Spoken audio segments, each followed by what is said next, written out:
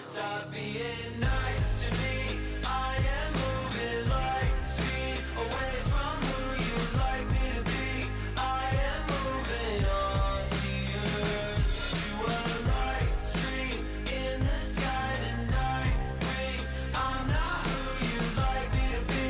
I am moving off the earth. Baby want a facelift, trying to copy paste the picture that she saw online. It is our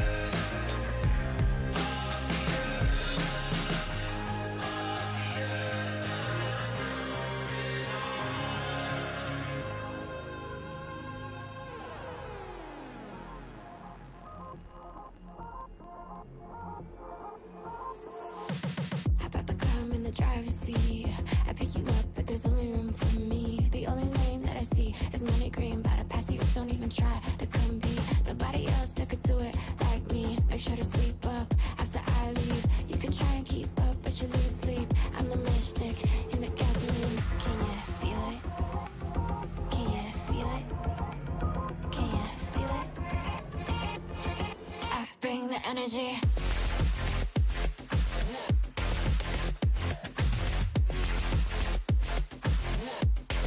I bring the energy.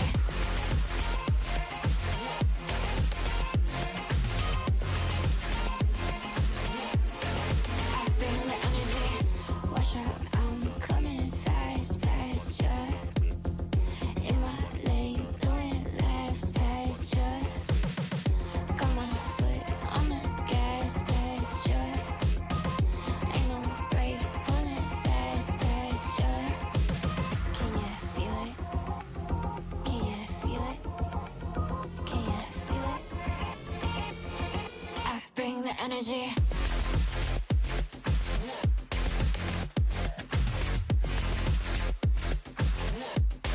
I bring the energy.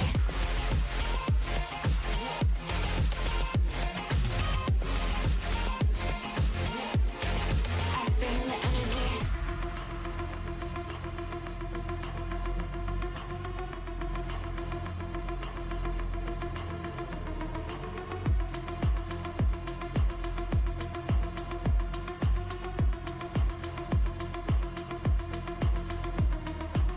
Can you feel it? Can you feel it? Can you feel it? I bring the energy. Can you feel it? Can you feel it? Can you feel it? I bring the energy.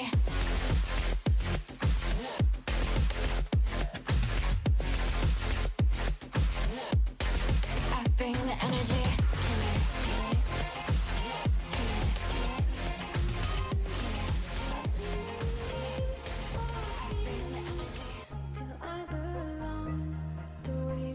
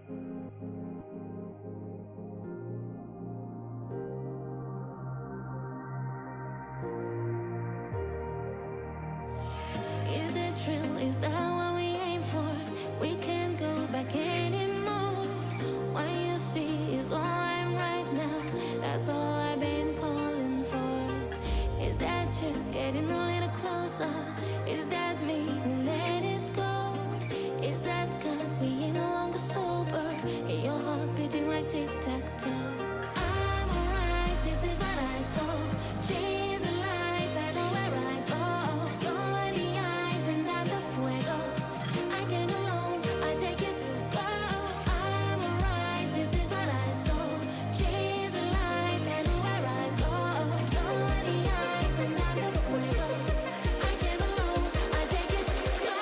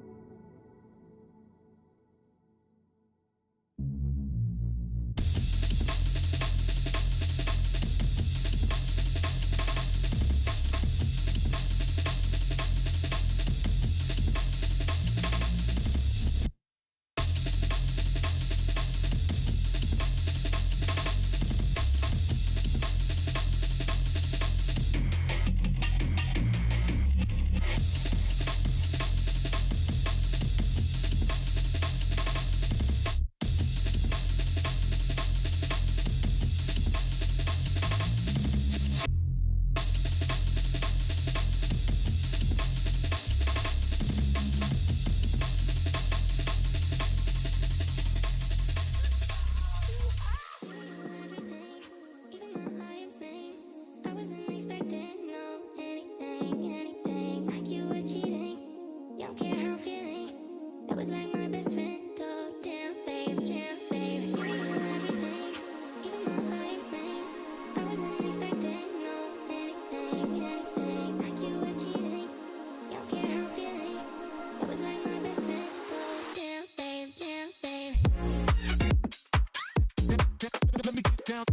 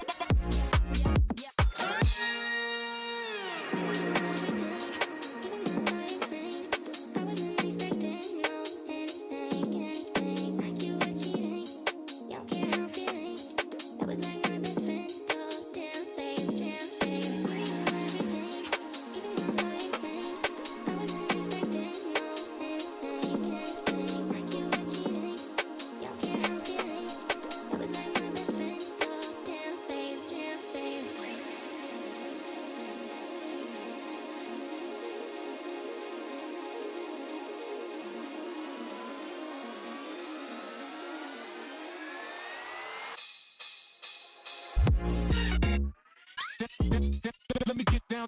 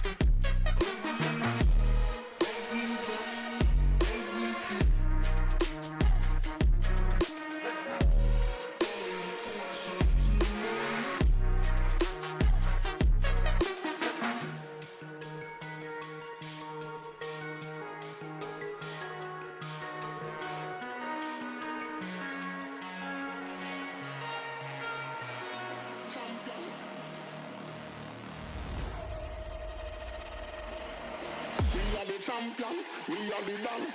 We are the champion, we are the done. We are the champion, we are the done.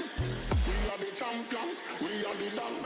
We are the champion, we are the done. We are the champion. Make one jump and selector. Murder style, yeah. I'm obsession under silent passion. I'm obsession under silent fashion. Under the door, I'm section number one. Run the break over the we are the champion. We are the champion, crown number one. We are the champion, yes, we are the done.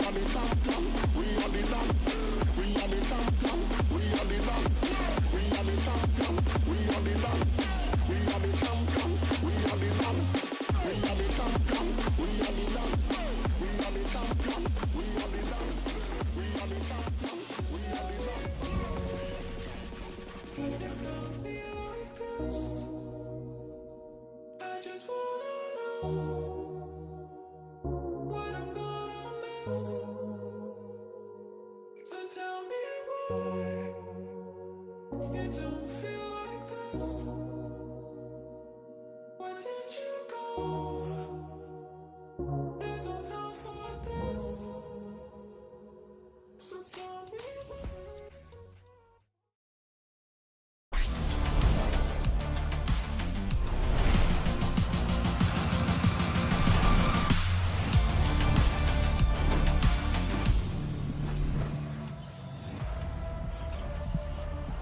Hello, everybody, and welcome to the VALORANT Champions Grand Final pre-show, coming to you live from the Kia Forum in Inglewood, California. I'm here on the gold carpet in Victoria, and my duo for today, my buddy, is Doug. How you feeling about this crowd? There's so many people here. I mean, it's freaking incredible. Every time I think we've reached the pinnacle of Valorant fanhood, they just blow it out of the water. There are people all over the place. The weather's gorgeous, the vibes are electric, and honestly, this is the place to be. Absolutely, and today we got the biggest names in Valorant, in music, in gaming. They're all here, and we've got this fan fest in front of us, and the biggest little homie I've ever seen, or little bro, right in front of us. I mean, he's how tall? That's got to be what, like 20 feet?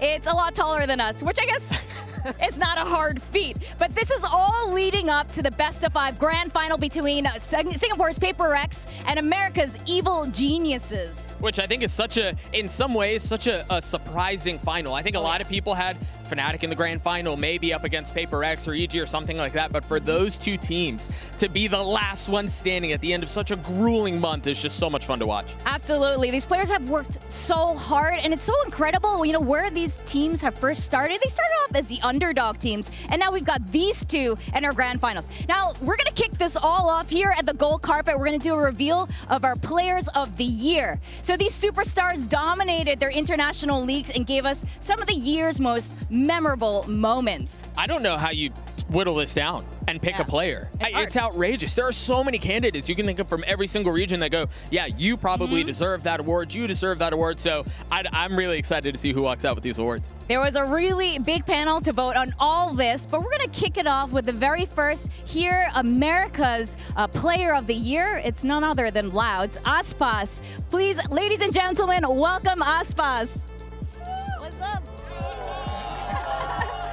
Aspas, welcome to the show. Listen, it's an honor to be able to present this award to you. I've had the privilege of casting so many of your matches and so many of your moments. I would love to get your thoughts on what does this moment mean to you, knowing this is the very first time we've ever handed out an award, for it to go to you. How special is that?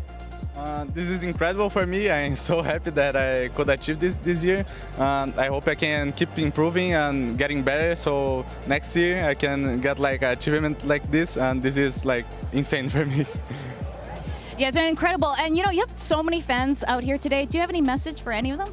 Yeah, thank you so much for all the love and thank you for the support. I'm so happy that I have this, and this like makes me play better. So I hope that next year you guys can keep supporting me, and thank you so much. Last question before we let you go. You had an outrageous tournament, but I need to know, given the two teams that are left standing, what are your predictions? Who do you got? I think PRX is winning because they came from the uppers, so they have 2 bans and the map pick, so I think they will get over the 2 best maps from EG and pick their best map, so maybe 3-1 PRX. Again, congratulations. Here's the award. Very well deserved, Aspas. Show it to the camera. Up next, we also want to present an award to Fnatic's Alfear and PaperX is something. They are also Players of the Year for their respective regions, so congratulations to them. Now we're going to go on a really quick break, and we have more big names coming up right after this.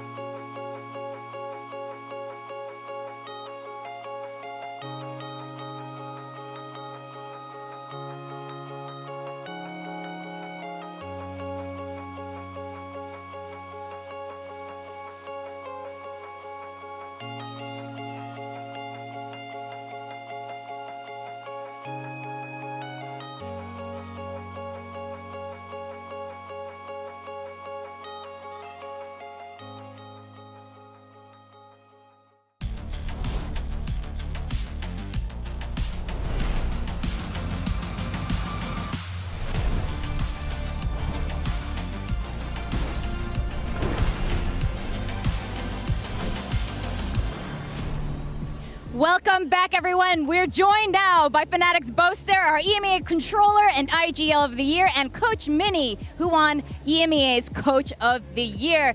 Guys, congrats again. Minnie, what do you do on the morning to prepare before a game? Me? Yeah, like what? How do Honestly, you hype up your team? we usually do preparation the night before, and then on game day it's just chill. Like everyone just gets to do what they want. There's not a lot, to be quite honest with you. You keep it pretty free-flowing and easy. And Boaster, I have to ask, you faced off both of these teams who are in the grand finals today. Who do you think is going to bring that X factor in? I'm hoping PaperX. You know, like I do like the EG boys, but PaperX has got my son on it. It's Jing's last game. Like I have to root for them. Divine stuff, super nice. Yeah. I mean, the storylines are just too good. Last question, then I'll let you guys go. What do you guys make of the vibes out here right now? It's kind of crazy. Like I'm not the celebrity here, clearly, but like they're going wild for him. You know, it's kind of crazy. It's just a bunch of people come to see some people sitting in their pants playing video games, in my opinion, yeah. Well, if you would do me a favor, make sure this gets into Alfear's hands. No chance. No, I would take it personally if I were you. Alfear won MVP of the year at EMEA. Do you think it's well deserved? I think so too. Yeah, I think he's very good. He's got work to do for next year though. Back to the grind. Well, fellas, thank you so much for joining us. We're actually going to throw it to Bren and Sideshow, who are standing by with just a little bit more chaos.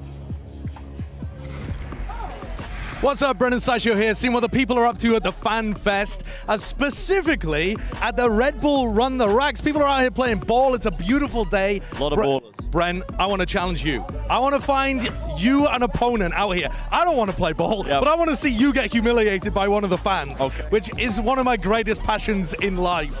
I'd like you to pick an opponent out of the crowd, and then we're gonna see if you can beat them. Okay, well, I'm gonna cheat. I'm gonna slip behind the curtains as well of production and not pretend like I've picked out a person already.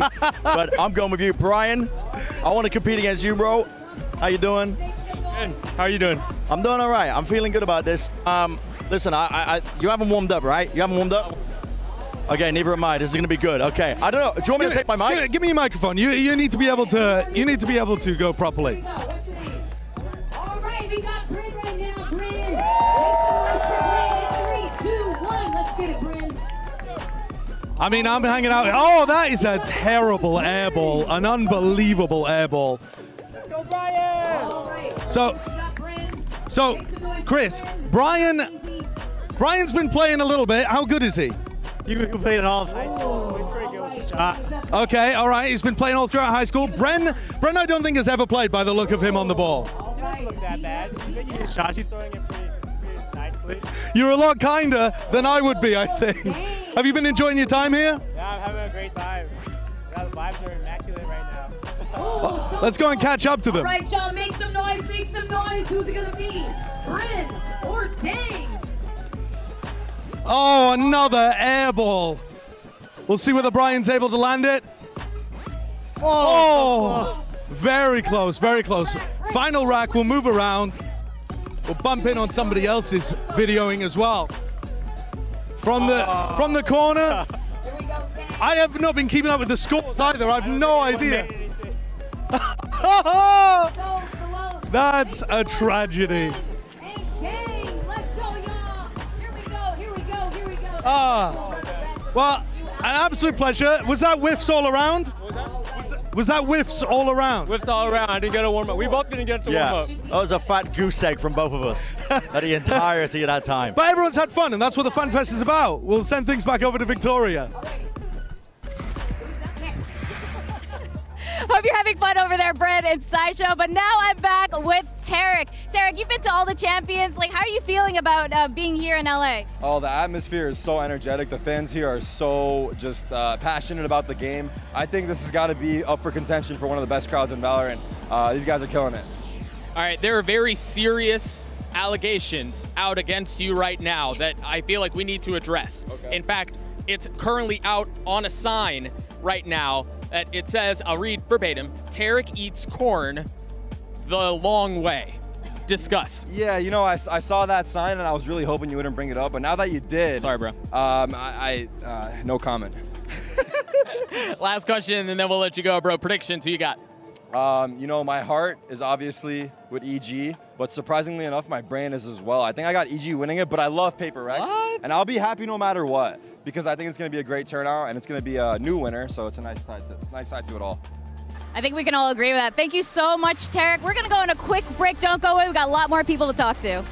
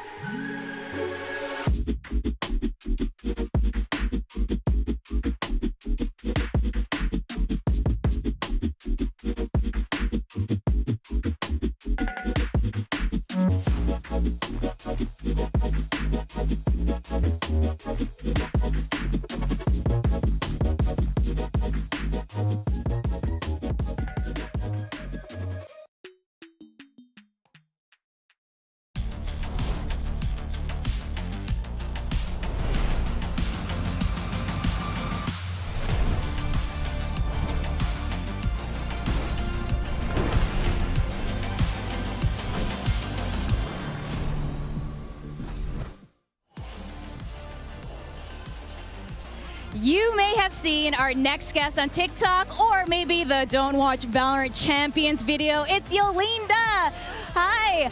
Okay, you worked with Baby No Money on that shoot. I'm sure there are probably some funny stories from this. Yeah, he's so funny. Oh my gosh. He actually was dancing so hard, he actually pulled something. But yeah, and then, you know, but the shots look good and just happy that everything, he's fine now, I think. Hopefully. Actually, I respect that so much. The fact that he just goes hard at everything he does is outrageously admirable. I want to get your thoughts on the vibes. I want to get your thoughts on the crowd, on the energy that's gone on. What have you thought, given that you're relatively new to the community and you've been welcomed with open arms? What has this been like for you? Oh my gosh, everyone's been really nice, which is really cool. Because, like, you know, when you go into something new, you're kind of like, oh, is everyone going to be okay with me? I'm just so new. But everyone's been so, like, awesome and just, like, so supportive. So that's really awesome. Yeah. And one last question. You were talking about being like the Vietnamese representation here. There's actually one more Vietnamese player here. He's from Bleed Esports, crazy guy. Vietnamese player. First time we're going to see him in the VALORANT Pro Circuit because they were the Ascension winners. How do you feel about that? That's awesome. You know, go Vietnam, go Vietnamese people. That's my people. I need support. Wherever he is, I will give him a high five. Yeah. All right, crazy guys, she's gonna be looking for you. We're looking for the other Vietnamese person here. All right, we are gonna go over to Brendan's side show. I think they're getting a little bit of a manicure, so over to them. We're here at a nail wrap booth at the Fan Fest, and I would never turn down an opportunity to pretty up my co-caster. I made him grow a mustache for a reason. He's getting his lovely nails done this entire time, which I've roped him into. You look fabulous, you look fantastic. Well, I mean, I publicly humiliated you by making you miss a bunch of three-pointers. Yeah, I mean, just massive whiffs all over the place. The thing is, though, I'm looking divine, I've got to say. Great. So there's a bunch of different packs that you can choose from with different designs. Harbor, Killjoy, Raze, Neon, etc. Oh, not Neon, I think I made that up. I think it's Yoru. And then I've gone for Raze. I think the Raze design looks great. I've got a boombot on my thumb. I'm chilling. Might be seeing some Raze gameplay a little bit later today at the grand finals. We might be seeing some Yoru gameplay. Might be seeing all sorts of things. Yeah, we don't actually know. We don't actually know. Yeah, I'm kind of jealous actually as well. I don't really have nails. I can't really do this. Yeah, but maybe we can swap out. I mean, yeah, I got to be honest with you. I don't have that many nails myself, but this is perfect because it hides what would usually be not the prettiest hands in the world, but now they've become the prettiest hands in the world. Of course. Well, the Fan Fest has been amazing so far. I mean, listen, it's just a celebration of all things Valorant. The nail wraps. I mean, you saw me whiffing a basketball earlier as well. There's all sorts going on. I want to try and get an interview with Little Bro later on. Little Bro, the wingman. There's a big wingman. I mean, there's a little wingman. I don't know where he's gone. Things. Little Bro's missing, but there's a big statue of him over there. We could probably check that out at some point. But yeah, we could. Yeah, it's a lot of fun so far, and yeah, just a massive celebration of Valorant. But we'll send it back to the golden carpet. That's it from us. Thank you, gentlemen. Now, making us return to the gold carpet, it's Team Heretics, Mixwell. Welcome. Now, I have to ask, they've announced Masters 2024 is going to be in Spain next year. How do you feel about that? It's so hyped that it's in my own country. I feel like we have a huge viewership in Spain, so I feel like we will sell out everything. I'm going to do my best to try to help, and I'm really hyped. And it's at the best time of the year as well. It's not very hot, not very cold, so if you're coming over, it's the perfect time. All right, when we're coming over, we're going to hang with Mixwell. Yeah, I mean, the Spanish fans are some of the most passionate, really, across anything, right? Regardless of what it is, it's outrageously awesome. Very quickly, before I let you go, I need predictions. Who you got? Fast. I think PaperX is going to win. I think I'm rooting for them as well. I want Jing to win because he's leaving after this. So I'm rooting for PaperX. Thank you so much, dude. It was so good to have you. This has been a lot of fun, but we're going to throw it to a quick break. We'll be right back.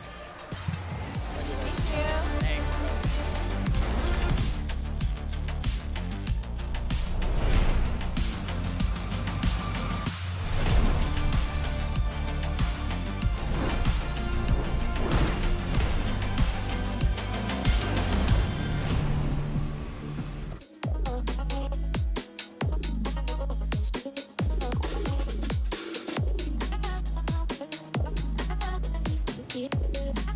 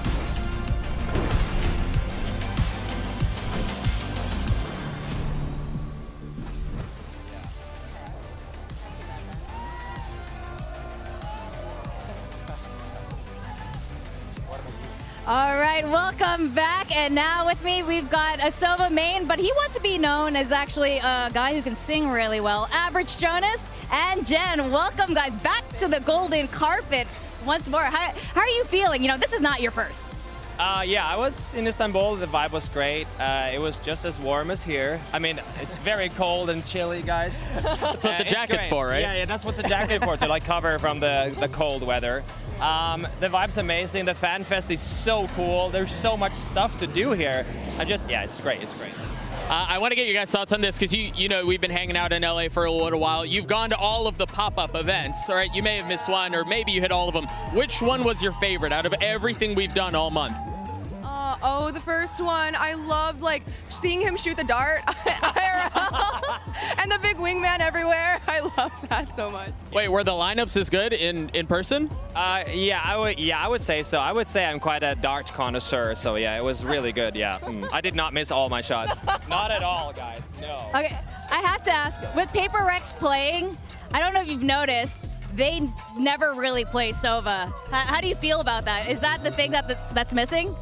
I mean, it's really hard for me because Jason and Jing are like my sons, but I also really don't like that they don't play Sova that much. But it's okay. I love them very much, and they're gonna win today. So yeah, it's gonna be great. Jen, I know you've been here for a little while now. Specifically, the fan fest. There are people. It's just masses of bodies everywhere you look. What has been the coolest thing that you've seen here at Fan Fest so far? Just like Sorry, we trolled you a little bit. Just the sheer amount of people that are out here like supporting Valorant, and everybody's been so kind and welcoming, and like the vibes here are so warm, exciting, electric. Yeah, warm. There we go. Very warm. In Yeah. Ludwig's words, electric. Everyone's been so amazing. Do you have any favorite moments so far in the stadium? Because you were with us for a couple of the games over during the TikTok Live. I know, we're just gonna keep this. I think, let me see, favorite moments. Oh, it's so hard. There's been so many. I don't know. It's just, you know what? Actually, the staring contest was hilarious. Yeah. Dude, we saw them. Sean and I were doing a meet and greet earlier, and he was standing in line with his sign. He goes, "Can we get a picture?" And he goes, "Yeah." And he's just, it was perfect. All right, thank you guys so much. We're gonna go back to Brend and Sideshow. We got so much more for you guys coming up next. Well, we're joined here at a mausoleum, a monument, whatever you want to call it. I don't know, but it's Wingman, his little bro. The man's like 20 feet tall. He's very tall. It's awesome. There's fans everywhere. You can go up, you can queue up, you can get a picture, get whatever else you want. And there was a little bro, like a little bro as well, but he ran away while we were trying to take a picture with him. I think they were changing a person in a suit. Oh, because it's too hot. Don't spoil things. It's not a person in a suit. It's little bro. But it's awesome anyway. I mean, you can come out here, you can get a picture taken as well. You can queue up for it. It's kind of cool how they got him chained up though. Chained up. He's got chains and big pillars that he's attached to. See that. Yeah. Okay. Well, but it's very sick. There's places at the back as well that people are getting their hair dyed. I'm seeing people with green gecko hair all over the place. Yeah. It's dope. Yeah, it's really, really awesome. Maybe we'll be checking out some more 7 and Fan Fest as well sometime soon, possibly. Don't know. There's lots of stuff to do here. But until then, we're going to go to a short break on the other side of things. Don't worry about it. There's plenty more stuff left to see.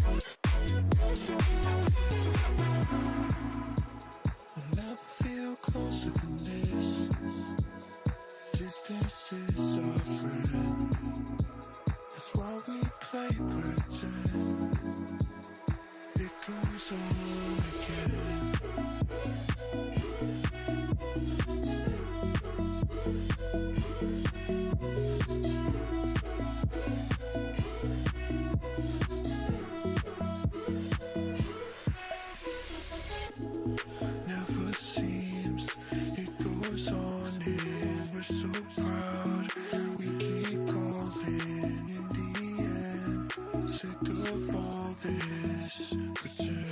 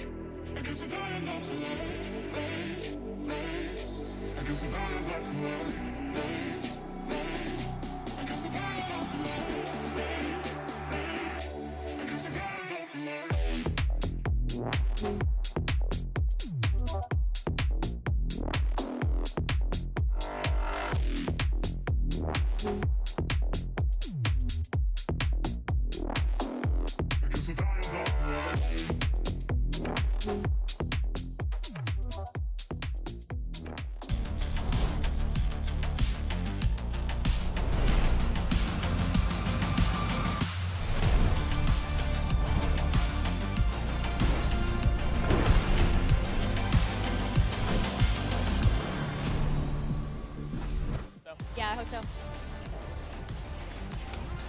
And welcome back, and with us today, I mean, you've seen her at the desk. Welcome, Mel. How's everything been going so far? How are all the games been? It's been great. The energy here in LA at the Kia Forum has been amazing to be a part of, and I'm excited to watch the games today. Now, you've had the really cool privilege of being on the analyst desk. You've also made some co-stream appearances. What do you prefer? Be honest with me. What is more fun? What do you like more? Yeah, I'll be honest. Riot, don't kill me. But I like being in the audience. I love the energy, just feeling, watching the games, honestly. I mean, the vibes have been so good all event. I get it. I don't blame you. Now, I'm sure you mentioned a bit at the desk, but officially right now on the gold carpet, what are your predictions? Ooh, you know what? I want EG to win. I want EG to win. I can see it, but Paper Rex is coming in with that last dance form. So it could be either way, but I do want EG to win. So is this like your heart is saying one thing and your head is saying something else, or what's going on here? That is exactly. You've described my struggle very well.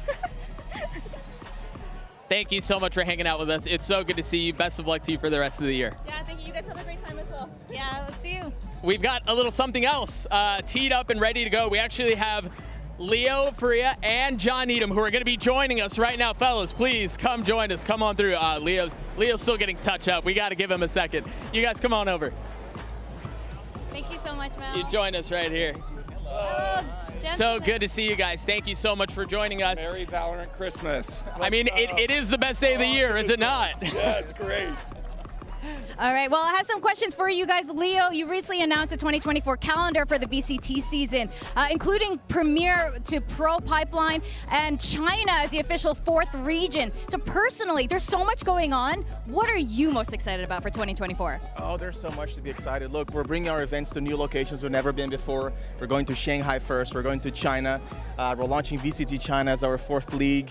We're making a bunch of changes in the season to make it feel more progressive and that we're growing as we go into the calendar. So there's a lot to be excited about. More teams in each one of these leagues, the Ascended team. So yeah, a lot to be excited about. And I have to say the Valorant community is definitely super appreciative of all the changes that you guys have been doing and hearing all of the requests. So I think 2024 is going to be a good year. It's going to be a great year. Oh, it's going to be a banger. John, I want to get your thoughts on this because you've had the privilege of overseeing multiple esports throughout your career, even within Riot's ecosystem. What is it about Valorant that has maybe enamored you most? Yeah, I mean, it's the audience. You know, very young audience, very diverse audience, and it's just been awesome having them at these events and all the energy that they bring. It's been killer, so.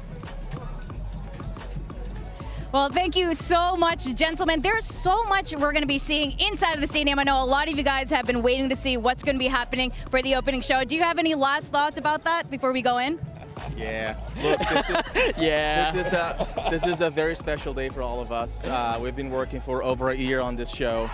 In a lot of ways, this is our big moment. We feel so validated to have all of these fans here, to be in this such iconic, amazing venue. And yeah, I mean, the ceremony is going to be incredible. It's our best yet. I cannot wait for fans to see it.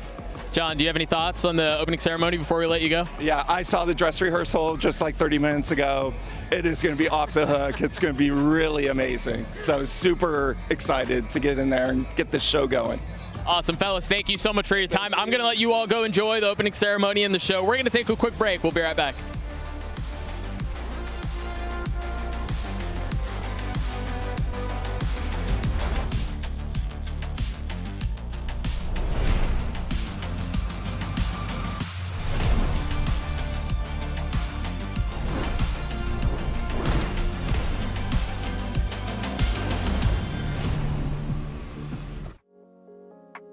It's like I'm calling nothing.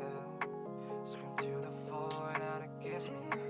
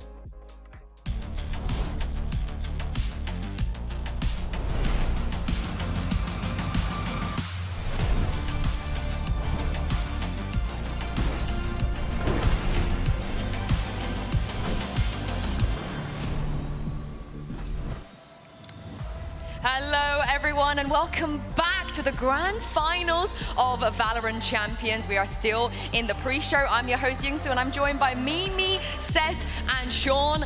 Guys, it's the final day. It has all come down to this. Mimi, I'm so excited. I can't wait to see who's going to be taking home the trophy. It's going to be so cool. We've already seen so many teams make their way through. We started with 16, and I don't think anyone would have expected it to come down to this. EG versus PaperX. No matter what happens today, we're going to have a team lifting their very first global trophy in the biggest event of the year. Yeah, I mean, even from the moment that we got into the top 8, then down to the top 4, it was just like every single moment we got through the tournament, it was like the storylines just get better and better and better. And as we got into that top 4, we're like, oh God, the stage is set. No matter what the result is, it's going to be absolutely incredible. But this is, I think, probably one of the best things that we could have asked for.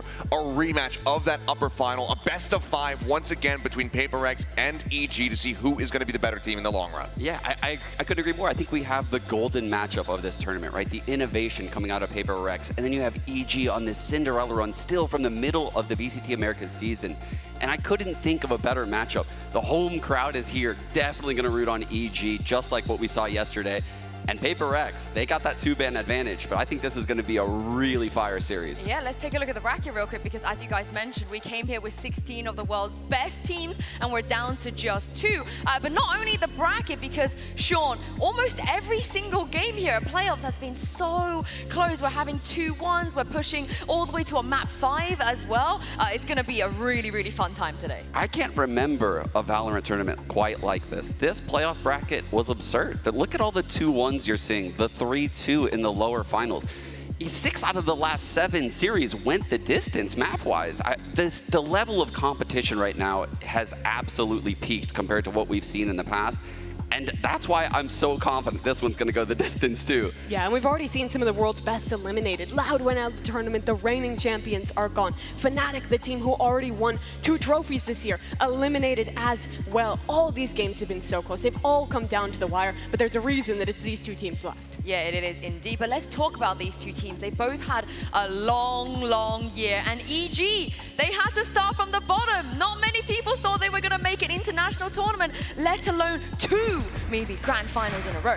We need to go all the way back to the beginning for this team. This was the squad that people were making fun of. Did they know they're in partnership? Are they going to make a roster move? No one believed in them. You see this tweet from Ethan. We've lost 100+ important games in his 7-year career. He always just had the tragedy of letting it slip away. That's when they thought they were out of playoffs. They thought they were going to get grouped in Americas. Then MIBR comes out. Chosen knifes 100 Thieves in a massive upset. They make it to the playoffs by a miracle. Go all the way to Tokyo and win every single upset to go to the finals. This team has now gone from nobodies that no one believed in to a squad that are one of the best in the world, that have made it to back-to-back global finals. And what you said is exactly what Boostio said in the post-game interview yesterday, right? They were nobodies coming into this year. They didn't even have the same roster. They made a roster change early on in the season. And then coming into Tokyo, they almost didn't even have Demon 1. He got his passport like 2 days before the event even started.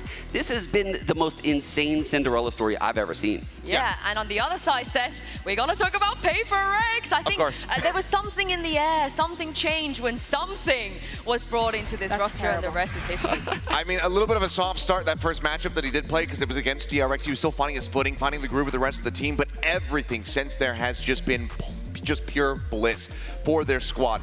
Obviously, that upsetting moment, finding out that he wasn't going to be able to get his visa to be able to go over to Japan. He was the one who had to miss out while Demon 1 got to attend, got to get into that grand final. PaperX still were able to give them a run for their money, but it all kicked off with that big best of 5, that reverse sweep, the first one that we saw in the main VCT circuit against DRX in Pacific, getting that trophy under their belt, then having to play with CGRS over in Tokyo and still exceeding our expectations. Now it's something, obviously the eyes were coming back onto the squad. We knew what they were capable of with a sub. We said with this guy, they are just a powerhouse squad. They have to be respected, and they have proven that every single step of the way, and that's why they find themselves here as the winning team moving into the grand finals. They have that draft advantage because of how powerful they are as a 5-man unit. Yeah, it's absurd. You mentioned the Tokyo run they went on without something even in the roster. I don't think people understand how dominant of a player this guy is. He was the #1 statistical player in his region, and they still got 3rd place at an international event without him,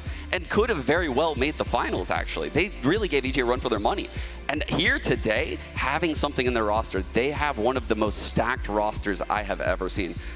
We always joke about who's the in-game leader on this roster. It's because, honestly, they are all-star fraggers. They could all do it. They could all take over the game. And these teams have such a paralleled story as well. Beyond just being the Cinderellas of Tokyo coming out here, it's also these two squads that they started the season so poorly. Both of them were disappointing people to start off. They make a super controversial roster move. They both drop a popular player in Benkai or in BCJ. They make the choice that the community did not want, but they end up sticking to the roster, staying dedicated, and pushing all the way to this position in the last game of the year here at Champions. Yes, the consistency, right, that we're seeing in both of these almost super teams. I think it's pretty fair to call them this. And but the thing is, yeah, yes. I mean, they're here for a reason. But this is going to be a rematch. They've gone up against each other many times at this point in a best of 3. We saw it in a best of 5 as well. Where is this going to go for you guys? Which team, like you said, with a parallel story from the beginning of the year where they didn't look good, which team is going to finish this year with a trophy, with the biggest trophy? That's a very hard question, Insu. I'm not gonna, even with the double map ban advantage, I think EG has a real puncher's chance. This isn't like the Tokyo finals, right, where Fnatic was so strong across all the maps and heavy favorites. I think here today versus PRX, a lot of their strengths are on the same maps as EG. The one exception being Fracture, which they'll likely be able to get rid of. I think we're going the distance today. I honestly feel like this is a 5-map series because these two teams are so close. Yeah, I mean, both times it did go to the distance. It was that 5-map set over in Tokyo into the 2-1 victory here for PaperX to get themselves into that grand finals, auto-seeded forward. So I'm right there with you as far as thinking that this is going to be neck and neck. And, you know, I would love to come out and really confidently say, I think this is going to be PRX. They got this one in the bag. They learned so much. But when you have players like the ones here on EG, as we can see them on our screens, that can pull off the most ridiculous clutches just out of their rears from nowhere, time and time again, you never know if they're going to be able to get the edge there. Because EG, Calm especially, I mean, right now, I think he's got like a 33% clutch rate within the top 8. It's insane. Crazy. They have 26 clutches. Yeah, there's so many incredible clutch players in the server from both of these teams, honestly. But for me, my perception of how well EG can do in this match changed even since the last time they played in the upper final. There it was something like 11-4 up. EG let things slip a little bit, and PaperX ended up the first team into this final. But then EG go down to the lower finals, stomp Loud on 2 maps, and it almost slips away from them, but then they show this mental resilience. They rally at the last second, and they make it here. So I think EG has proved that resiliency. PaperX has proved it too, and I totally agree. I think we should get 5 maps today. Absolutely. I think PaperX has really impressed me across all of the maps. Their innovation, the things they bring to the table are different than any other team I have ever seen in Valorant, but the resilience EG showed against Loud to win that map 5. Loud were ready to brawl on that map, and rarely do you see a North American team ready to take the fight in a map 5 like that and not shell up, not look scared. EG's players, they play with this level of fearlessness that Potter has instilled in them. And the similar thing about these teams is they both play for fun. So I don't think they'll get scared today. This is the thing, though. Who's more fun? Who's realistically going to have more fun out there? Because they both said it. They're like, we're just here Probably to have whoever's fun. winning.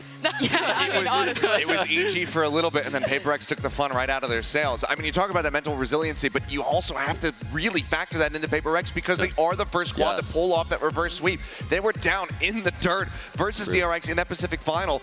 It wasn't looking good for them. It looked like it was going to be yet another DRX 3-0 blowout in a final over in Korea, and then they just managed to rally it back. They crushed them on Lotus. That one a little bit more unsurprising, but it was the follow-up maps that looked so very good for them. So they have what it takes. Yeah, the crazy thing is you go back and you watch their vlogs. PaperX YouTube, kind of banger, I'm not gonna lie. There's so many good content pieces on there, but the finals, when they're giving those pep talks in the back room, all of those players knew they were gonna win that series when they were down 0-2. It was the craziest thing I've ever seen. They were so confident, like just 1 map at a time, we got this. You know, next map's Ascent, we got this map, we got this map. They're always confident. And that's the same thing I saw in EG yesterday. Yeah, and as well, I think you see that paralleled with Evil Geniuses too, because we heard from Potter that it was in that final map. It was her and Ethan that were talking to the team, like, hey, we've let this slip, but this is just a moment. Put it all out there, have fun, take the risks that win us games. And I think both of them have such incredible coaches and experienced leaders, even amongst all the young, new players to this global stage, that make them great in moments like this where the pressure's on. Yeah, I can't wait to see how they're going to handle what's going to happen today. But for now, I'm going to send this back to Victoria and Doug. They got a special guest with them. Thank you so much, Jinsu. What's it like in there? What are the vibes at the desk right now? Is there water down here, y'all? Oh. All right, thank you so much. We'll catch up with you later. We're standing by here with Shaz from G2 out on the gold carpet. Bro, what do you make of the vibes? What do you make of the scene right now? Oh, it's incredible. First Valorant event in America, and it's just indescribable. There's so many people. It's a lot of fun. Yeah, you've been here since the beginning. You know, you were on the winning team when you were back with Sentinels, and you've seen it grow over the years. Like, what do you make of all this, and how much has grown? Everything's scaled like exponentially. It's just gotten bigger. The fans, the teams, the scene itself, the competitive, like the high skill teams. It's insane. It's fun to watch. And I have to ask, you know, I'm sure you watch VaporX. You even played with them, and they have a no IGL style. It's kind of like multiple shout calls here. What do you make of that? I think it's an exciting way to play. You know, you have 5 brains on a team. You want to utilize all of them in a way. I'm sure there's some sort of hierarchy or something set, but you know, if that's how they maximize their performance, it's the way to go. Last question, then we'll let you go. I need predictions, bro. Dude, you know, the PRX guys are all really wholesome, and I'd love to see Jing win. And then with EG, also like NA, so it's kind of tough. My heart is broken right now. Like, I don't know. Actually, EG probably. EG. Yeah, I thought you were going to PR your way through that and then not answer, but I'm glad we got EG out of you at the end. Bro, thank you so much for hanging out with us. We're going to let you go. Enjoy the rest of the show. Guys, we actually have 2 very special guests. You're good to go, brother. We have 2 very special guests who are going to be joining us as well. It's Waylon, COO of Esports at Riot Games, and Anna Donlan, Executive Producer of Valorant. Please come join us. Hey, buddy. It's so good to see you guys.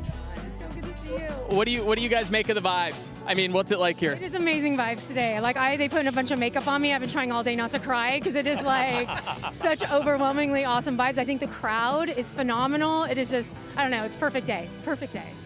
And Waylon, you know, we've seen Valorant really grow into this incredible global game. I mean, I flew from Singapore just to be here with you guys.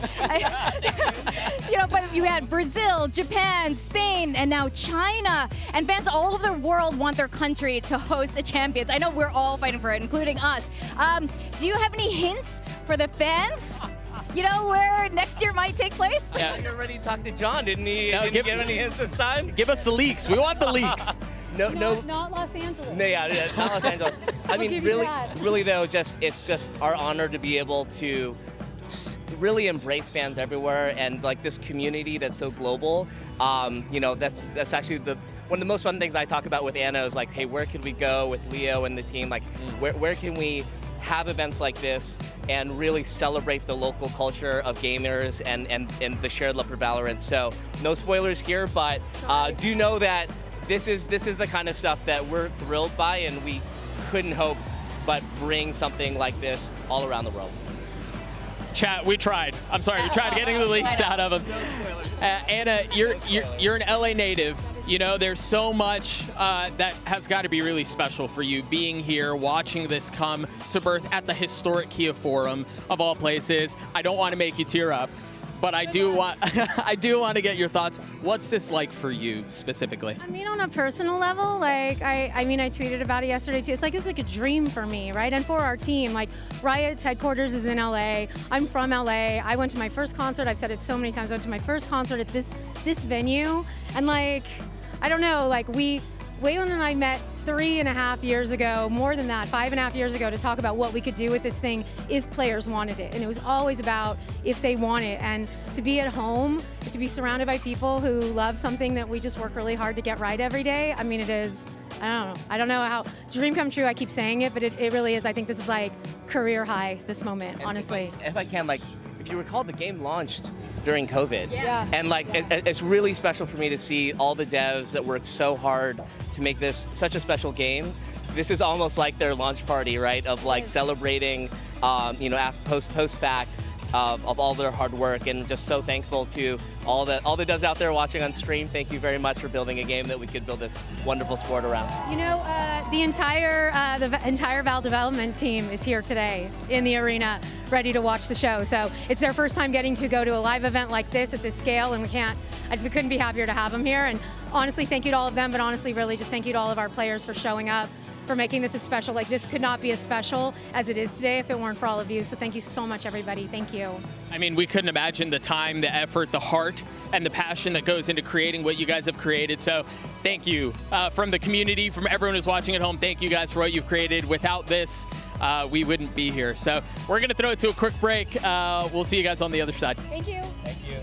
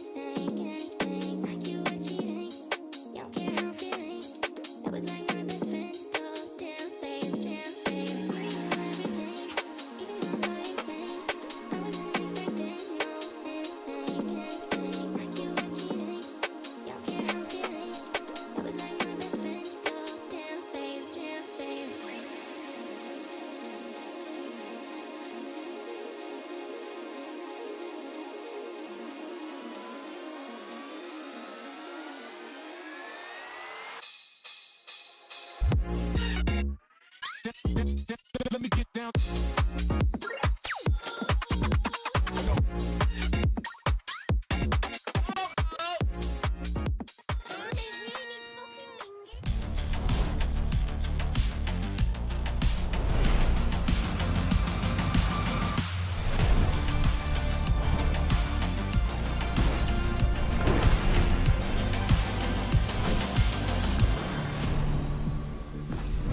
Thank you. And our next guest needs no introduction. It's TenZ. Welcome, TenZ. You know, you've been here since the very beginning of VCT. How's it being here at the Kia Forum? It's amazing. I went one of the matches and just like the whole atmosphere, I mean, the stage is pretty sick, but the crowd is pretty awesome too. So definitely going to be a good match today, and hopefully it's going to be really fun to watch. I have to ask, I'm sure you've heard about the new agent patch updates, the nerfs. How you feeling about that? It's kind of like both ways. Like I definitely see some good in it because it's gonna shake up the meta for sure, and what we're kind of like used to currently definitely will be changed up for the next year. So I'm hoping to see more Yoru. But yeah. Are you willing to confirm in front of all these people watching right now that you're only going to play Yoru next year? Yeah, no, confirmed. Done? Sold? You've Set, heard it done? here. All right, give me predictions, man. Who you got? You know I had to do you like this. You had to. Man, they're so fun to watch, Paper X. My brain says Paper X, but my heart says EG. I'm so torn. All right, well. Oh, yeah. I didn't know. I just like the Paper X storyline and also Jing like coming in and this is going to be like his last event. I think the storyline is just kind of set up for Paper X to like go ham. And they're a team where they can win any match just because of how like skilled their players are and how much they trust each other and work together in such a unique way. Yeah, absolutely. Well, thank you so much, TenZ. We're going to go back to the desk. Over to you. Oh, I heckin' love TenZ. What Me a too. W take that was. Based AF, TenZ. Yes. Based. Yes. Let's I love go. that. All right, Paper X all the way. What Yeah, a traitor. I'm with him. Yeah, that's crazy. Actual traitor. I mean, he's got a point though. Paper X, they're fun, they're explosive, Mimi. At this point, they're playing their own game, they're setting their own kind of standards and meta. What's not to love about Paper X? I mean, there's nothing really not to love about this team. I think the biggest thing that makes them so cool is their style. I think they're the most unique team that we've seen in the VCT this year. They come out and they innovate in every map, where other teams are like defined by, this is the best macro strategy we can do. This is the perfect meta comp. They're like, okay, let's pick a cool comp where people are comfortable on it. Let's build some little util combos around it and be so flexible in when we use them. They innovated the Rain of Sky stuff, which other teams have started trying out. They've switched around so many different comps. They're playing Harbor Viper on maps where no one else would dare to try it. They're playing Phoenix on Pearl. And the thing is, it all sounds crazy, but it's actually good. It sounds crazy until you watch it and you realize, oh, they actually have really innovative solutions to how to use this util, right? They use the Reyna with the Cove so well. They throw a Leer up above the Cove, and if you shoot the Cove, then obviously the Leer's there. If you shoot the Leer, then, well, they're going to know exactly where you are coming out of the Cove. And they have all of these little tricks across all of the maps. Forsaken looking under the turret legs. Like, there's so many crazy things this team does that I've never seen any other team do. They are definitely the most fun team to watch. Yeah, and as you guys heard it there from TenZ, he's rooting for them a little bit because Jing, he's going to be stepping away after today, no matter what happens. Seth, this could potentially be the last time we see him, maybe not ever, but definitely for a while. As you guys can see from his tweet, he said, Grand Finals day and my last match, see you all on stage soon. It's so hard to root against this. We want him to lift a trophy before he goes. I mean, absolutely. It's such a heartbreaking prospect knowing that this is going to be his last match for the foreseeable future. And then I want to make sure that we keep saying that, the foreseeable future, because who knows what's going to happen after he does have his service and everything. He could very well come back. He's got the skill. He can get right back into that Secret Labs chair and start clicking on heads once again, because he is that talented. And I don't think that a little bit of time away is going to really do him any service as far as his skill is concerned. But this is that moment. It feels like it's the moment for him to be able to get that trophy, to be able to make up for that loss back at Copenhagen with this new 5-man squad, something joining in. And I think it would be the perfect cherry on top for this season, for his career up until this point, if he can walk away with it. But the thing is, 2 years is really a lifetime in Valorant, and that's how long the service is in Singapore that he has to go to do after this event. So it will be really unknown on what his future is. This is likely the last time we'll ever see this iteration of Paper X play. So no matter what happens today, it's a chapter coming to a close. But if they could end this legacy that Paper X has created with a win here at Champions in Jing's last event, it would be amazing. Yeah, it would be a fairy tale almost. And speaking of Jing, this is what he had to say when asked about this particular topic at the press conference. I mean, I think we try not to think about that too much. We just focus on this tournament right now, and I mean, we're just enjoying the ride, I guess. I mean, if we win, we win. If we lose, we lose. As long as everyone is happy, I'm happy. He just wants to be happy, happy, happy. But Sean, what's going to make him more happy than a trophy here? Come on. I don't think anything would make him more happy than that, if I'm being honest, Yinsu. He's such a sweetheart, though. I'd never even used that word on an analyst as before, but this kid is so nice. He's such a good person.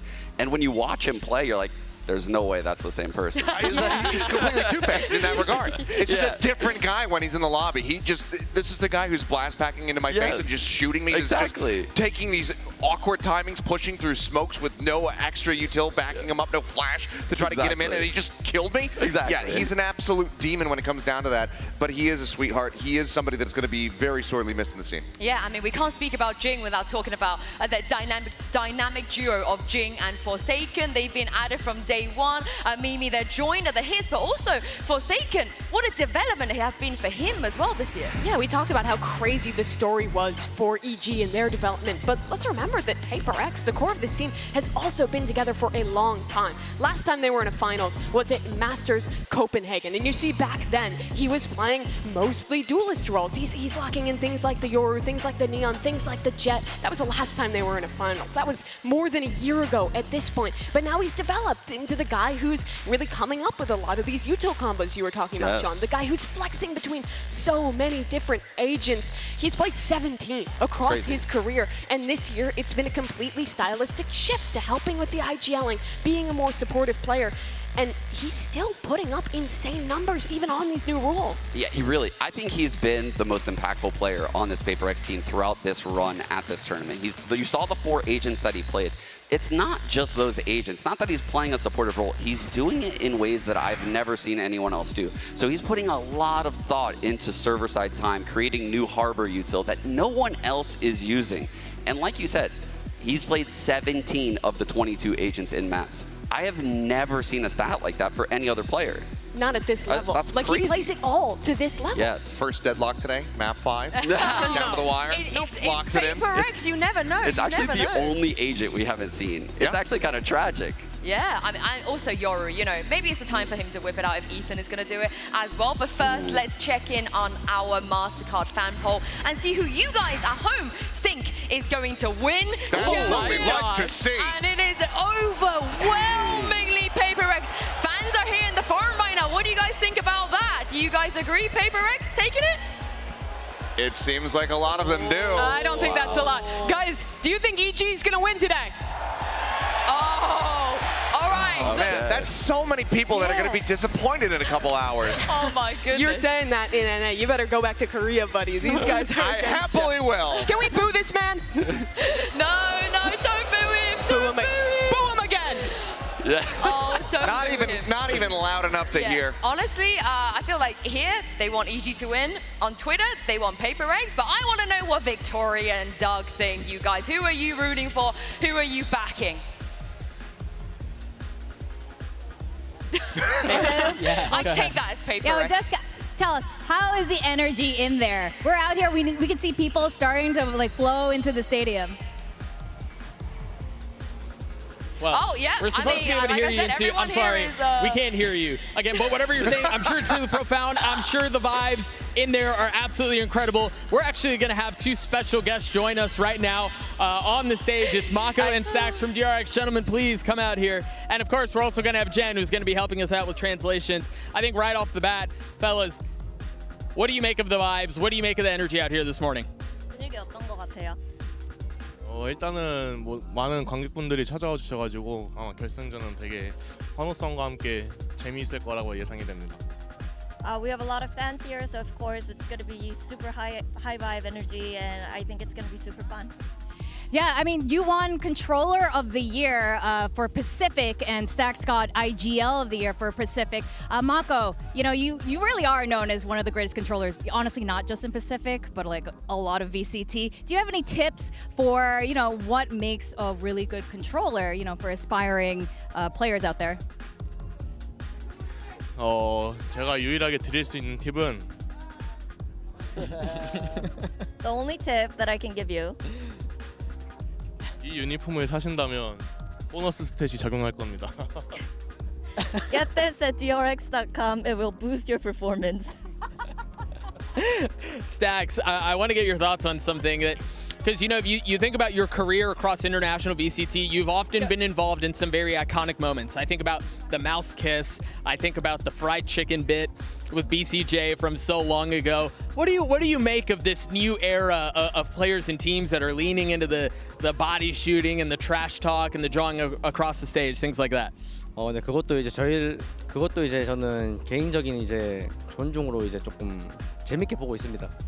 I think it's just fun. I think of it as, personally, it's like a, a way of showing respect in my perspective. I have to ask too, PaperX, who are in the grand finals, and DRX, you guys have collaborations. They're known as like your brothers over in Pacific. Do you have any words that you want to say for them? Any well wishes? Or not?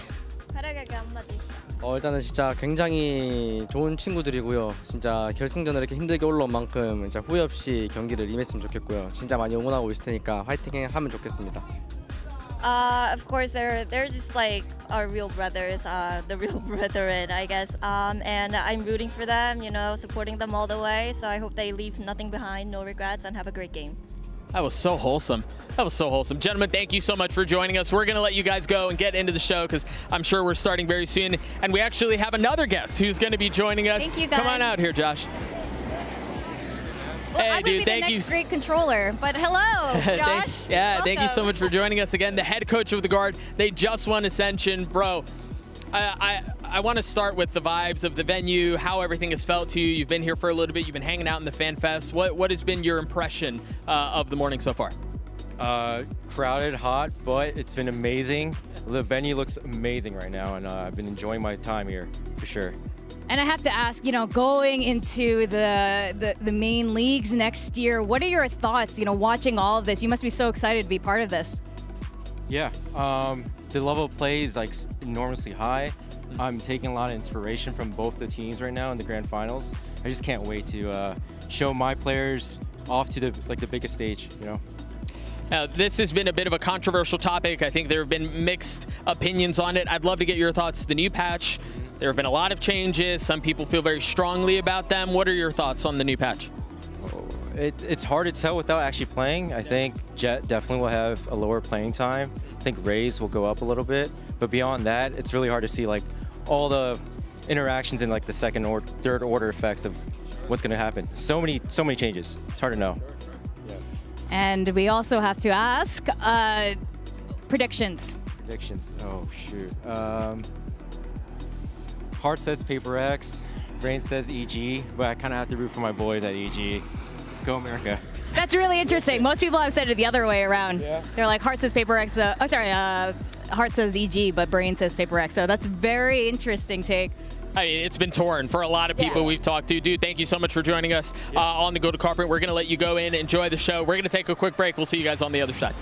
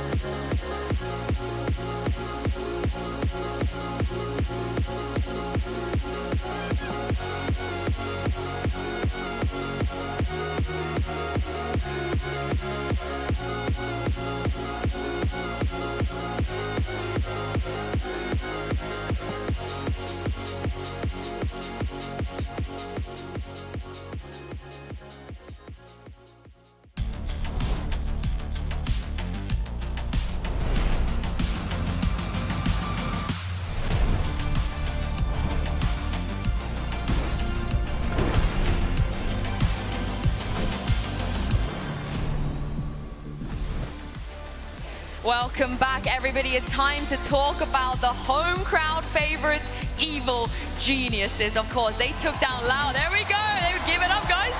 They took down Loud yesterday in a great best of 5 as well. And Ethan spoke a little bit about what that process was like and how they managed to take them down. We have a quote here from him. He said, on split, I think Loud were in control for most part up until the end. Then on bind, I told them to all come back and dig deep and use every little bit of energy you have left. And he also spoke a little bit about the fact that Mimi, that they felt like despite despite the possibility of Loud reverse sweeping them, they were in control. Yeah, he believed that the whole way through. And Ethan is going to be the most experienced player on that stage today. He's played in arenas before in front of massive crowds, and the rest of his team is still young and new to this. In the press conference the other day, Boostio was talking about when the team was first getting together, first meeting, that they were all just kids, so unfamiliar with this, also nervous to even meet each other in person. But now Ethan and Potter have really helped this team grow to a point where they're comfortable on the stage.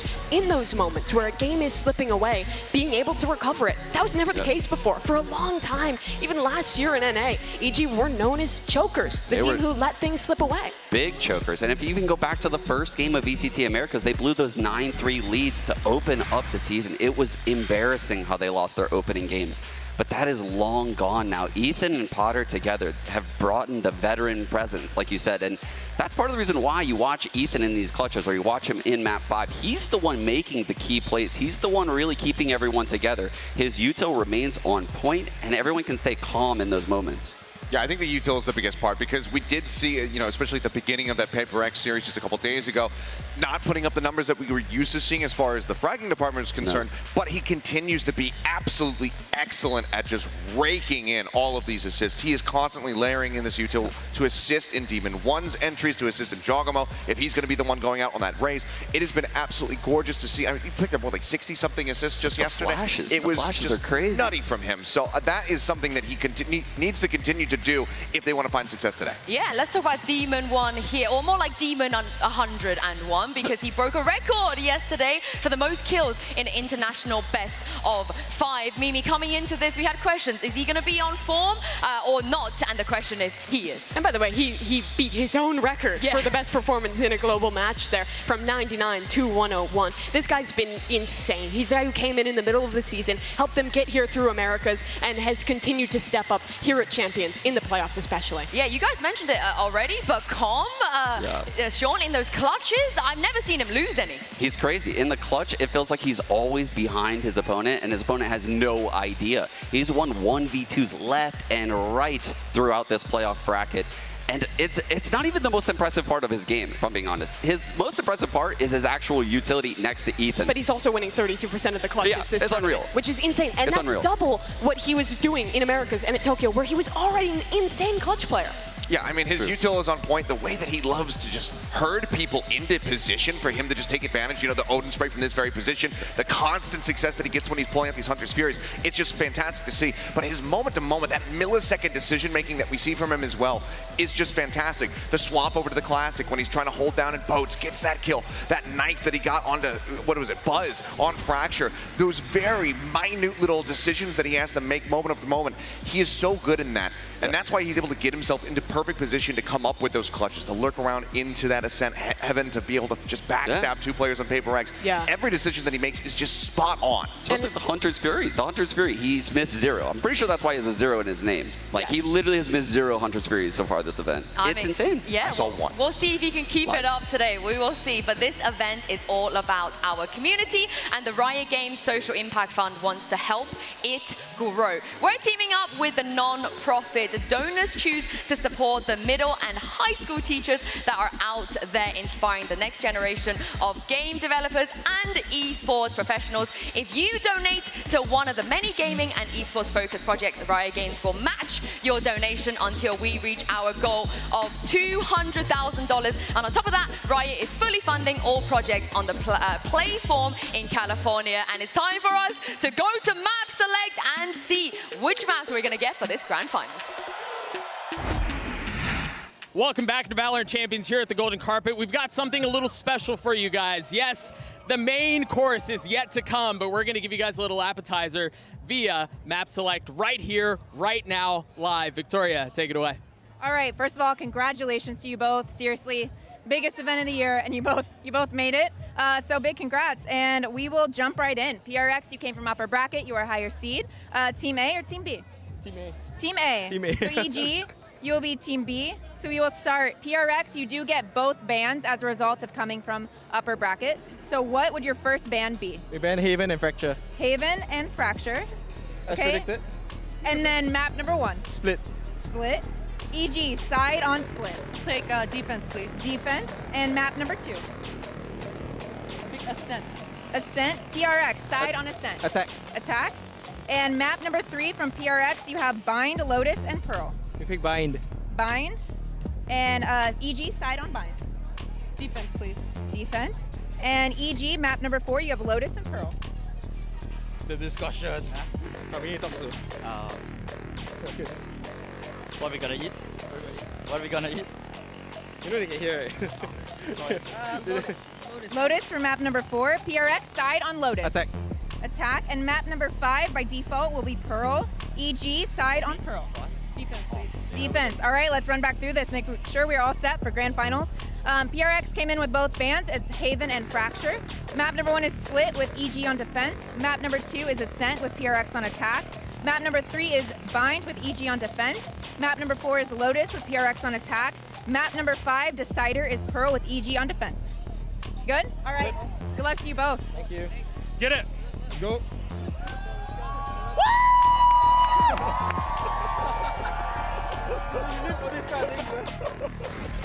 Oh, that is a juicy, juicy map pool, but also good to see CGRS as well. Yeah, good to see him in the mixer Yeah. for a moment. I don't think this should be surprising. Potter was talking yesterday in the press conference about how she thought it was going to be those two maps, Haven and Fracture Band. It's the same exact pool that EG played in the lower finals against Loud, but I think that double band advantage could be huge because Fracture, the best map for EG, and Haven, PaperX never likes to play that. I love how PaperX approached this veto. They went straight for the hurt knee, like a fighter almost, right? Going after split. That's where EG is 0-2. That's their weak point of their map pool. Map 3, Bind. We saw EG struggle a little bit on Bind, and they saved Pearl for last. That's a map PRX is 5-0 on in this tournament. You would say it's their best map, and they're saving it for last. Right, 5-0 on it, but it was one that EG let slip away from them. They were on the cusp of being able to close that one out. It was 11-6, the advantage that they had, and then it went into overtime. So if it gets there, both of these teams you would suspect are looking to improve on those weaknesses that we did see in that series. The Ascent that got away from PaperX, the Pearl that ended up getting away from the side of EG. So I think that this is going to be a bloodbath, and like we were saying before, I think it's going to be a 5-mapper. Yeah, we've seen today's maps, but it's time to get a glimpse of the future. Let's get our first look at Valorant's newest map. There we go.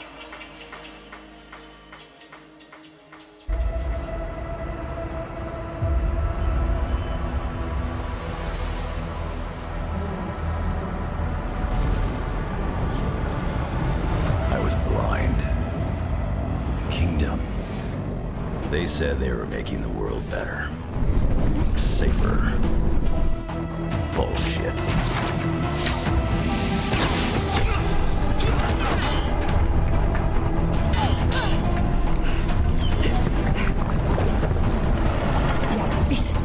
This is what they've been after.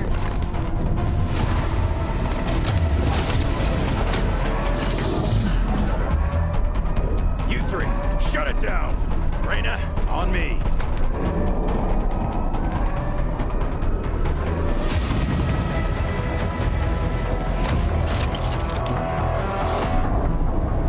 Yo, Wings.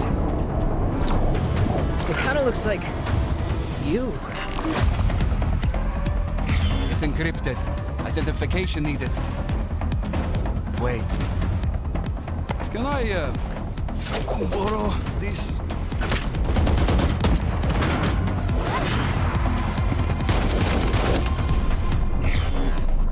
What? It's just a thumb.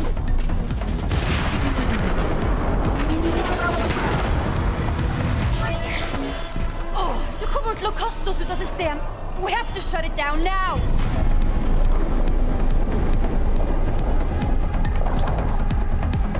Damn it! Ugh. Wait.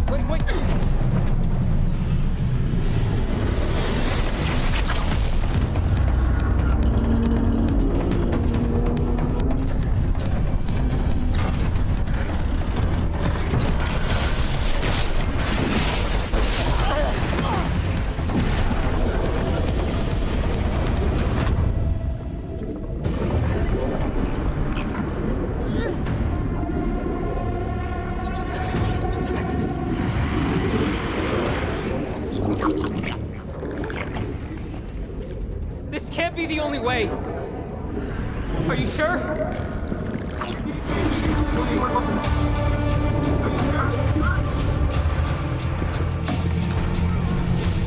What if you can't come back? What if you can't come back?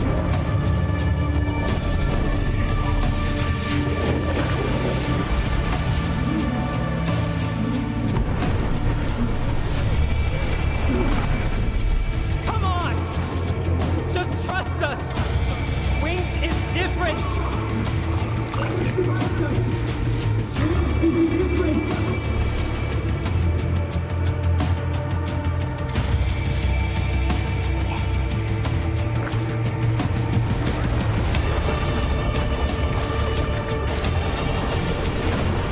You got this!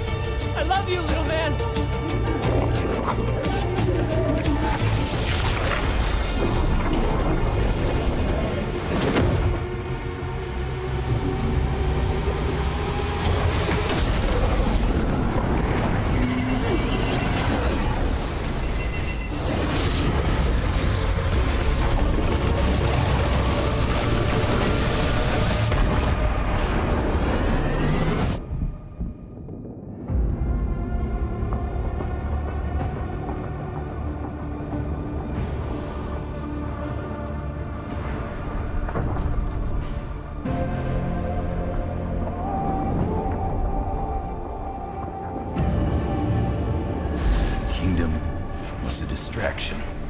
Fumbling in the dark, grasping for something to stop the bleeding.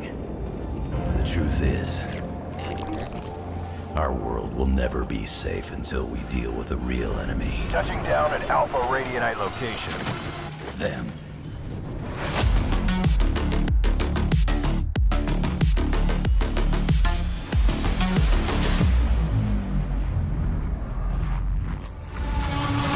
Look this way, look at me now. This free game, I'm breaking it down. If you want it bad enough, you'll find a way. If not, it's easy to find your way out. Been running around with a chip on deck, making it happen, not what they expect. They gon' start hating when they see the check. Don't need you to like me, but need your respect. Too many went fake on me, too many went waste on me. Run around, throw the snakes on me. Say they ride with the brakes on me. Too many went fake on me, too many went waste on me. Run around, throw the snakes on me. Say they ride with the brakes on. They picked the wrong day to mess with our world. Eagerness will undo them. Keep your guard up.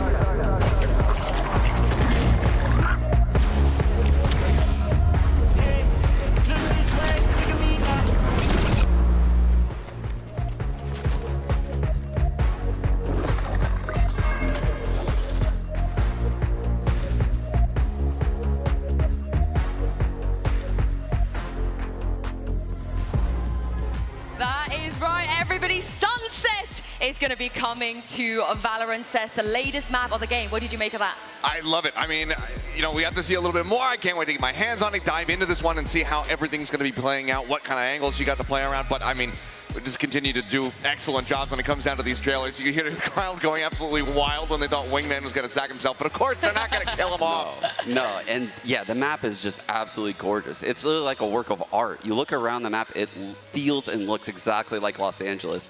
And the way the map is designed, I think this is going to be one of the best maps in the pool. I'm going to be quite real with you, Yancy. I played it on like Wednesday, and it's insane. It's a gorgeous map, and it plays really well. It's a map that What's the meta? What's the meta, Sean? Set us the meta. There's going to be a lot of mid control. I mean, it's a map where there's no gimmicks involved, and there's a heavy mid, there's 2 sites, and the sites are perfectly designed. It's a great map. High praise. Yeah, the vibe from seeing it almost feels like it's like another Ascent, like another just like good, honest map that is going to be super consistent. I'm just always excited to see what the teams, what the players can cook up with to try and figure out this new map once it's released. It's going to be a Yoru map, you think?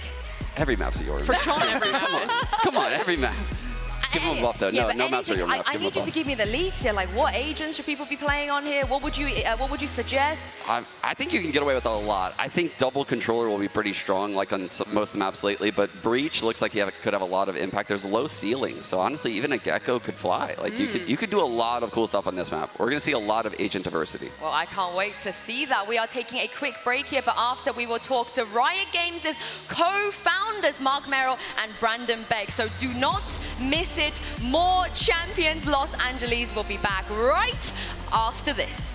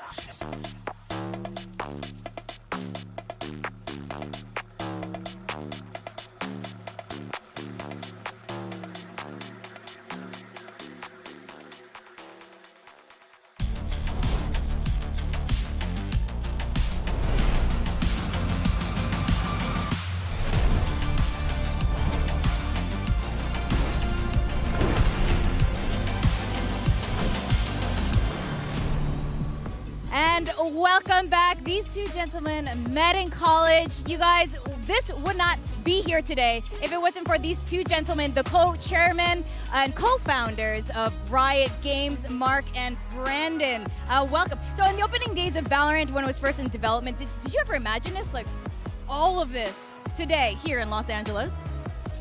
I mean, you kind of dream about it as a possibility, but you know, it feels so remote and distant. So yeah, we're kind of pinching ourselves. Do you have any additional thoughts on that? You know, we always hope that the game will earn the respect and appreciation of an audience, and you know, it's just incredible to see, and it's incredible to have it here in LA in our backyard. I'd love to get both of your thoughts on this. I think you guys have seen how the game has grown and the sport has grown to such tremendous heights in such a concentrated period of time. What's it like to watch this game create such a welcoming space and such like a big community for anybody and everybody that could possibly want to be involved? You know, I think it's a great testament to what Riot's all about. You know, our goal as a company and as devs is we're trying to make it better to be a player. And there's so many different ways that that can manifest. And, you know, but it's you never know, right? It's always great to see, you know, players attached to something that you pour so much heart and soul into. And but the community is amazing. I mean, we just look around and walk around, you know, in all over the world, and players are just having a tremendous response to VALORANT, and we couldn't be more proud. Now, before Champions, before this gold carpet, long ago, it was just an idea. After the League IP, how did the process of, you know, sparking VALORANT come about? Yeah, look, I think when we start a game, there's always a passionate group of people that are deep fans of the genre and the experience. And you know, when we started the project, League was the only game we ever made, so we'd never made a shooter before.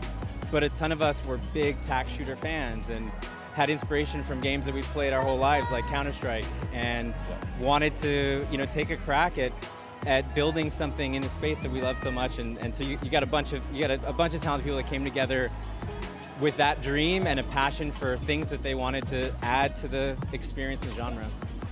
Now, I do have to ask you, any final thoughts before we go into, you know, the greatest show of this year? Oh, I mean, just ready to have fun. Like we're stoked to be fans and sit in the audience and cheer, and hopefully have a great match. I want to put you guys on the spot, right? I'm gonna ask you to give me a glance into the future, right? How do you see the future 5 years down the road? Maybe what do you see as the future for VALORANT and for Riot as a company in particular? So, you know, we really believe VALORANT's just getting started. And, you know, there's a ton of cool ideas that the team has, a lot of features we're working on, a lot of content, different ways to expand and evolve, not only the game, but the franchise. And there's a lot of cool things that we have cooking at Riot. So, you know, Arcane Season 2 is going to be really exciting. You know, we got other great games in the pipe. You know, League has a bunch of momentum with Arena Mode and the cool Soul Fighter event that we just did. And TFT is, you know, something that millions of people around the world are loving. And there's awesome events that are coming up to sort of keep growing the you know, the TFT scene. And we just announced Project L, which is our fighting game, you know, over at EVO, and we're really excited about that. So, and there's a ton of stuff in the pipe we can't talk about either, but there's just always cool things that are cooking at Riot. So, always just trying to figure out ways to add value to players out there, and hope that we can do justice to their incredibly high expectations. Well, I think I can speak for everyone who's listening and everyone who's watching who's a fan of Riot Games when I say I'm very excited for the future of Riot, very excited for the future of VALORANT. Gentlemen, thank you so much for the time. We're going to let you guys go, enjoy the show, enjoy the opening ceremony. It's been a blast, and that's actually going to do it for us here at the Golden Carpet. It's been so much fun. Thank you all for joining us. We're going to throw it to the desk one last time for closing thoughts before the grand finals begin. Thank you very much, Doug and Victoria. We have come such a long way. You guys heard them talk about the beginning of VALORANT, but this is going to be the third Grand Finals of Champions. Sean, we are going to have a win to Ascent before, a win to Loud, but who's going to take it today? I've been telling people all day PaperX is going to win this series, but I'm flipping the script, actually. After seeing the veto, thinking how this is going to go, I think we're going to go to the 5th map. I think it's going to go Pearl, and I think EG is going to play double initiator and win this series. Woo. Okay. The crowd likes that one. The crowd likes that one. They did. All right, Seth, what you got? I think that there's not going to be much surprise as far as my opinions on this matchup. Bustio said that China would never be better than North America, but he didn't mention anything about Indonesia, about Singapore, about Malaysia, about Russia. PaperX are going to come out here. They're going to W Key Gaming all over this North American squad. They're going to send them home packing, and they're going to be lifting that trophy as the first Pacific champion. I don't know if you can go home if you're already in front of a home crowd here, guys. Evil Walk down the Geniuses are comfortable here. They have come so far to this moment in the grand finals of Champions, and I think this is the moment where EG is ready. I believe that EG is going to take this one home. Okay, I'm going to balance this out. You both went for EG. I'm with you here, Seth. I'm with you. I think Jing's last tournament, they've never lifted a trophy before. They came close at Copenhagen. With something in the squad right now, it just feels like their time. They came through the upper bracket. They got the ban advantage. I'm with you, Seth. I believe in them, and it's time to get this started. It is Paper Rex versus Evil Geniuses in a best-of-5 series for the crown. One last series to end the year here in LA, and it's time for the VALORANT Champions Grand Finals to start. Everyone, give it up!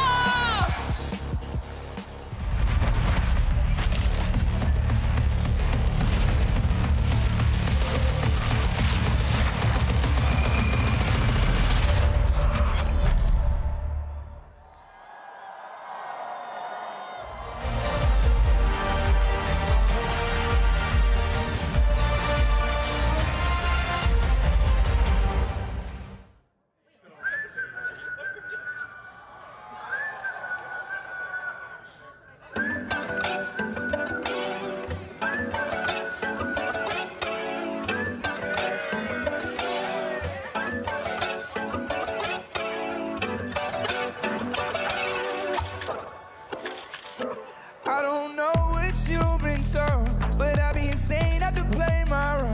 Yeah, I know I can break a fall, the stakes are low. Know that I got a hand that I can listen. Don't matter when or I'll protect you. Call on me, you will never. Greater than 1, but 5 is better. Know that I got a hand that I can listen. Don't matter when or I'll protect you. Call on me, you will never. Greater than 1, but 5 is better. Oh, you think you tough, huh? I did that sound lightly. You could keep on looking, but can't find nobody like me. Eldorado pussy, boy, I'm faster than a white tee. You know I love you, I need someone who can guide me. You know, little bag, I need 3 mil. Going in both directions just like a B-real. I been eating good, we lucky to get 3 mil. Run it up, it feels like you. It's like you. You know that I got a hand that I can listen, and it don't matter when or I'll protect it. Call on me whenever. Greater than 1, but 5 is better. I got a hand that I can listen, and it don't matter when or I'll protect it. Call on me whenever. You know, so greater than 1, but 5 is better.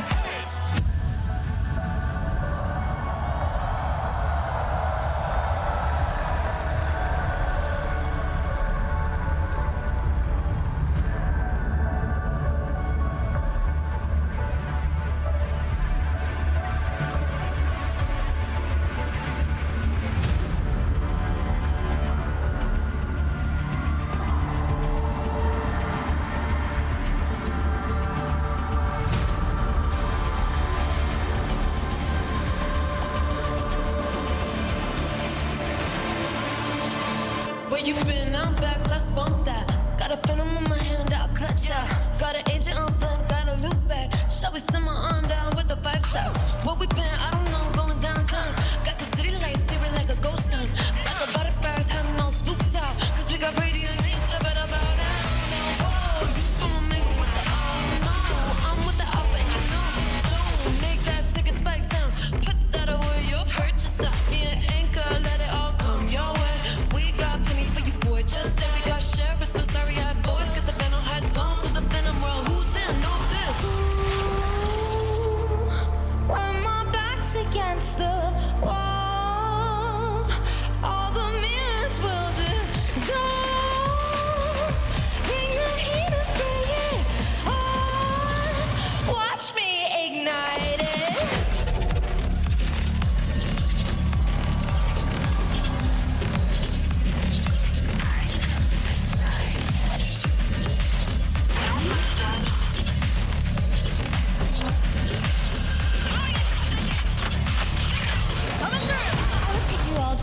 on my nose. I'ma take you out with another spike job. Overheated, but I love to lock and load. I hear the echo, I hear the echo. Bang, bang, run it back. Team with the rush attack, all day. Enough with the chit chat, steady with the one tap. I'ma set it up, just wait. Oh, era una mea con oh no. Porque la alfa soy yo, go. Vete, vuelve cuando no estoy y así desapareció. Oh, como pienso que no traigo la peña, la de shut up, el up. Llama chatarrero que se bate rico, de lo que dejaré de ti por el suelo. When my back's against the wall, all the mirrors will dissolve. Bring the heat and bring it on. Watch me ignite it.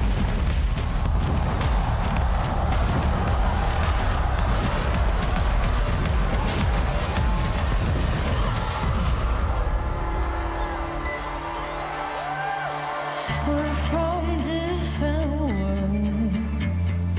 Mirror, mirror, eyes. Can you feel the burn? Watch me ignite it.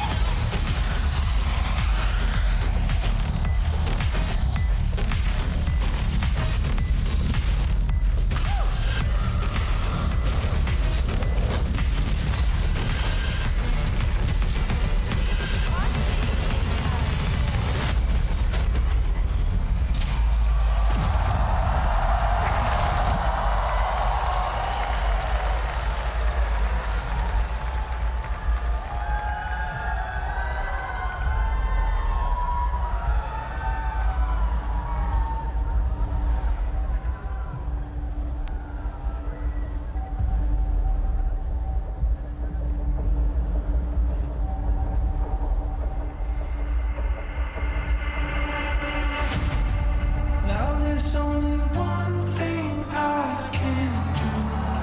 Fight until the end like I promised to.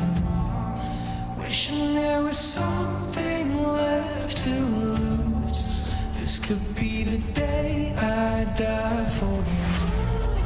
What do you see before it's over? Blinding flashes getting closer.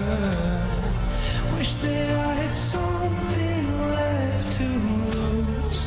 This could be the day I die for you. This could be the day I die for you.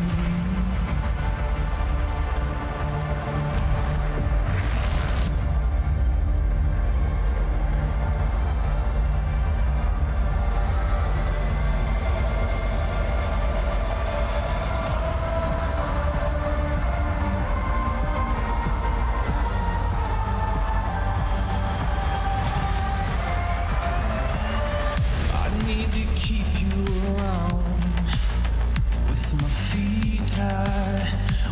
feet tied, tied to the ground. The end's nowhere to be found. I don't know why you don't leave me to drown. Oh, don't know where to go unless you say. Don't know what to do unless you stay. Thinking that today will be our day again.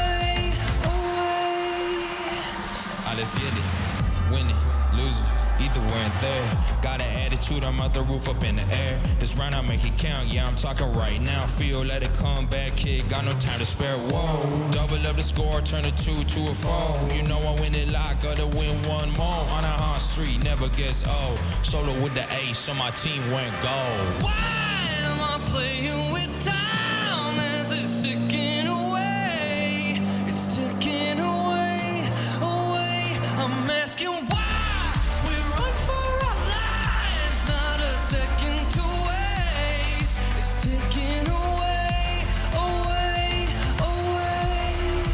LA, make some noise!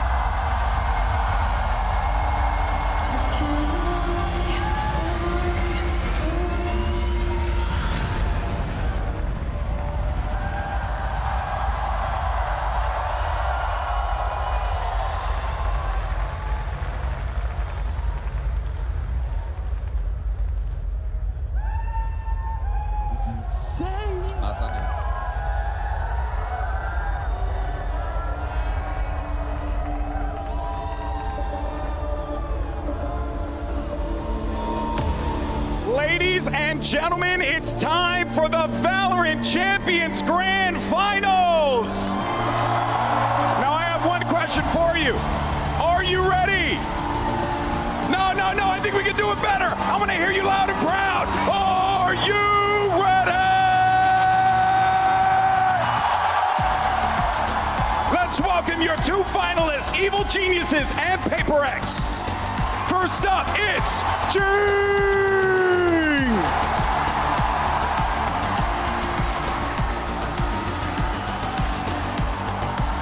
Giacomo!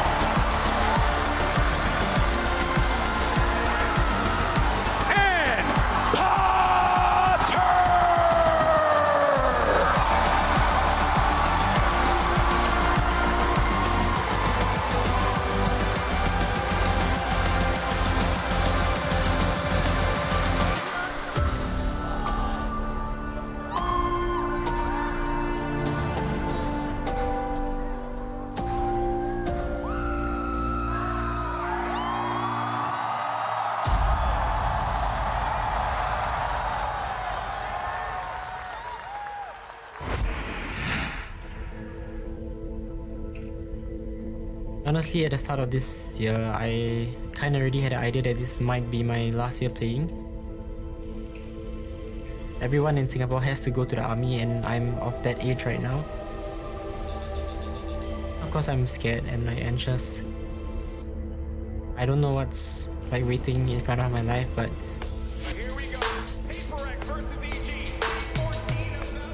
I just wanted to give it my all, like really all, so I wouldn't have any regrets.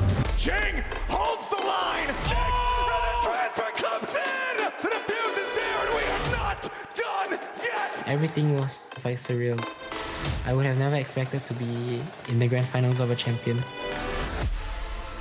It feels so impossible sometimes just to play rounds against them. You have performances like that. What does that do to the spirit of the team from having, lost such a close game?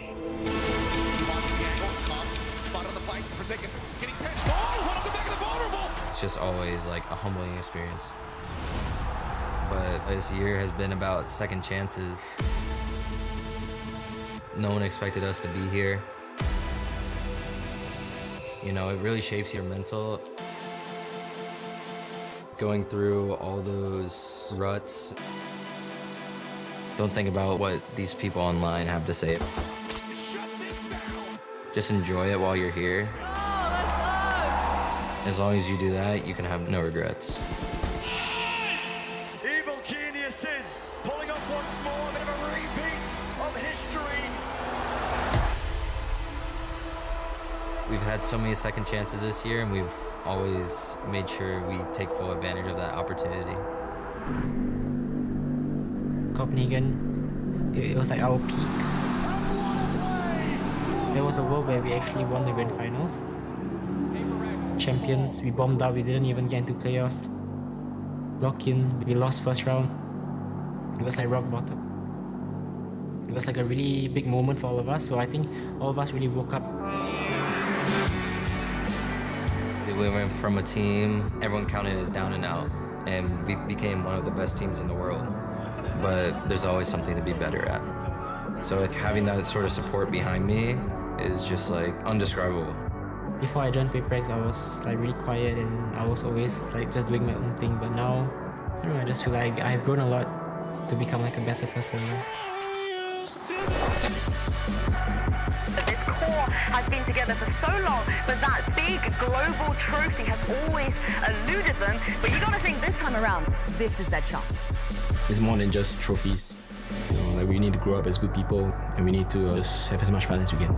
It took a lot to get to where we are, so I want to be known as a hard-working team. But be free and have fun. That's what we're going to need to win the grand finals.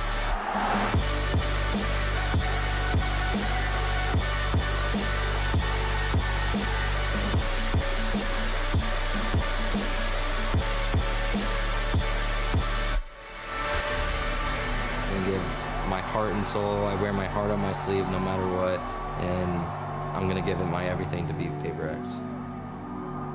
If this is my real last tournament and I never come back, I'm just proud of everyone in my team for going through this journey with me. I hope the fans just remember like this era of PaperX.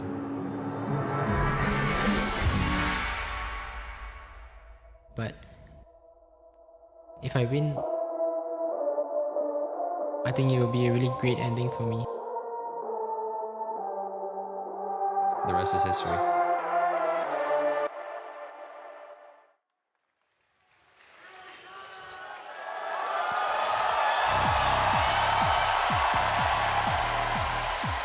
Just one more series to close out the year. History is going to be made no matter what happens. EG or PaperX will lift their first ever global trophy right here in the Kia Forum. And Mimi, you saw it in the trailer. You see what it means to the both of them. It is going to be a crazy and emotional series. Both these teams have had a core that have been together for years, that have been grinding it out regionally, waiting for an opportunity. They've both been in a final before, had an opportunity to win a global trophy, but it eluded both these teams.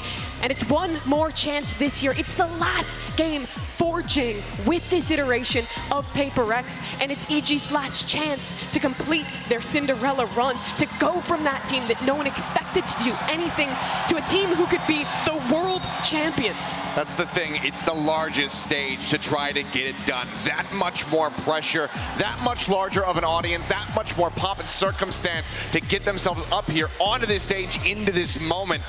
I can't imagine the pressure that these players have to be feeling coming into this one right now. We know that these are both teams that love to say it's all about having fun. We want to go up there, we want to have those good vibes. We want to just have fun and not let the pressure seep in.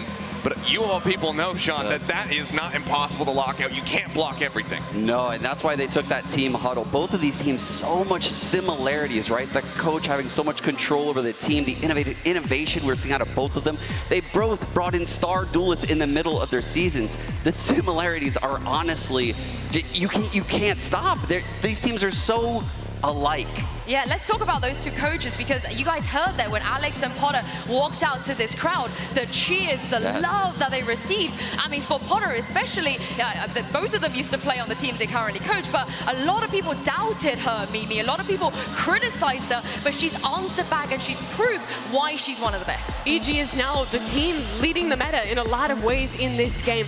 They are one of the best in the world, and Potter has been there since the beginning. She was playing on this team, like you mentioned, when EG was first signed, and she's been there, has made the hard choices, dedicated to cutting BCJ, to picking up Demon 1, to taking all these risks to get this team to the position they're in now. But it's the same case for the other side. Alex has had to make those tough decisions too. Exactly. Alex has had to make all those same exact decisions, right? Getting rid of Bankai. That's the in-game leader of your team. You replace it with a star duelist. Fan favorite too, yeah. Yeah, and you let this star player take a duelist role over someone like Forsaken.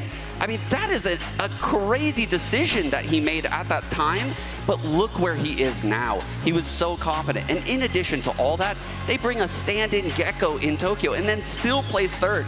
I can't praise these two coaches enough, if I'm being honest. Yeah, I mean, I think that they both have very similar styles, or at least very similar results when it comes down to trying to calm down their players and get them refocused on the game. Obviously, Alex a bit more emotive compared to Potter, who's widely just sitting there going, nice, and everything like that. Alex is slamming the desk. He's getting frustrated when they're not doing everything perfectly, but he knows how to slow things down. He knows how to pull them aside. I mean, there's a famous clip of him just taking something and saying, I want you to turn your brain off. And then he went into the very next round, and they just swept the rest of that series. That is that connection that you have as a coach to your players that every single team would love to have. Yes, and that's a strategic coach telling his player, go out there swinging, right? I want you playing a grindy style that the other team is not ready for. You have the skill. And I see that same stuff when I watch Potter. That's what makes these teams so amazing, is the coaches know how to innovate. They know how to create set plays, but they're also willing to relinquish all that control and give it back to the players. Yeah, and I think for both these teams, it's that recovery aspect. It's coming back from so many doubts, from such bad starts to the year to now making it here. Boostu in the press conference the other day said that people might think that they're the villains, but that they've lost a lot. They got used to it. 2021, 2022, they did nothing but losing. But he said that being here in the grand finals of champions, going on this run with teammates, with the coach he's been with for years, it's a dream come true for him, especially in front of this crowd here in Los Angeles. Yeah, the crowd, they're always behind EG every step of the way. But let's talk about the star players as well on each side. We got Demon1 and something. Yes, he missed out at Tokyo, but he could potentially lift a trophy in his first ever global event without losing a single series set. I mean, it would be nuts to just become a Royal Rotor right off the rip, come into this thing as somebody who's playing around Japan, dominating, and then make the run all the way to grabbing that trophy. But Demon1 would be a very similar story, obviously, on the opposite side. Both of these guys have had such explosive impact from the moment that they joined into their rosters. It's unprecedented how much of a different look we've seen from both of these squads. But you heard it from Jing there in the video ahead of this, saying we felt like we were just in a pit. We were at our rock bottom after our losses at Lock-In, at Champions last year. They weren't that team that hit their stride at Copenhagen, that made it to a grand finals. They were in a slump, and the addition of Demon1 as well as something has just reinvigorated and reinvented both teams. Really has, and yeah, they're both rookies. I mean, I feel like this final is for Rookie of the Year and the Champions title right now, which is absurd that these two teams have such impactful rookies. The fact that Demon1 played Brimstone, played Astra throughout this run, in addition to these Star Duelist roles, he's been noticing he doesn't even like using the Operator, despite probably being the best one in our region right now. He is a very special player that Potter just somehow knew to bring into this team. And what's insane as well is that every single global tournament, we talk about history, we talk about going back for those first two champions, every Masters tournament before this, they were always just sitting at home, watching, aspiring to be there, to have that opportunity. I don't think either of them could have imagined they would be here this year. They get picked up partway through the season, join their team, and both of them go on this incredible run to make it here to the grand final for both of them in their rookie year. Yeah, and they get to do it in front of this crowd. Yes, it is the home crowd for EG, but throughout this tournament, every single time PaperX have played, Seth, we've seen the fans turn up. We've seen them here with their jerseys, with their signs. They love this PaperX team. I feel like just as much as they maybe love the EG side too. It's a team that is very difficult to dislike. I think that even though if you have people who are out here holding up signs for EG, they'll probably admit like, yeah, I'm a PaperX fan as well. Like, this is a squad that you just cannot hate. And a lot of that did start with Ben Kai, the former IGL, the guy who had the goofy walkouts that was always in the content videos and whatnot, just kind of leading the charge for the squad. He's gone, but that love has remained because the rest of this team, even with the addition of something, is still just as lovable. I mean, they really are the most lovable team in the scene, right? It's impossible to dislike PaperX. How they play the game, it's so refreshing. And if you talk to the players, they create everything on their own. They copy zero tactics from other teams. That's very atypical in the pro scene. Most people aren't trying to reinvent the wheel. They just kind of copy it and move things around. That's what EG does. Yeah, PaperX is not that team at all. That's why we see the Harv Arena. That's why we see these crazy comps come out of them. And it's so refreshing to see a team like that succeed. And that's why this match is so difficult for EG. We've seen these two teams play up against each other before, but I think PaperX is the hardest team to prepare for, period, because they are the squad that it's not always the same thing. It's not always a meta comp. It's built on their flexibility, their ability to come up with incredible plays on the fly. So this is where the pressure is on for Boostio, for Potter, the leadership of Evil Geniuses, to find the right read, to be able to counter this PaperX team that no one has been able to shut down at Champions thus far. Yeah, Boostio himself, he spoke about this as well. He was not super happy about facing off against PaperX again. Here's what he had to say after their last match. It feels impossible sometimes just to play around against them. And honestly, it's not fun to play against them. But the thing is, if there was any team that could maybe take them down, any team with a prep, any team with a mental resilience, right now, Sean, in this moment, it's probably Boostio and EG. Yeah, it's Boostio and Potter. That tandem right there has put together some incredible anti-strat gameplays over the course of this year. Not even looking at this tournament, the whole year. That's just how they operate. But playing PaperX, and he says it there, it's a different beast. You can prep all you want until you're in that server and you get punched in the face. There is no team. I know EG has that B team. They scrim against B teams. They're one of the only teams in the entire scene that has a 10-person roster that they can scrim against the secondary team and play the comp.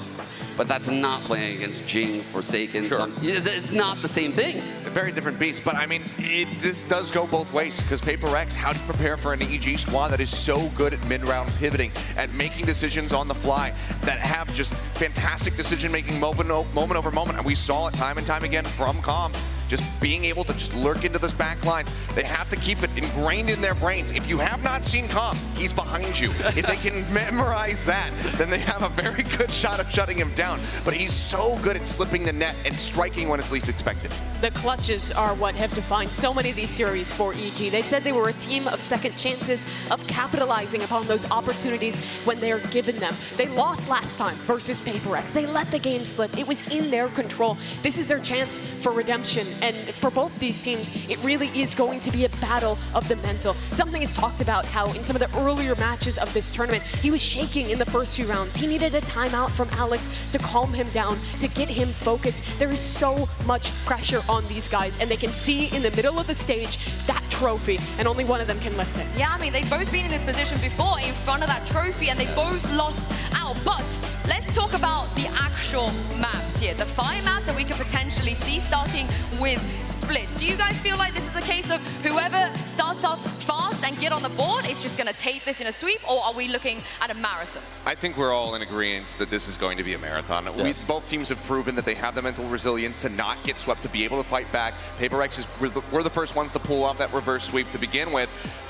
Split on the horizon, I do expect that this is going to be very PaperX favor, just given that EG haven't quite really figured things out in this map, but we'll see if they've made any changes. Well, we were going to see right here, right now, in the Prime Gaming Agent select, and here it is. Yes, they have. They have. Wow, they put Demon on the jet, Yinsu. I love it. They went back to their double duelist they were running before in VCT Americas. This is a comp they're great at. Demon 1 had been playing Astra throughout this tournament. They had a 28% win rate on the defensive half. They're looking to turn that around. And versus Loud, we saw that chamber composition get exploited. This is the comp that helped EG go on their run in Americas. They're excellent at it. You get Jajimo, one of the best Raze players in the world, versus Jing. I think they're the 2 best in the world. And what a matchup to start us on. I mean, we just have mirrored composition across the board between these two squads. It's going to come down to who pilots this the best. Obviously, EG with a little pivot. How warmed up are they going to be on this? I think there's still going to be some comfort there, so still some concerns for PaperX, but this is what they have been running for quite some time. For Jing, though, this is the final ride. This is the last dance. One more chance to try to lift the trophy. Can they start with the right foot forward and get this win here on Split? The moment you've been waiting for is finally here. The agents are locked in, and we are ready for map 1 of the grand finals between EG and PaperX. And we got 2 of the very best to take you guys through this Kia Forum. Give a warm welcome to Pansy and Hypok.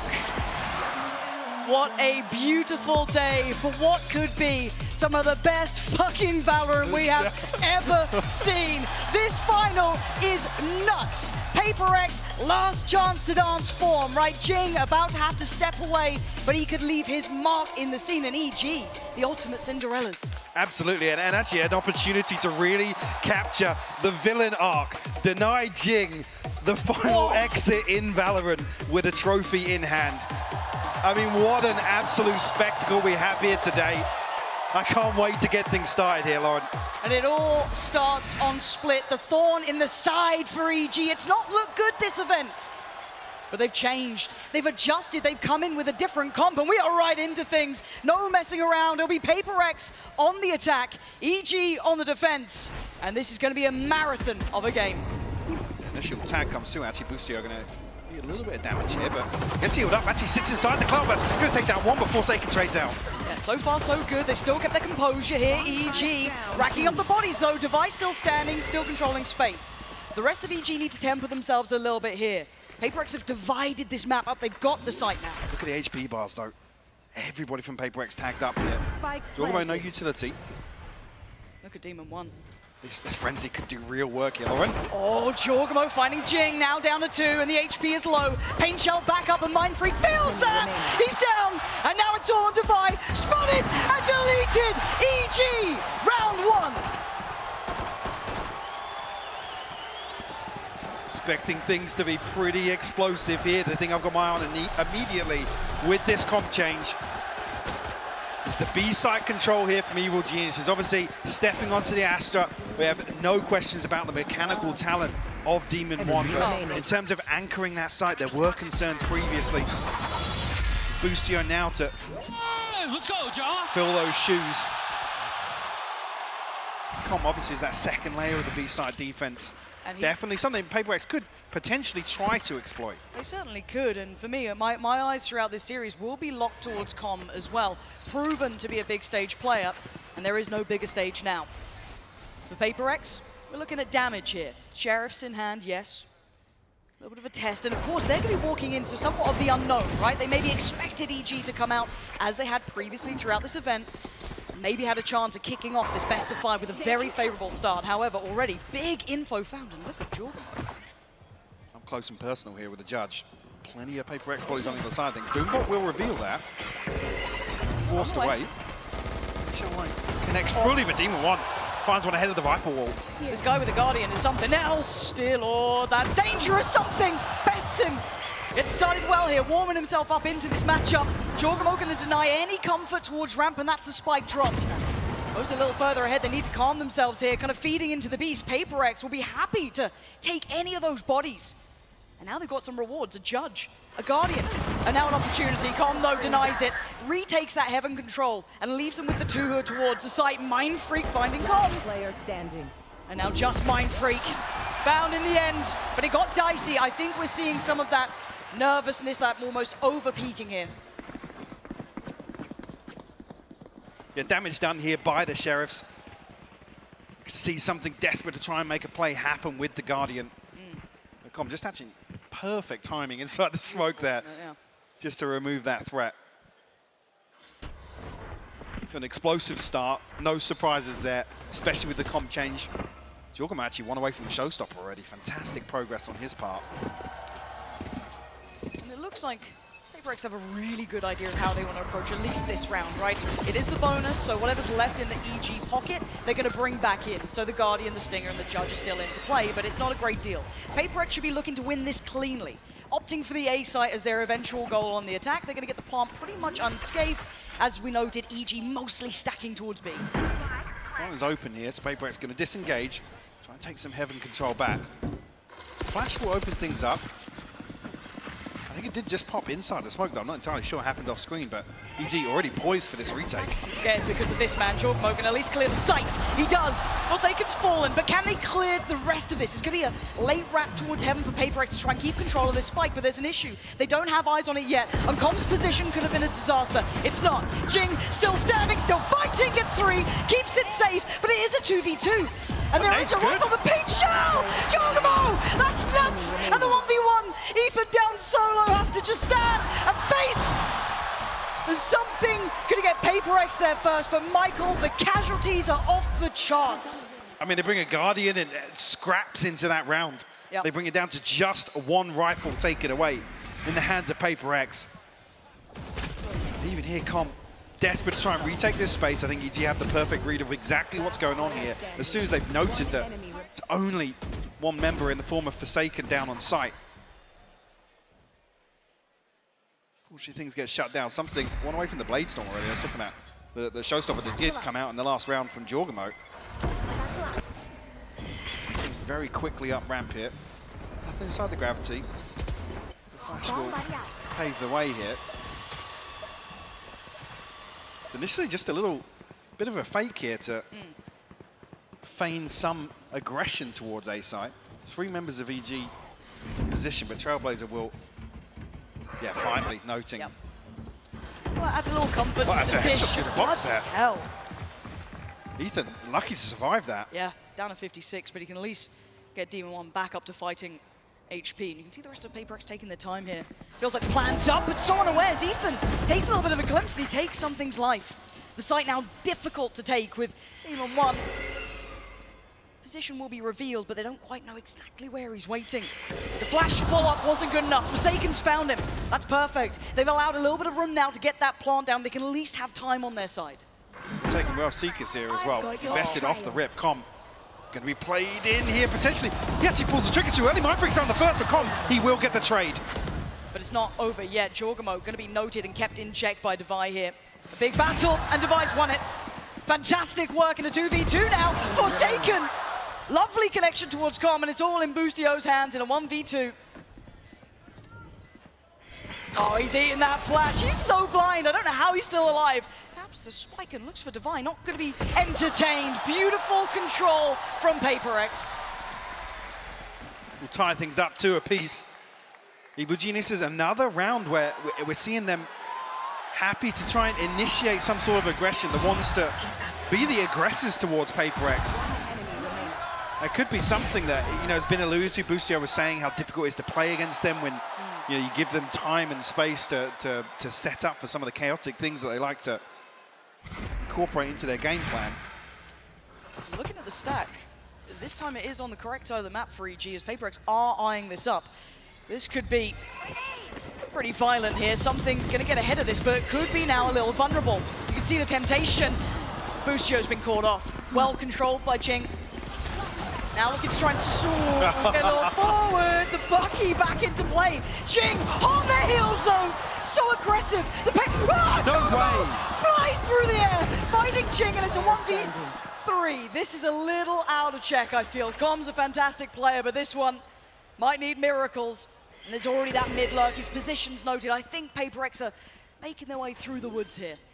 Yeah, cognizant of the threat. Com, a 1 in 3 chance to convert a clutch situation, but this one feels a little out of reach. Even here, if you find Forsaken or Mindfreak, the lowest funds on PaperX. Doesn't look like he's going to make an honest go of things here, and PaperX should be able to disengage from sight. Jorgamo, though, making that Bucky sing.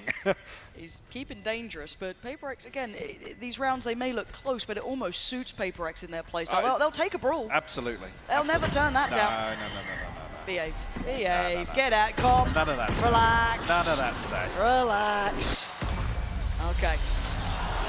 Well, he's talking about removing Mindfreak and Forsaken. They fall into the spike. Something's got his Blade Storm, so not going to matter too much, but actually, Showstopper online as well, so both ultimates that will offset the second. The second of the Jing was pretty wild. Yes. I mean, you're looking at the ult zone, Mike. EG having 3 just on the cusp, 1 away for Ethan, Boostio, and Com, and also obviously Jorgamo and Demon have theirs ready. On the other side, some very impactful ults as well, so this could be a high-value round, and Jing is making no subtleties of the site that he wants. Leading the way towards B, Showstopper's popped, and they're going to have to respect this. They have to sit deep. They posting it as well. Com already very early exploration down mid here. Look at the minimap. Look how late Devi is planning to play on this.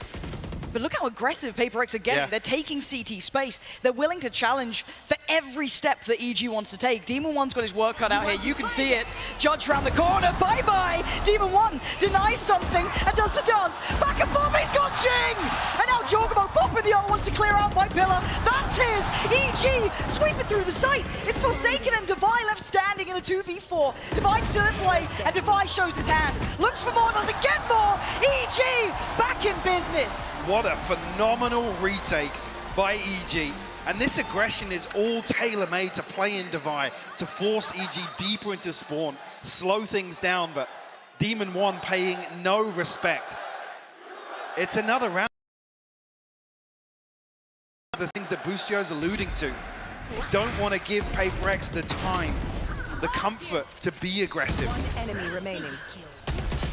The D1, he's on a solo mission here, by the way. He challenges the divide in spawn. There's a judge there. Yes. And then Jing is the second player behind that. That felt almost unbreakable, that positioning, but we go back in. It's going to be maybe an initial start here for Demon One. Going to invest in the knives straight away. The flash could encourage. See how he plays this one out. Again, Ethan receiving most of the contact to this, but there is presence in middle. PaperX want to take space here. This will be the round win that actually gets the operator in hand for Demon One as well. You see he's saving through with the Blade Storm. To say that, on the back of contact elsewhere, they've kind of loosened this hold on A site. Yeah, Ethan's drifting away, and you can see the PaperX are starting to stack up. You've got 5 pretty much present towards A. It's going to leave it in the hands of, well, I mean, some dangerous players. Jorgamo, one of them. First casualty, caught, Jing. Pain Shell denies any space, coming directly towards the site, but it kind of plays in Demon One a little, but Heaven is the next target of focus for PaperX. Seekers go through. It's not very deep here. Demon One just chomping at the bit. He wants in. Wants to get involved, and he does. Something will fall. Oh, tried to go for the follow-up, but PaperX, as said, will always be ready to fight! Jorgamo goes back in again! These re-hits are always going to be happy for PaperX. They'll take this. They brought it down to a 3v3. Indeed, they've got options here, but Boostio still in a position to cut off the rotation. Forsaken. Battered and bruised will find the plant regardless. Yeah, Tag onto comm as well, down to 15 HP. Has to get healed up. Yeah, they fought for that space, hard earned. Heaven still held. They'll flash into, oh, the timing on that, but Mind Freak on the bailout, finding 2 and gets his 3rd. PaperX, don't challenge these boys in a brawl. They are looking lethal. Another 3K from Mind Freak. Almost his signature move this event. Yeah. Find PaperX a 4-3 lead here. Beautiful stuff, but I gotta say, I'll come back to the same point. We see this same sort of thing between Ethan and Jorgamo a couple of times now, the flash out from screens and the satchel from elbow, but Evil Geniuses are happy to go toe-to-toe. They don't just want to take a beating. They don't want to sit back and let PaperX execute on them. And whether or not Demon One is the response to that, it's obviously harder on this side. Yes, and it's such a double-edged sword in my mind. It's like, okay, do we play into what PaperX are doing? We back ourselves in the fight and we take it ahead of the site hit. Do we sit very passive, play for retake potentially? But it's not easy. And it looks like EG hitting the brakes. Congratulations. Hitting the brakes a little bit here to allow Potter to have that conversation. Yeah, and I think the key thing to note here is coming back to those comfort zones, right? Yeah. Demon One, I think, we have seen the peak. Yes. Are you able to achieve that versus something, or versus PaperX as a whole, to be honest? Outside of the head-to-head, again, you talk about it, they are just the masters of mayhem. All 5 of these members on PaperX are just lunatics, especially in solo situations. And they're going back for a bit more. We've been doing pretty well at A. Why don't we run it again? Here we go. Waiting for the barrier to drop. PaperX straight off the rip again. Pacey taken straight towards the ramp, but something's the one to find Jorgamo. Over the top of the pit as well. Instantaneous. Look at where that death marker is, up on rafters. Com definitely going to be feeling the pressure here. They've got past it here, but he's missed. Com given a second chance at life here. Actually, PaperX are scrambling. They're looking for another option. Now, if they do directly go towards B, you know, they just run that down, they will have one player there. Tucked at the back of the site will be Boostio. Problem is, he's in a fairly risky spot, vulnerable to Heaven. Yeah. Where Mindfreak is. Ethan has to close this gap. No flash to help him yet either. No. But the stalls worked well enough. Flash just coming on for Ethan. The flash is going to put Boostio back to the wall here. He's got to be so careful. Can he get played in by Ethan? He's actually got a chance for himself. Going to deny Forsaken. It's still a 2v3, and it's still Mindfreak, who has been a master. Devi, similar scenes. 40 seconds. Devi's actually got the pit here. He's looking at it. Yeah. Yep. He wants that. Play. Time It covers all of sight. Cuts off CT. This is a really difficult pit to overcome. Mindfreak actually playing a little bit disconnected outside here on Rafters. But can they isolate him cleanly, or does he decide to dip back in? Can he get one for his troubles? He can. Falls away into the pit, and now the crossfires are going to be horrifically hard to break. With limited vision, what can EG do with this? Ethan got a flash. With the spread here, it's a real question. Actually, that's going good. Demons one found one. Okay, it's just down to one in the pit. He's diving headfirst into this. Ethan's got him. EG, how did you break through that? I mean, the kill from Demon 1 comes too. The most random time here. Like I said, there's a big question mark with this spreading as deep as it does towards CT, whether or not anybody's pushed all the way out, especially after Mindfreak gets a kill in Heaven. Another beautifully executed retake here from EG. I want to watch this again. Again, that's the start. Oh, that's nice. But the end here, this was the kind of almost off-kilter pickup, and yeah, fair enough. I guess Ethan just dives in.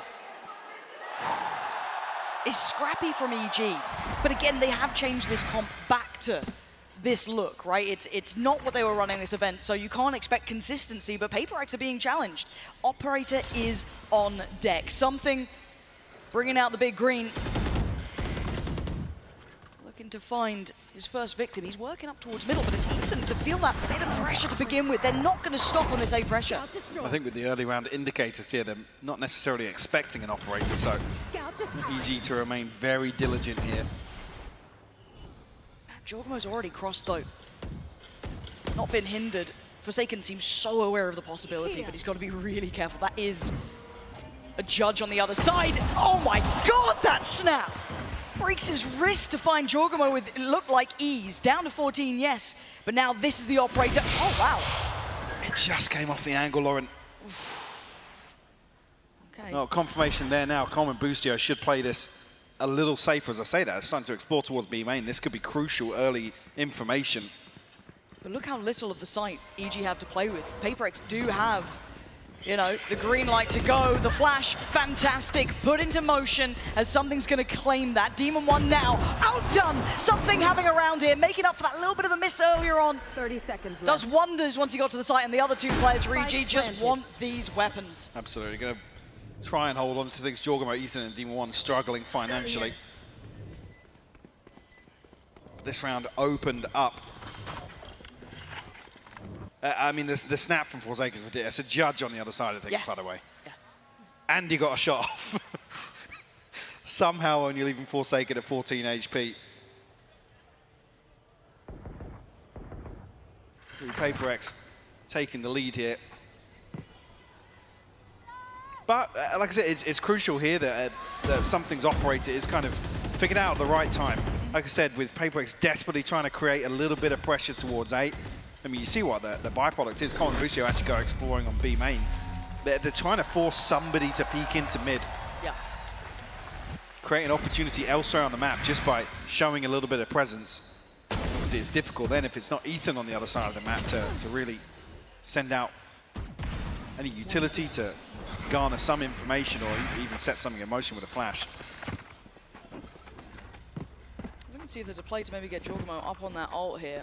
Let's keep that in the back of your mind, but again, they did get that operator back. You're starting to see the money not fully stabilized, but in a far better spot for PaperX than it is EG, so they should start carving away at this. And you can see maybe they're aware of the intent here. PaperX waiting this out, not falling foul to any of it. The flash is going to catch and should give away the game. Jorgamo he's still alive. What? Got two. That's a classic! That's a classic, and he's found two. That's obscene.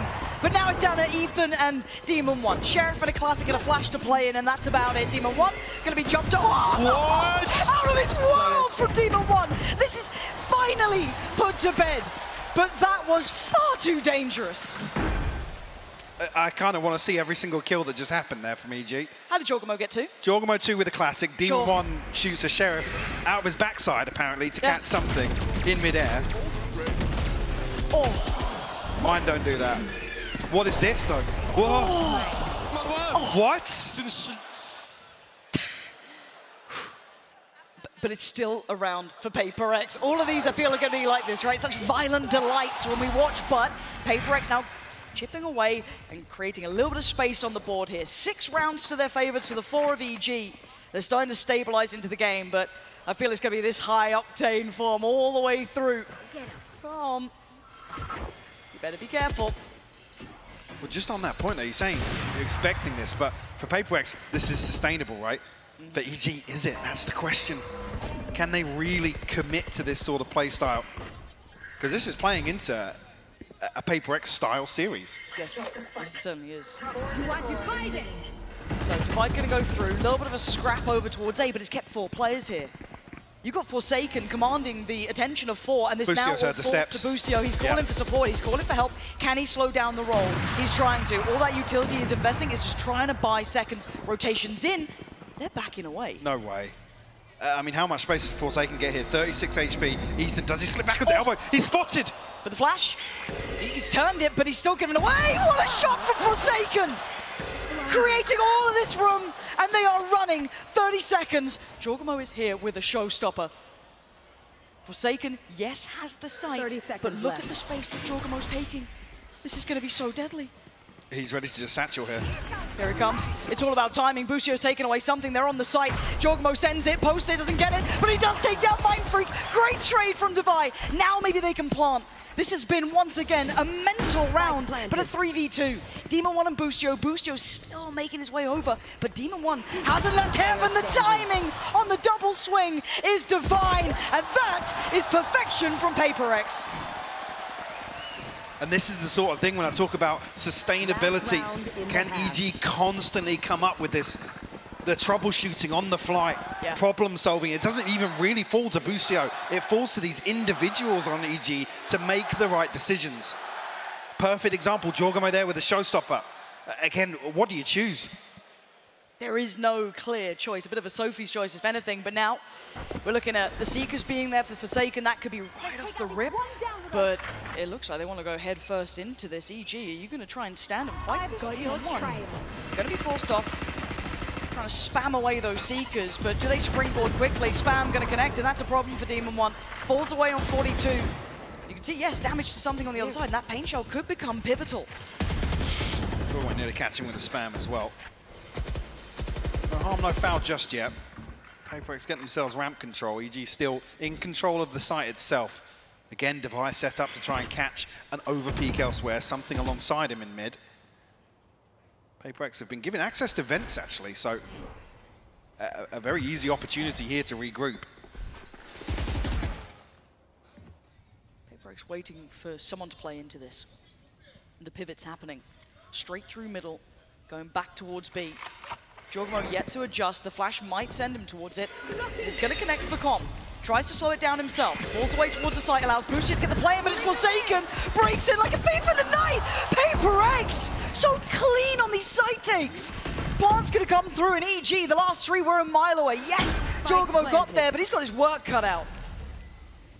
Snakebite to slow things down here. Jing still looking to get aggressive. 1 kill away from the showstopper here, but the flash is perfect. Jorgamo finds it, but he's shut down by Forsaken. And Mindfreak's timing is just gorgeous to witness.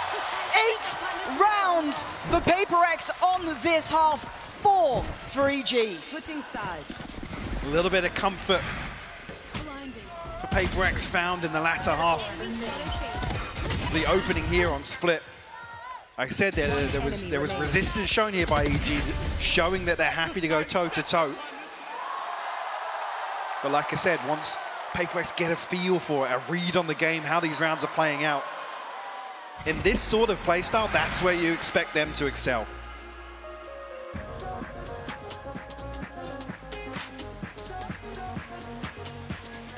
Thank you very much, guys. What a start it is already to this grand finals. PaperX, they're leading at the half. But let's take a look at the Verizon high-speed moment here from Demon 1. Mimi, we knew this matchup is going to be high speed, and we got a treat to kick us off. Yeah, we did. I think that EG switching over to the double duelist comp was a good idea. It's a lot more comfortable for them. And they showed this early on with some of these Flood retakes. This round was entirely ShahZaM and Demon 1 working together to win things out on the retake. We saw throughout the half how strong these two players were, but it really was just these heroic moments that were winning rounds for EG. Yeah, and this brought them at 3 rounds, Mimi, out of their 4. It was 3-3. The only other round they got was that Viper's Pit round where I think they got a little bit fortunate to win that 2-on-2, Seth. Yeah, Mindfreak trying to get around the pillar, but the timing comes in. Demon 1 manages to nail the shots and takes him out. I mean, this is a fantastic display here. I think the real high-speed moment is just the build time on ShahZaM's showstoppers, because the guy had these so rapidly, 2 within the first 6 rounds. This was an incredible one for them, but it started getting away from them. Last time they played against each other, they did play Fracture. Last time they played against each other on Split, it was an 8-4 half for the side of EG on the defending half. They started off really strongly.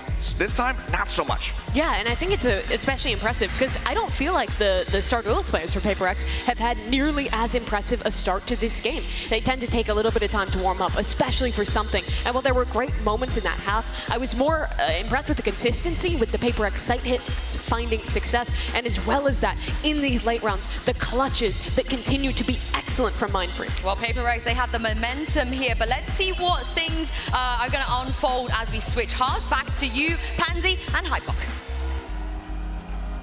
Thank you, and yeah, at 4-8, this is a fantastic start for PaperX. They've done what is required. They've got that first real half under the belt. You can see the succession of rounds is near on a streak. There was a couple that offset it for EG, but EG were in the fight, but I think you said it right. Do they have the ability to continue at this pace? Because PaperX aren't going to slow down. Yeah, definitely not. You know how proactive they like to get on the defense as well. EG, though, stacked up. As 4 into B main. It's just calm disconnected here, no surprises. But this is just a post-Demon 1 up here. They're actually going to regroup as 4 into mid. Okay, just put something on the chopping block, and that wide step out has got him dead. Big start for EG there, no chance of a trade and still above a minute. Did spot multiple though. Problem being, PaperX still holding on to utility here for a contact play in B main. Jeez. Well, the timing is absolutely devastating. That's heartbreak. Oh my god, EG. You couldn't ask for a better beginning. Forsaken could maybe do some damage though. Good flash, and he tries to look his next step towards the other side of pillar. Catch someone on the push-up, and he's trying to do damage, but it's just not landing. EG swarm the site. They should have enough for a plant here. Divine looking to maybe get a little ahead of that. No. Does he walk the smoke? Yes, he does, and it doesn't matter. EG with a pistol under the belt here. Gonna get themselves a chance to close that scoreline up. There's a couple of heartbreaking moments, split seconds, deciding this.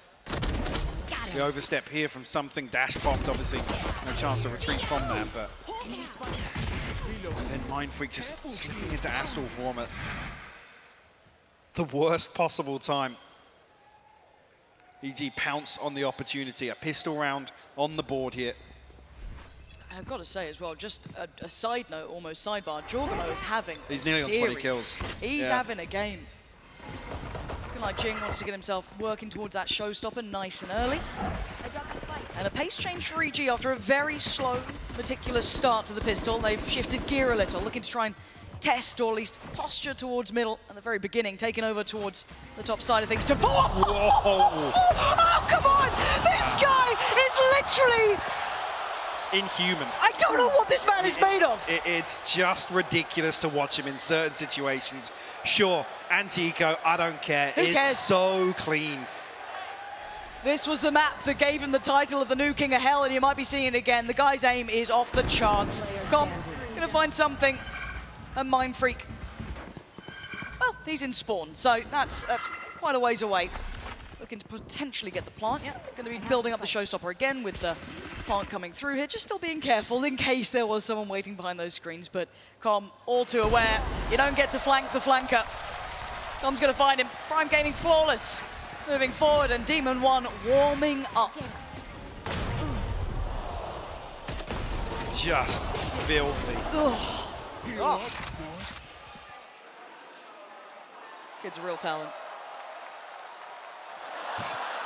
Yeah, same. I think the scoreline within 2 now. PaperX still leading. Evil Geniuses with a good opportunity here in the bonus as well. It's well fleshed out. Well, compared to the first. Right off the rip. Up towards ramp. He does have Ethan not too far away, but look at the spike and look at the player on the other side. There's going to be something.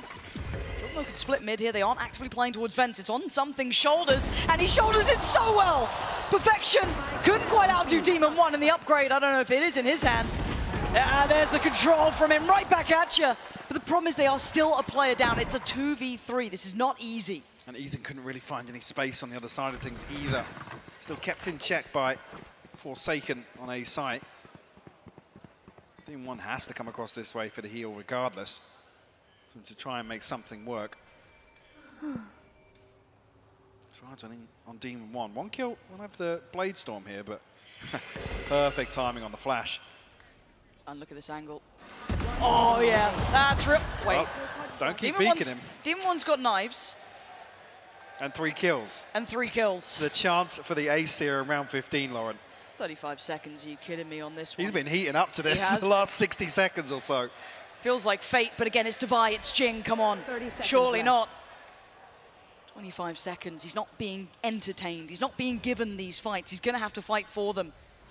Jing, looking like the timing's right. Yes, it is. Safe pair of hands. VaporX weather the storm here. And leave Demon 1 out to sea. 6-9. VaporX picking back up now. Forsaken's gonna struggle in terms of the purchase here. See how things... Actually, yeah, Jing I think forfeiting a shield or something else along the way to get Forsaken a rifle in hand. We noted it, Demon 1 up to 15 kills now. Blade Storm online for him. EG maybe looking to pop once again towards ramps. Well, be careful, you can see a little bit of a trap sent there. Demon 1 caught a pixel out of place, but no. VaporX keep themselves safe. Play a little bit deeper towards heaven. They allow the access to the site. When do they fight back?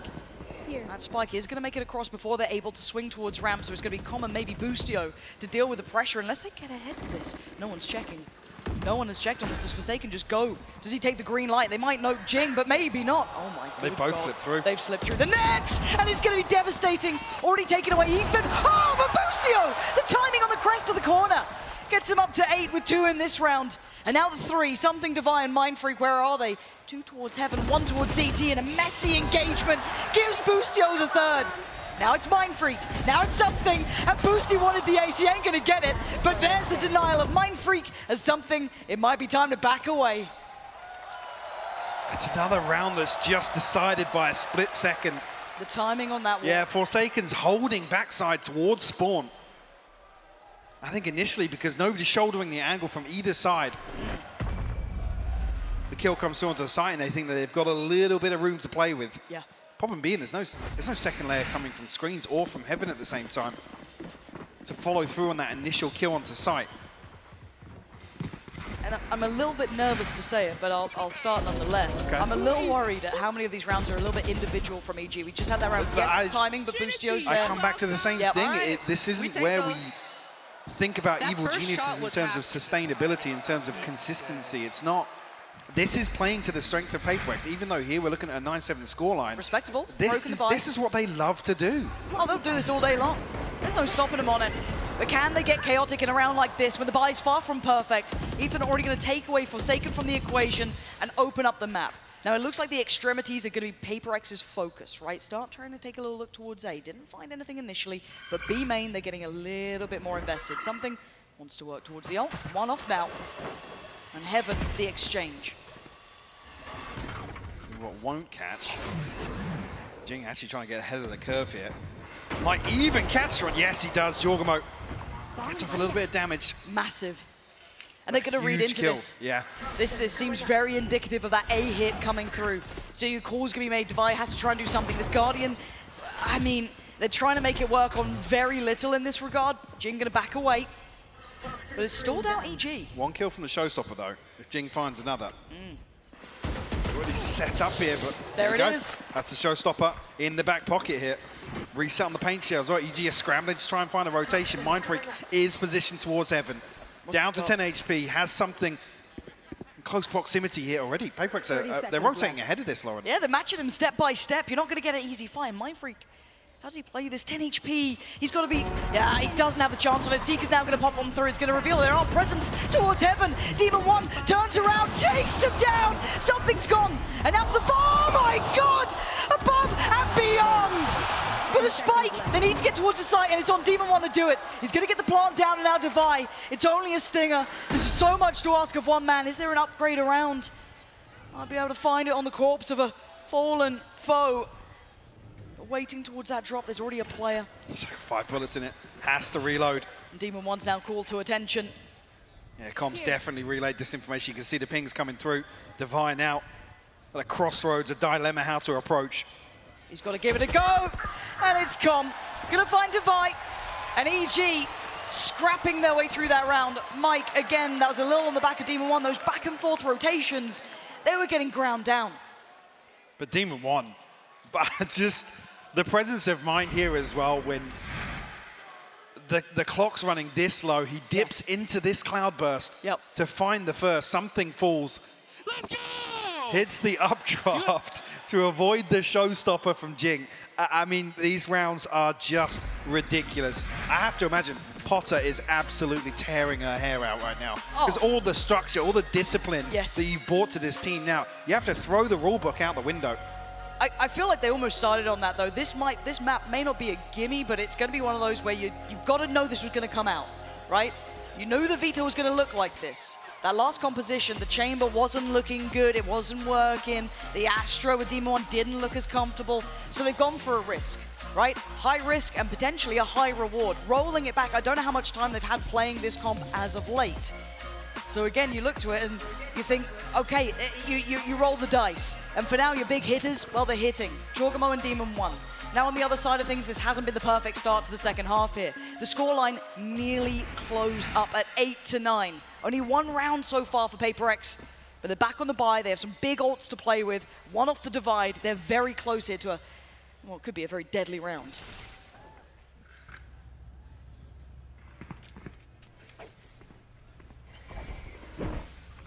Things as easy once again stacked up, maybe in the same sort of position to get Demon 1 posted here in B lane. There. See a very quick adjustment on the back of it. Mindfreak will take a tag. Kept honest here in the opener. But Paperx on red alert towards mid here, because, like I said, previously EG did this to post up Demon 1, then reaggress elsewhere. Oh my God. I say he was kept honest with the first jump peak. He's put in his grave on the second. This creature has escaped hell to wreak havoc on this server. This is mental. I ain't seen that mid-round. End of round, sure, this guy is ensuring death wherever he goes, but still it's only the first pick. Mindfreak gone, and that has to cause a reaction from Paperx. They have to be dealing with the fact that B is pretty much open. But for now, they prioritize middle. They're looking for Ethan, who walks away barely breathing on 6 HP, but the pace changed towards B. They want in, and Jorgamo gonna lead the way. Comms claimed Forsaken on the other side of the map. They're winning out everywhere. The big swing factor may be Divide here, but look who's waiting. Demon goes down, Ethan on the trade. But now timing is everything. Denied the initial plant, can they find any more ways to cause problems? Something wants to. The spray, the shot in the dark, but it's Busio to find Jing, and it's all on something. In a 1v4, this is brutal. Ethan to the left, 3 to the right, he's got the first, looks towards heaven, tries to snap back around, 7 HP ain't enough. EG tying this up at 9 apiece. Just wild. Some of these rounds to watch back. This is just so clean to find this headshot.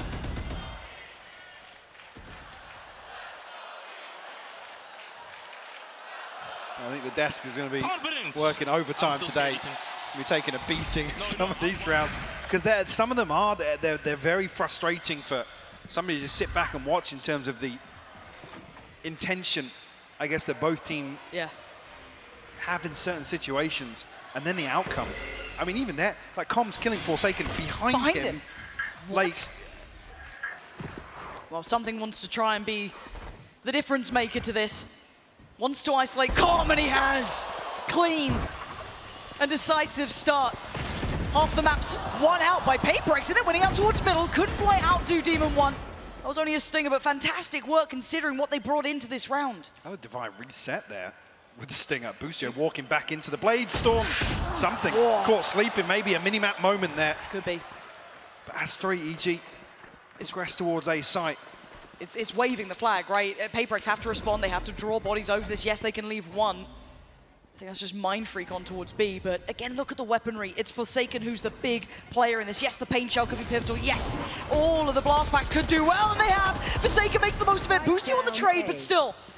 It's a 2v2, and Jing's got himself on the site. And caution being shown by EG, they're aware. They're so aware, and he's down on 4. Hemorrhaging blood. He's been deleted by Demon 1, and now Mind Freak. Possibility, yes, in the HP, but the timing's everything. He's got to find this first kill. Can you do Boostio. it? On a platter, it's not worked. He's so low though. Oh, he's gone away. 10 HP, 28 in total for EG. This is doable. Couldn't quite connect on either of that. How does he close the gap now? Boostio's gone down. He was expecting the swing. Demon 1. Oh, the temptation. 5 HP on one side, 18 on the other. 4 bullets. Oh, and Demon 1 breaks their hearts again. Double digits, lead taken. He'll take the fight. He doesn't care. Take the warnings. Are putting on an absolute show in the second half. Just one round. This is for nuts. PaperX. And it's round 3 when they come in at such a huge disadvantage. Nice! Let's go, boys. Let's go.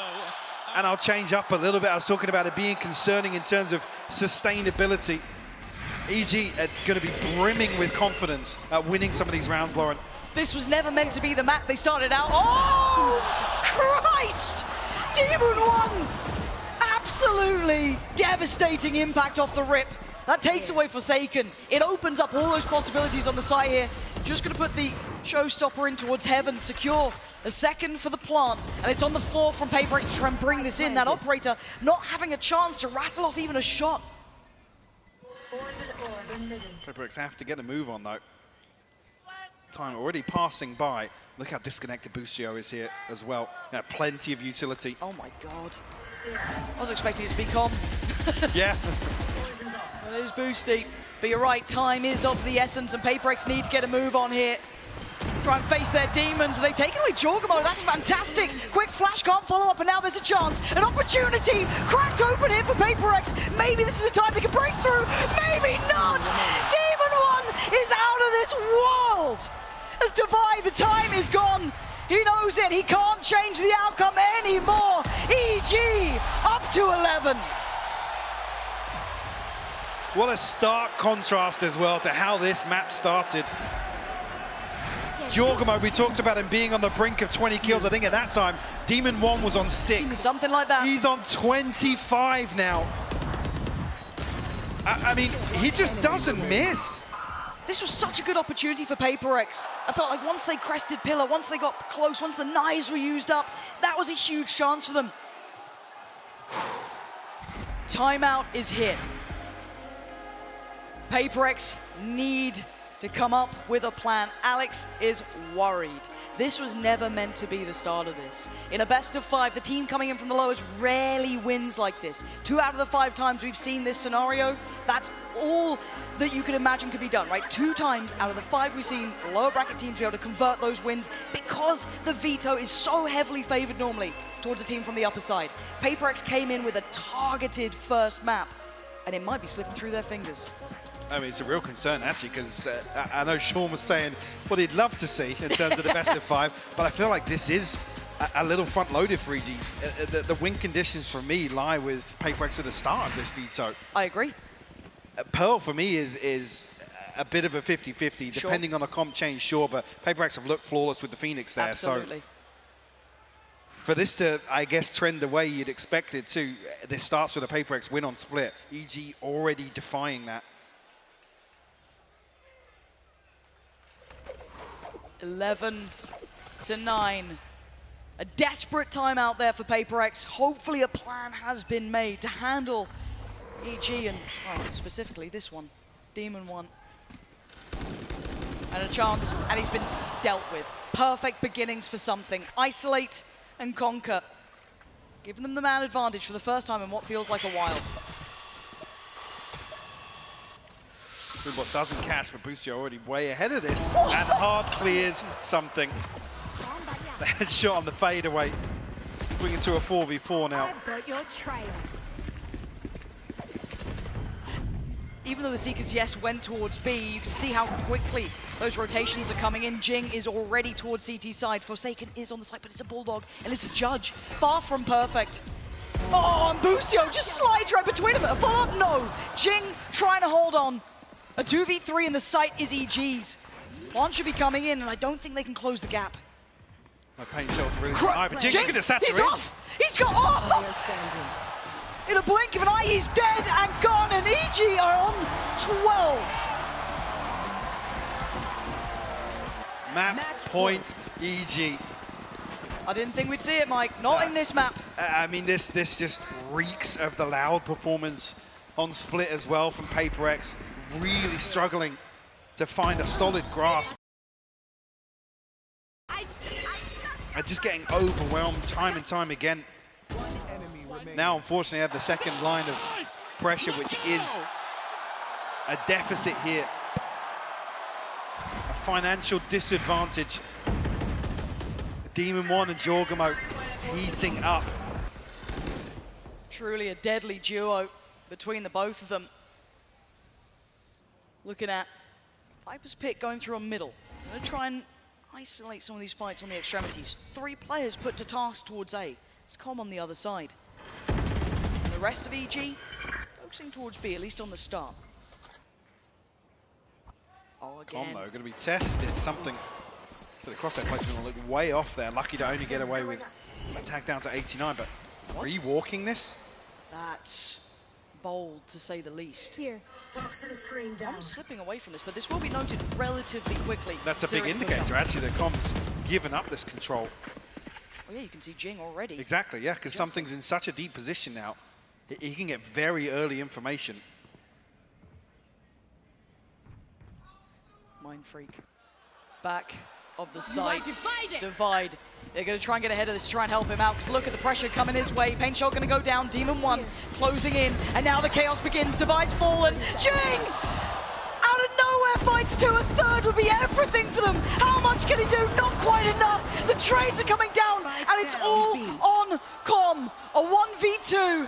Spike is not in hand. Something is trailing him. 13 seconds, Mike. I don't know if he has time for this. Mind Freak perfectly positioned. He's got him. A chance here for PaperX. Making double digits. Opens up the slightest of opportunities. Chance here, but it definitely doesn't help the finances with it being as scrappy as it was. Comes down to just 1. I mean, that's heroic. Yeah, I mean, I wanted to see that back, just how Jing caught the timing there through the divide. Beautiful stuff. EG, slight pump of the brakes for Potter. Grinning right now with this performance. In the second half here on attack, it has looked nothing short of phenomenal here from Evil Geniuses. Yeah. Time to check in. That was a 6-round streak from EG. I mean, timeouts to take a breather, really. Why not? Yeah.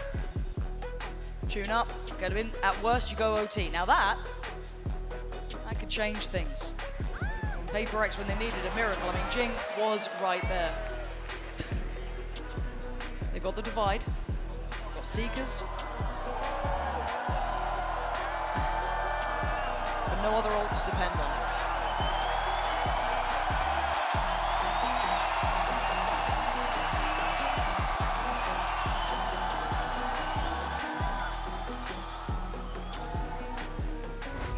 firmly in control here. It's Paper X we're looking towards in terms of making some sort of adjustment.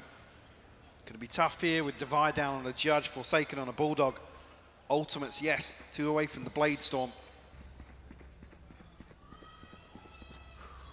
But a must win to keep their hopes of opening up this best of 5 with a map win. It looks like middle is once again a priority position for EG. Yeah. Look at who's patrolling it. Divide, Judge is there. Jing, very nearby as well. Com, once again spotted. He's to be challenged by not just one, there's 2 to this. Double check there's no one further behind, so this is actually unleashing something to go walkabouts if he wants to.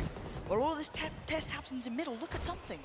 Look at, wait, there's no way the Boostio just had a little look back. He's looking, he's watching. He absolutely is! He's killed something in Spawn. He's read them like a book. That deep flash, maybe just a little read on what they wanted. And this is, I don't feel like addressing Com is the issue here for Paper Christ, X. wait, Demon Jing's 1 gone found down. another one, Jing's fallen. It's a 5v3, Lauren. This feels like it's just slipping between their fingertips on map 1 here. 2 men up to the good. The 3 standing, a Bulldog for 1, a Judge for the other, and yes, rifle on Mind Freak. It looks like EG are congregating over towards A. This plays in Forsaken, and hopefully Divide. Seeker's invested, it doesn't really tell them anything. 30 seconds They're running low on time though, Mike. Have to make a move. Flash will catch here. You got to be calling for Mind Freak to hit that rotation, hit the panic button, get over here. There's 5 players coming our way, and Divide has fallen. Forsaken now. It's all on him to try and stop the rot, stop EG. He's desperately trying, but it may not be enough. As Mind Freak now in a 1v4. Map 1 on the line. And EG turning up on a map that none of us expected to see this level of performance on. Mind Freak has a minefield to walk through. You got the pit, and you got 4 players. Divide or not, he's got to go. He takes down Com, but the trade for Jorgamo is there. EG, map 1. And a statement made by Evil Geniuses, Lauren. A confident opener to this series.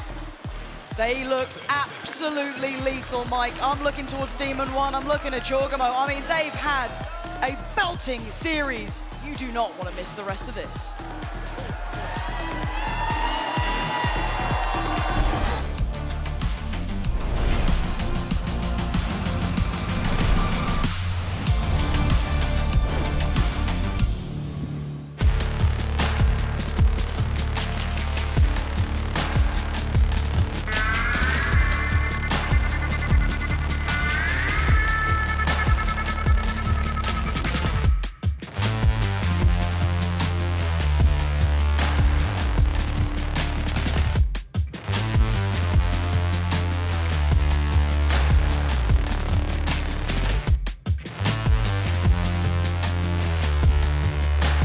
When you play an actual ranked game, it's 50 minutes, but how much are you actually shooting?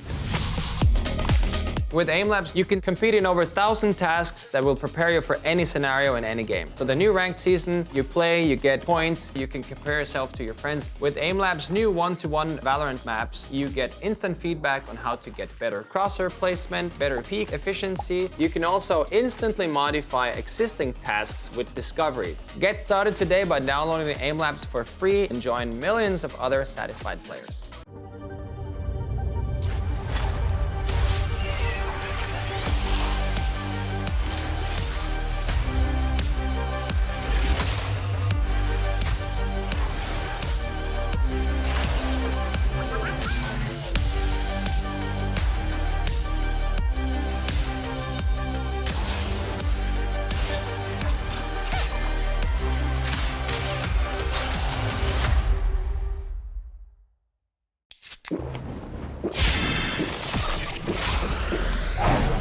Red Bull gives you wings.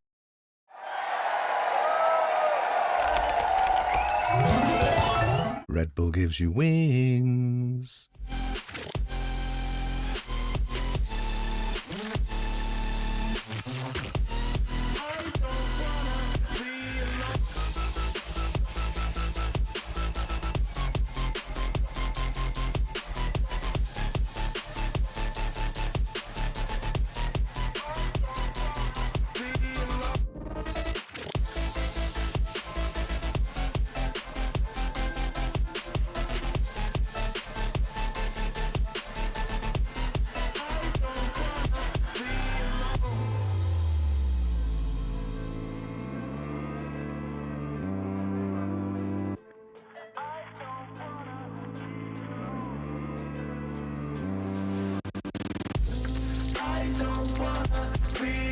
phone.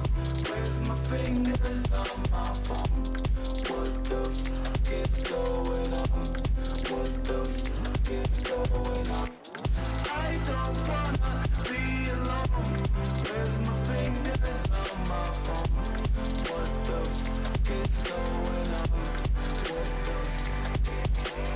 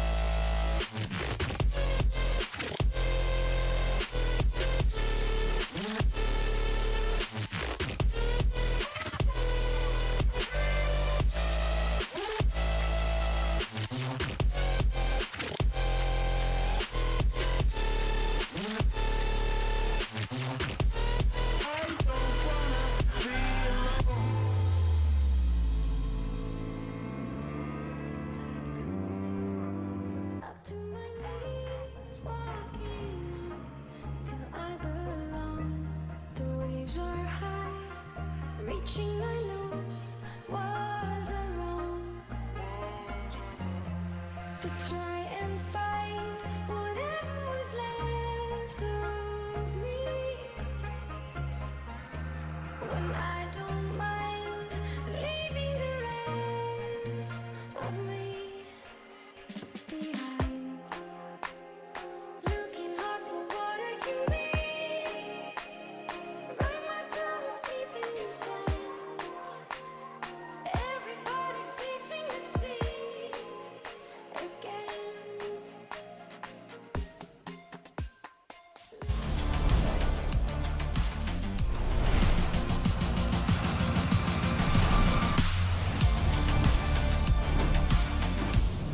Thank you so much, guys. Of course, here now joined by Coach Potter.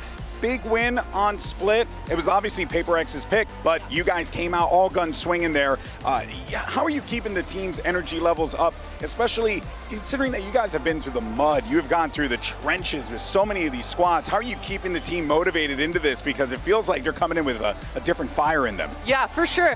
It's pretty simple, GP. For map 1, carrot on a stick, I changed the comp this morning. Everyone was very excited to go back to the double dive. I think it's just a comfort Asians for us, and yeah, it's just perfect that map 1 was it. I think it perfectly set the pace for us moving on into this all 5 maps. Now, we won't get an opportunity to talk to you again. I just want to know real fast, you feeling comfortable about the map pick as they're laid out right now? Yeah, absolutely. Ascent's coming up number 2. That's our bread and butter, baby. Should Right. be a 2-0. Hey, and I love bread and butter. All right, back to you guys.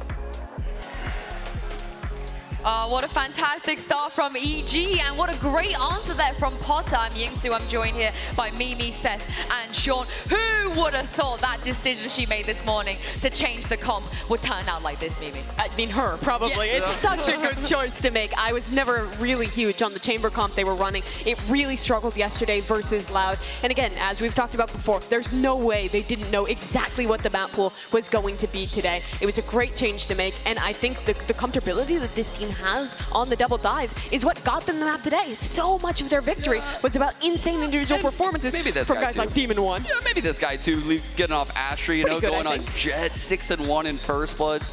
Look, his damage run was like over 280. He was insane, plus 13 on the attack half. This guy was on fire. He's a rookie this year. That was the opening map of the grand finals. Look at this.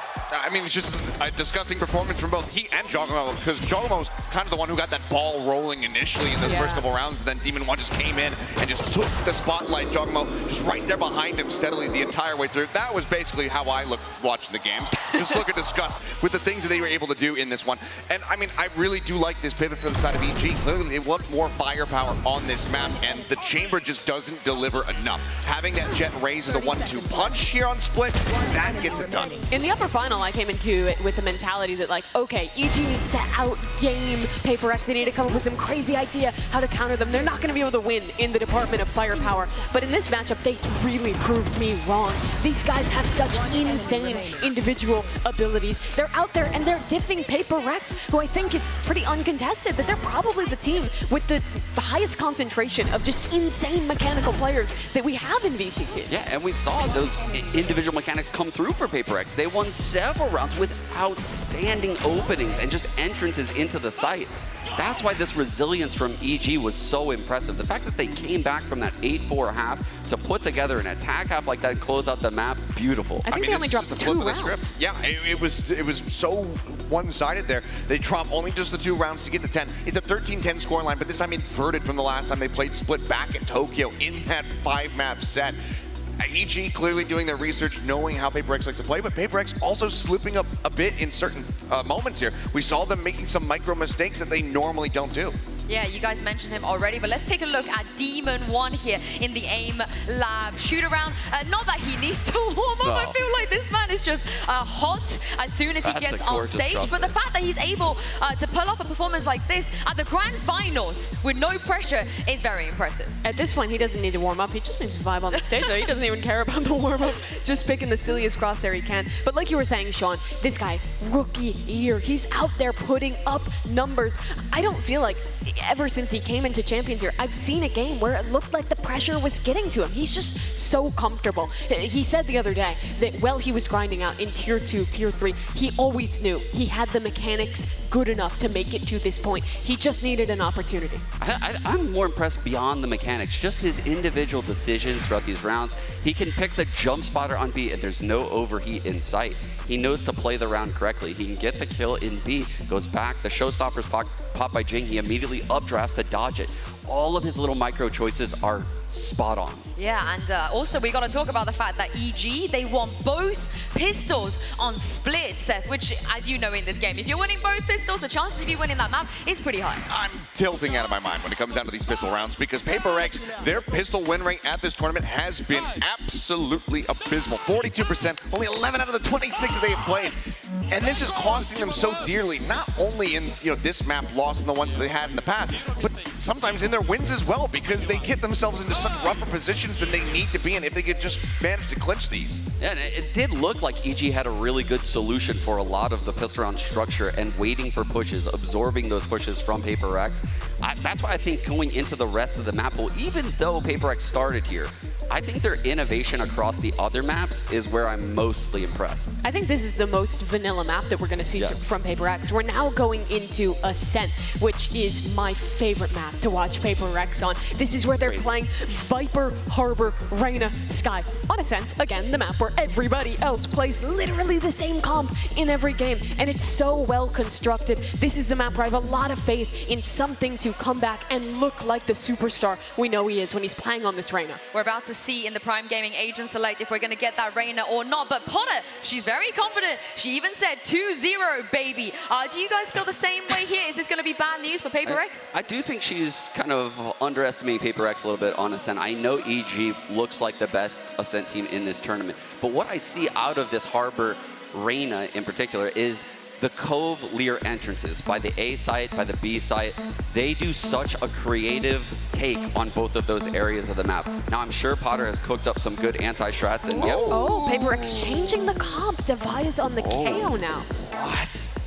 So what does this change? No Sentinel comp now. It's just a little bit less info coming the way of Paper X, but the KO can do a lot with the knife to get cross-map info. Yeah, I mean, you're not going to be getting those refreshable flashes coming through here, but this still can work in the same way that they have been piloting it. It's just a little bit different, a little bit more delayed. You can't really, obviously fly those guiding lights through and get them exactly where you want to, but Devi can still be chucking these through those harbor walls, off the back of the Lear, get that double flash out, and then go for the side exact. I think the KO knife is really useful for cross-map info on Ascent. That's why you see pretty much everyone run it, versus the Sky as well. You can still get those Reyna Lear flash combos out of the Cove you're talking about, but it might be a little bit harder. We'll have to see if Paper X's new comp is what it takes to be the first team this tournament to beat Evil Geniuses on Ascent. EG, they are ahead now, but Paper X, they have a chance here to bring it back and tie things up. Let's send it over to your casters once again to take us into game. Over to you, Pansy and Hypok. Thank you so much. And yes, map 2 now coming up. PaperX have their work cut out here, Mike. This is a little bit of a different look as well from what we maybe expected. Absolutely, a slight adjustment here. The obviously, well, we can only really speculate as to the application here of the KO, but one of the things that worked best was the Trailblazer. To set something in motion. Again, the layering of the flashes, sure, but the one thing that really put something in a position to excel on the Reyna was the Trailblazer from Device. So that's the initial concern at the minute, whether or not PaperX are going to try and slow things down, if something in Jing are just going to try and go ham together, I guess, is the next step on that checklist. We'll have to wait and see. Well, it starts with this pistol round. Demon 1, he's stuck around. He's got back in. That's a little too far. As Forsaken's going to punish and put him back to the next round. 4v4, but look at the rest of the map. Boostio's taken space away. PaperX actually might be in a little bit of trouble here. Bomb's coming as well. Boostio's got a fantastic position again, Forsaken. Perfect trade, though. Standing ahead. Dart will go out. Actually, we'll catch him. Yeah, King as well. Divide's lucky to get away with his life here. Down to 62 HP. This has been god tier work from Forsaken. I have to be crystal clear about that. Those trades he got kept them in this. And hold on. Yeah, a little bit of vengeance. Best served. Double check on the body there, it felt like, from something, leaving it all on Jorgamo in a 1v3. Knife's going to note him. And you can see something waiting. Oh, the crossfire was in place. It was okay in the end. Something taking the reins in the round, but credit in my mind goes to Forsaken there. Absolutely. Something. With the cleanup, I mean, there's a chance here for Common Boostio to make a real good go of holding things down in tiles. Team 1 to open things up. Yeah, so this moment here, I think Com's kind of forced into a very, very tricky spot where he could invest the recon bolt. That's the Reyna from my ranked games right there. Lurking in tiles, planting on A, shooting bodies in mid. Love to see it. But something off to a flying start, 3-0. Huge confidence round for him as well. You want to be seeing that coming out from something. Get that confidence early, start building into the matchup as it looks like a pacey piece towards B. But look at the stack, there's 5 bodies here. Everyone from EG is present on this site. The stack towards the back of House. PaperX trying to fly on in. Lear gets dealt with, but Jing's the one to deal so much damage on this one. This is lovely work here. Demon 1, oh my god, he's still trying to fire off. Takes down 2, but it's a 3v1, and Boostio, I mean, this would be a lot. Would be a miracle. Forsaken tag down to 72. Easiest to pin down, but a 1v3 nonetheless. He's got a clean fight on the first, couldn't land it. Beautifully controlled by PaperX. They walk into the stack, they come out with 3 alive. Themselves off on the right foot here on Ascent.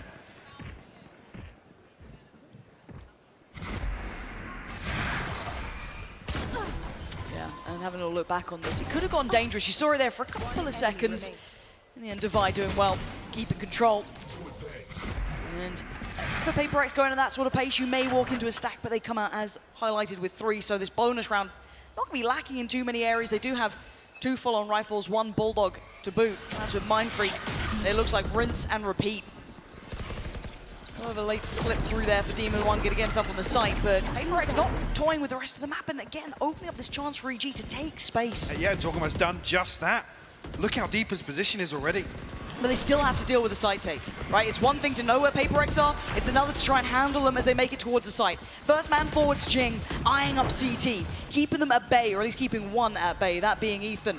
Wait, do they not know where the paranoia came from? Apparently not, but they're trying to break through on the site. They don't turn in time, and Jorgamo does get down 2, but still the trades are effective, and PaperX keeping 3 alive. The HP is dreary for 2 of the players. Com in with a real chance of doing some serious damage here. Chance with the recon as well to maybe find a little bit of damage. So he might just commit to trying to hold for exits here. I mean, Jing down to 5 HP, Divide on 39, could find something with a shock dart potentially. How did Divide not taking it in there? Jing, lovely from PaperX. Again, it's one thing to know where PaperX are, it's another to handle them all together. So what's bizarre though is Jorgamo sends the paranoia from tiles into B main. Not sure if it's just not relayed quickly enough, but nobody reacted to the flank. until Jorgamo comes through and finds two.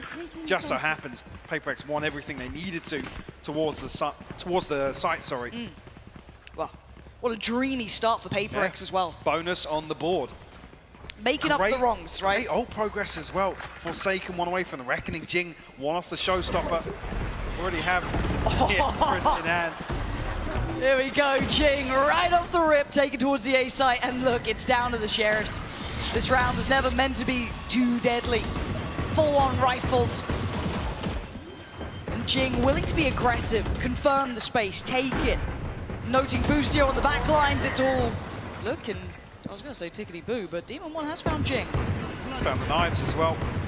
Okay. Can't see if another kill comes through that EG tried to explode on the back of that.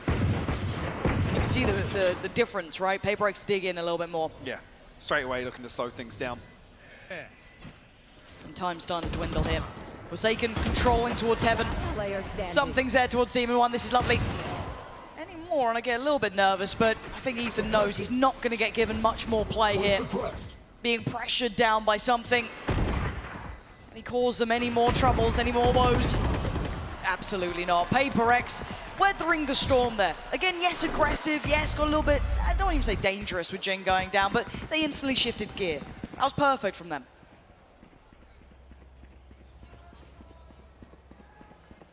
Back into full purchase here. Look at those Tom with the Odin in hand. Yeah, the ultimate's really starting to swell now for PaperX. EG actually going to call the time. I'm not sure if that did come through a little late. And it's also very uncharacteristic for EG to be calling timeouts this early. We know that they generally have a plan up to almost round 6. Something that they're notorious for. They come in with very, not scripted pistols, but they have a really robust plan. So an early timeout certainly causing me pause for thought here, Mike. As it stands though, PaperX, I was worried after map 1 they'd take that to heart, but these guys are warriors at this. They've come back with a blistering response. I'd be curious to see if there is much of a change here. We've seen EG try to address the back line of PaperX a number of times, kind of shadowing some of the executes they've had towards B site in terms of tiles control, taking all of the space in mid, confirming that there's no real second prong to the attack. And what EG think that, because it's not really as if that's caused them any issues just yet. They've lost out in terms of gunfights towards the site, but generally in terms of the read of what's going on, you've seen players on EG in the right position to do damage. Like I said, even with that paranoia into B main, nobody posted up close to that, so I don't know if Jorgamo is just trying to slow things down, or he's trying to set somebody else in motion. That's the curiosity on my part. I have those answers to the questions once we come out of this timeout. We get the round underway. What the adjustments may be for EG. They have a purchase here. A couple of big ults. Well, one big ult. And a TP. And on the other side, well, we already noted it. Looking lush for PaperX. Looks like a fairly standardized start. Testing towards A, but no instantaneous follow through. We've been seeing kind of, not necessarily one-dimensional, but very hard-headed approaches from PaperX. Like that might continue here. Looking to regroup ahead of the 60-second mark. Something already trying to make progress towards B. Fish out the turret. Try to, at least on the first peak. Cleans it up on the second. Reckoning invested here, covering the entirety of site. And EG, like I said, perfect read. They're actually playing towards a retake setup here. Demon One actually finds Mindfreeze. That's a difference. They've had a couple of first picks though, but still, the site now being contested. Paranoia Ascent, do they try and work off the back of this? CT has 3, they're going to start swinging on through. Jorgamo in a curious position. Keep your eyes on the kill feed, it's the trade coming out. Forsaken getting invested, swings ahead, and another fight won for Demon One. And held in place by Divide, but the numbers overwhelming. The site's EG's, and this time it worked out. I said the read was generally pretty good of how PaperX were going to approach the site here. Reckoning invested almost no value outside of finding the plant. But everybody from EG set up to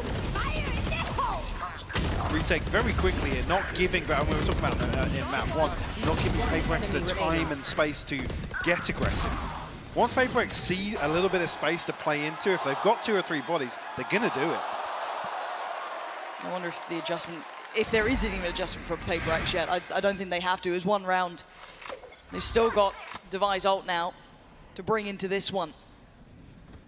5 towards A, and actually EG have 4 players here. Now sitting a little bit deeper, maybe cognizant of Device ult, but Com clearing towards middle, noting nothing towards tiles. As we can see, the PaperX, all 5 players here. Can they deal with the flood that's going to be coming their way? Knife goes in, clears out towards Dice. You can see the Cove going up, the Lear going to come out. A little offset on the timing, but it's fine. No one's there to challenge this. They're expecting it, but Korn, the cross, a lot of chip damage being done here. Com laying down the covering fire, takes out Forsaken, and the lockdown is in effect. They have to retreat here. And this is a good read from Com. Mindfreak can't really push much deeper than this, but can swing onto it now. Com posted up with the Odin. He's found him, removed the lurk, removed any sort of safety net from PaperX here. 20 HP, something, spike in hand, but he's solo on Catwalk. This scares the life out of me. Device falling away. Jing trying to get played in maybe if someone tries to re-clear towards A main. Oh, this is so dangerous! Put his life on the line to try and set something in motion, but they stack up onto a shot. What a shot! Something removes Com and opens up a chance, an avenue forward, and Demon One might shut it down!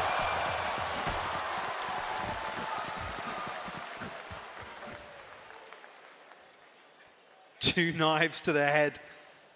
We'll find EG their second. And straight away in response.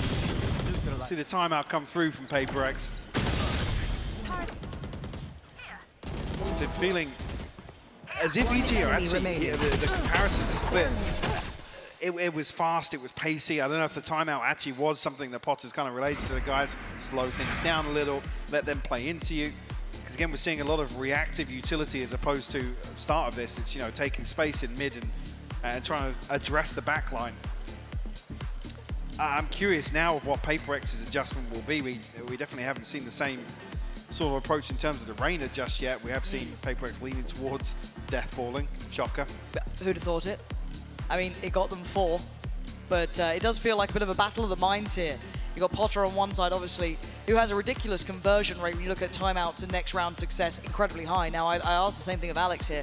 Does PaperX have that ability now to shift gear? The EG have found that step, right, as you were alluding to. I don't know what the adjustment will be for PaperX going into it. Do they start toying with expectations? They have been deathballing. Do they start trying to punish rotations, catch one of these players off guard? They're going to need something. There's already the money starting to get worked down at here. They still have the ult from Devi. I think, what, 2 away from the Viper's Pit as well, but the other's pretty far off. The concern being EG are in a position to almost get an operator in hand for the next round. Behind a purchase also. Hunter's Fury, we know Com's always good for one with the ultimate. And it looks like a similar look, right? They're trying to sell the same sort of picture, but the pace change is on short, and it's Jing to open up the account and pretty much take the entirety of the site. No one is on A. They've got complete free reign here to get that plant down and get the site on their side. I don't know if you've heard it, yeah. But whether or not Com got caught by the no command here, because he was backing up towards Fountain to try and use the Hunter's Fury. Jing, 45 HP. Demon 1. Trying to sniff him out here on short. He's down a little lower. Jing, 45. Not enough for the first time. Oh dear, Com from across the map. Takes out Jing and unlocks the next. Gets 2! Good for 1, good for 2. Forsaken stops the rot. Denies Demon 1. Nice follow-up from Mindfreak. Better from Forsaken. And it's all on Com in a 1v3. Not going to be happening. PaperX holding on to the A site. The reactionary Hunter's Fury here from Com. Just ridiculous how good he is on the Sova. As soon as Demon 1 gets contact here, there's even a flash coming through. I didn't even note the flash from Ethan. And that's the thing, you have to watch 3 or 4 different camera angles to really appreciate the little things that evil geniuses do. Regardless, PaperX around on the board, beautiful cleanup from them. I want to see these guys fully activated now. PaperX looking a little pissed off after map 1, coming back in. Fully ready to go, and feeling very little intention behind that early utility. EG might adjust off the back of this. Two players trying to hold goal. Oh my God, the grand reveal! Mind Freak has been removed, and this has stalled out PaperX. I mean, there's 5 people in B main here, and nobody's actually holding for a dart. Com rewarded with a freebie. Boostio played in here with the judge as well, up close and personal. Be careful. Trying to play the line here. There is no back line to this. There's no exit plan. There's no great escape for PaperX. They have no other position to look at the map. It's closing in. The net is closing in. There's no way forward. It's a blender at the hands of Boostio as Divide. Oh, blinded flash, dead. EG. Starting to figure out that PaperX pace.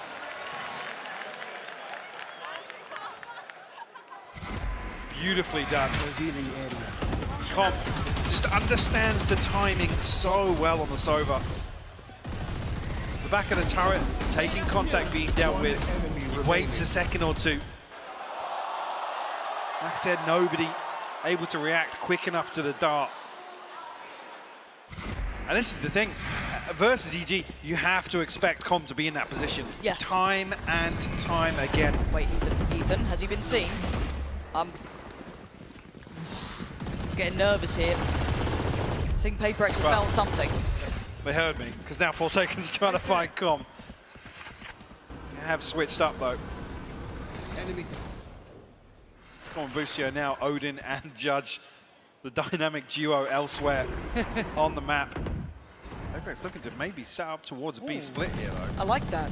Again, we knew that Death Ball would eventually hit a point it can't carry on at, but Ethan is still ahead of this. Demon 1 taking all the attention, almost enamoring PaperX to focus towards him, but it plays in Ethan. Do they still stay diligent? Do they still check as well?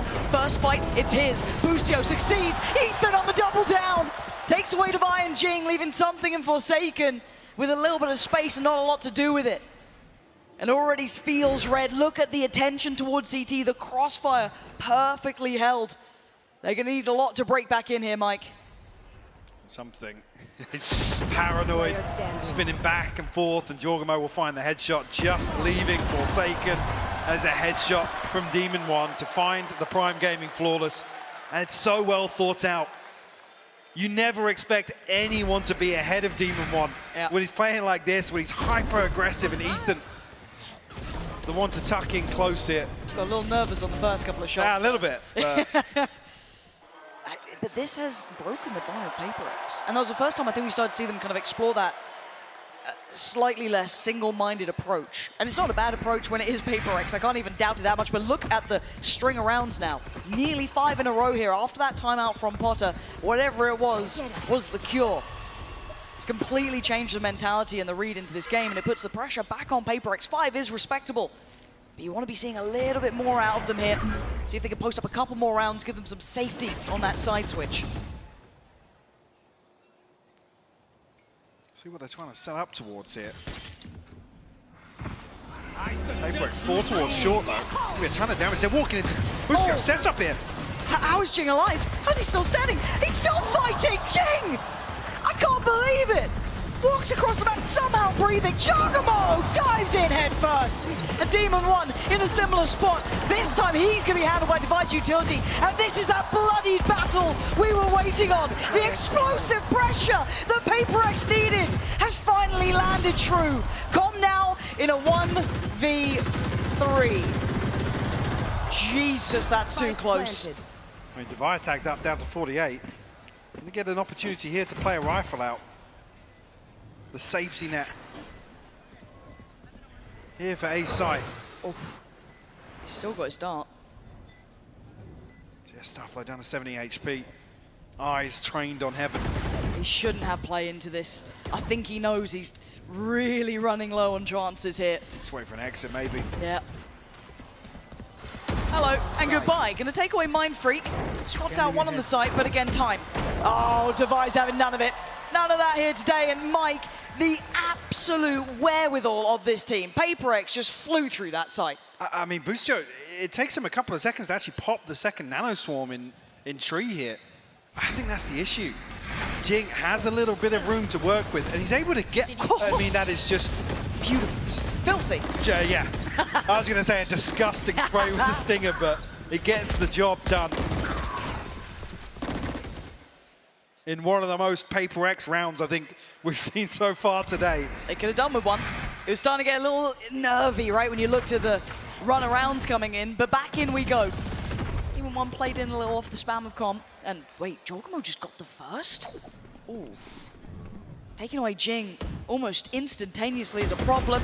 Clean from Demon One, and no opportunity for a trade. Of course, something denied. Well, thought about it. Something given a second shot here. Some time and space in middle. Spike not committed just yet. Something's been noted as well. Yeah, he has. Now with Paper X looking to regroup. Well, something actually started. Still curious towards B-Main. Just keep in mind how deep Aegis sitting on all of this map as well. They're entertaining no early frags here. No one's playing up by tree. No one's playing close towards the B side. No one's even on the A side. They're sitting CT. They're sitting super deep here. Gonna make Paper X work for their dinner. Oh. They've got plenty of ults, so. Ethan spotted. Closing in a little. They're looking for chances here, Paper X, and there's just being nothing offered. 30 seconds left. Devi at the jump on point now. Utility still there, that's not ideal. Actually a bit of an issue, Neron catching up to him, but towards the site we go. Again, EG not taking the bait, showing discipline. Well, until then, the flash almost perfect. Devi could have been in danger, 13 seconds, now they're in trouble. Spike's left loose, and EG play a patient round. And the protocol list is so robust from EG. Constantly Ethan jump spotting here. The alarm bot takes contact. They set up for this flash over from spawn to put Boostio in a position to punish Jorgamo. Beautiful opener. My ultimate. One enemy Fantastic stuff. Unfortunately, mid-round not really suiting Paper X there, conceding 2 kills, don't really get an opportunity to pin down any sort of engagement across the map. EG mitigating risk really effectively there. And look at this pressure.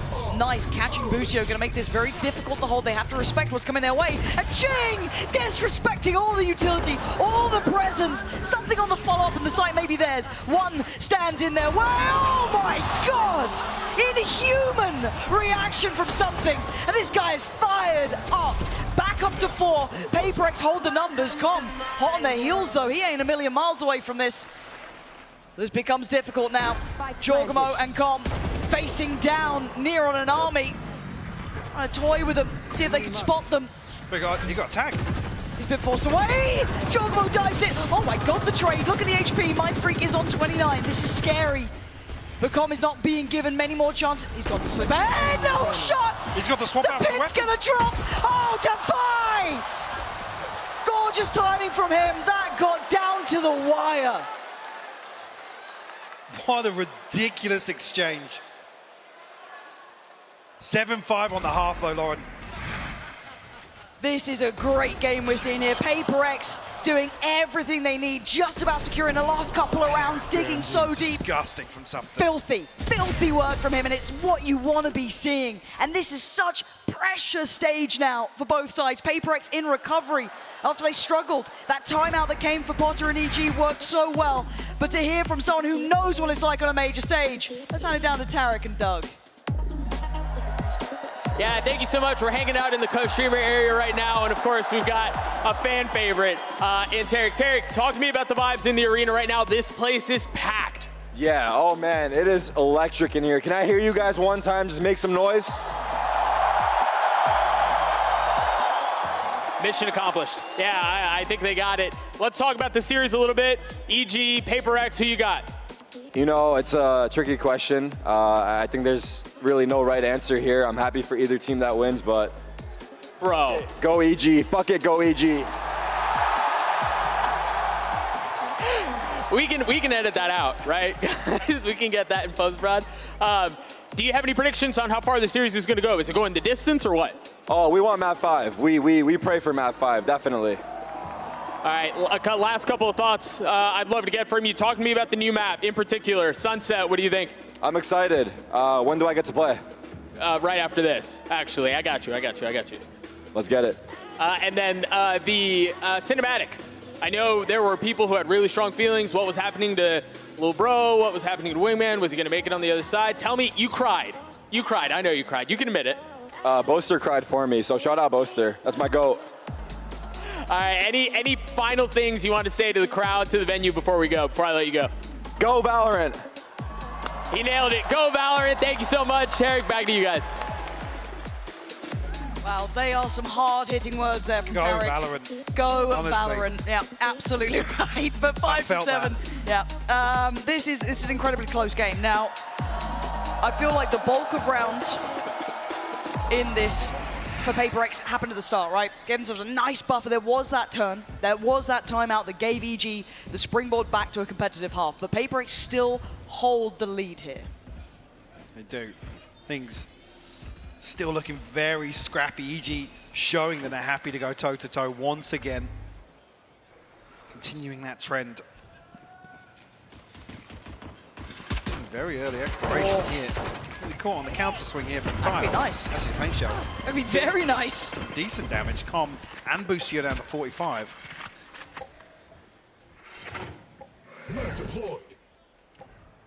Jing will be happy with that, but I mean, damage back on the other side too. Almost walking away in very similar spots, but a totally different change of pace here for EG. Much slower, a little bit more meticulous, a bit more careful. You know what you're facing here, one of the most explosive teams in the world, even on the defending side. Mind Freak shouldering this. It will be Demon 1 to spot. And then Utility instantly coming through. Now note the spike, this is not their end goal. They're drawing eyes over. Which they haven't actually achieved just yet. Oh! Lucio lands a banger onto Forsaken. Still conscious that maybe it being the Killjoy could be a lurk setup. Yeah, no over-rotation, is there? They're thinking about it, but again, with this timing, this pacing, 30 seconds, it's going to be down to the wire. This is going to be a very close call on things here, and there's still 2 players to clear out, and it's Jing and something. Yes, lower HP, but still with the boom bot. And it's about timing on this. When does he invest? Does he invest? He could do now. Oh, it's stunning from Jing. Denies the first man in. That's Boostio. 10 seconds now. They got 2 targets to find. This is so much to do for EG, but Calm again, creating all the space. But PaperX playing forward. Already, Mind Freak slipping forward towards Switch, looking to get closer by. Divide by CT, but a 2v4 is so tricky. Mind Freak there draws the attention. Divide on the swing, and denied by Ethan. As EG pick up the pistol in the second half. For the 6th on the board, 1 away from catching PaperX here. The start of the second half. Beautiful opener from Boostio. They left it so late. Yeah, they did. Terrified. Again, the plan was executed perfectly though. The flash over the top to set Com in motion. Really well done by EG. It makes you wonder, though, if something a bit more HP, if Jing was sitting a little bit prettier on the HP, maybe they could have held off a little longer, but that's neither here nor there as we go forward at 6-7. EG closing the scoreline just a little bit now. Sheriff coming out from Divide. Beyond that, it's classics. But we saw what Jorgamo was able to do on map 1, so maybe don't write it off just yet, but still. Stack for PaperX's. Well, they're coming up as the antidote to this round, but man, it's not going to be easy to make count. EG have been quite careful on their approach. Trying to find that information first, but let's see if they can navigate away from this cluster of mayhem on this site. EG expecting aggression, maybe not expecting a 4-man stack in A main. They're going to flash out here with Divide. He doesn't actually have a flash. They're trying to scramble, and there's nowhere to run. Demon One's in danger, tries to backpedal. It's sensational from PaperX. And now Boostio and Ethan are reeling off the back of it. Yeah, they get the rest of the map, but look at the upgrades. Look at what they get. A reward for all of that work. But a plant will be had. Can they defend a 2v4 like this? I mean, it's a Spectre and a Look Sheriff. at Ethan. Look at Ethan's position. Oh my God. Oh, he's heard it. Ethan knows what's coming his way. 3 on the other side. First found, second follow-up. Ethan holding them back. Oh, third! Recovering what looked like a lost round! What a performance from Ethan. That's an Arte round right there. vintage. Sensational 4K. To bail out EG. That looked like Paper X's mic all day long. That start was, God, out of this world. I mean, this third kill is beautiful. Then the bait with the flash here. Bounces deep. Forsaken has to commit to turning it. Yeah, take a bow.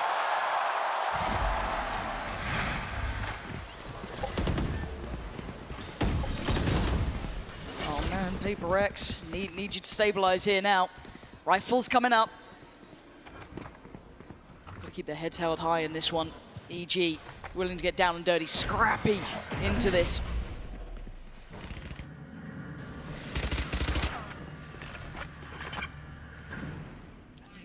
A little bit more of a pace change here, getting a little bit more progress done early on. Looking like Ethan wants to work towards that ult, and well, with the round that he just had, why not? He's very close by. Team 1's got some space to work with here. Look at the respect given by something. Playing all the way towards Fountain. Door is closed, so there's no real need to jump spot anything, but to say that, Jing did actually just sat you up. Spotted a ton of players inside B main. We see this exchange of utility here. It's almost TP'd in. He's in, and Demon One's caught someone in. What? Demon One! How is he doing this much damage? Jing and something trying to hold the line, and they're doing so well. Something is serious about this one. Trying to dig his heels in here, but Demon One's still standing and still breathing. There are problems. Divide by Something's side. And Jorgamo on the other, they're getting aggressive, they're going fast, Something wants in, and he's got in, he's taken the round away from them. EG left in tatters as Paper X depending on Something there, and he finds it. What a brutal battle in some of these rounds. A furious exchange. Mechanical monsters. Look at, oh my God. I said, given some space, Something respecting the setup here initially. Beautiful cleanup though between Divide and Something. Find Paper X their first round here in the second half. They come away with that though, 2 Bulldogs, so that was just EG's bonus. Jing's getting a little interested.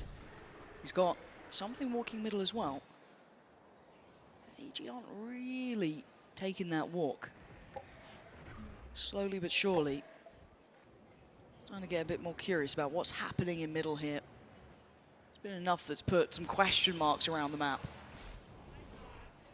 Oh my God, Something. I don't think he knows just how close Boostio was there. Oh, Jing! Yeah, Ethan trying to set it up with a flash. Boostio punished. Yeah, fell for that one, almost hook, line, and sinker, wanting to try and punish contact that they had. And Jing's not relenting. He's not falling back, and maybe he should have. Ethan's got an opportunity, even the scoreboard. Just look at this setup here. Between Something and Forsaken. Oh. Yeah, Demon One's like, what the hell's going on in there? Didn't like what he found. But this map is not looking comfy. 30 seconds, they have no way in here. Ethan going for the ult. They pushed forward. Profound aggression from... He just spotted him. Oh my God. Oh my good God. He's played ahead of it. And Ethan's still doing damage. Spike is running towards A with 18 seconds. When do they realize? When do they turn already? You can see one of them on the case. Mind Freak trying to come on over with 12 seconds. Oh, this plant could be in. Let's see if that cross is made. Jorgamo's made it over. That should be a plant. But up towards heaven. There's 2 coming on forward. Not denied on the plant, but the follow-up's everything. Something now starting to get closer. Comms found Something. Mind Freak couldn't quite get the trade. They've slipped away. And Divide gets a bit closer himself. Jorgamo's got him. And now it's Divide in a 1v3. 2 low, and it's very possible for this man. But look at these angles. Brutal to clear. 2 flashes to play with. Can he isolate a fight? What can he do in this? Takes another step, looks for the fight, he's got it! And now the 1v1, but time is against him, and there's a Demon on the other side!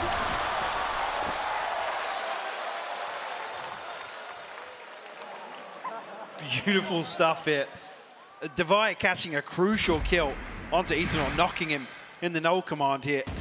And that's the time, but it comes so late that, I mean, you even noted it, when was somebody going to start rotating, but Devi finds the kill, and it's pretty much knife out the entire time. They still don't beat EG to A site.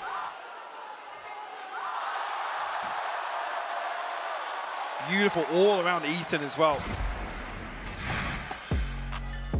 Can't even remember who it was actually caught in B main in the corner there with the Forsaken, I believe. The flash goes through, no command is popped, and again, with all Paper X's utility up, there's kind of I mean, it's their own demise in that regard. The no command goes up, there's no open sight lines towards main, which is why they try and get aggressive. As soon as they concede that kill on Forsaken, Devi's hand is forced, he has to commit to the flank, and it's already too late at that point. 8 apiece here. Wow. I knew this was going to be a good best of 5, Mike, but we're seeing this really kept close. I'm a bit worried about this half, though. I think seeing the kind of start we're seeing here from EG looking quite well prepared, the money scenario for PaperX, what do they do with this? And the timeout hitting as it is, it's quite indicative they're trying to find adjustments, right? They're trying to find a way forward that's going to work for them here. This composition should be hard to make work, but they're aggressive. They know how this plays out, right? It's not the first time we're seeing it, but I'm a little worried.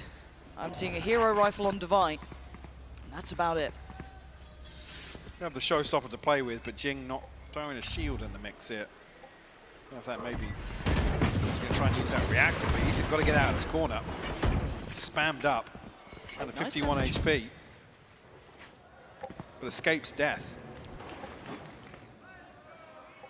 They need to try and feel out where the stack may be, and a quick reaction from PaperX is actually putting them in potentially the correct space. Eyeing up towards the A site now. You can see EG on red alert. After some of those moves we've been seeing coming out, some of those aggressive plays, the flashes off the back end. Speaking of aggressive plays, there's the flash. He knows he's drawn attention here. What do EG do now with the information they've received?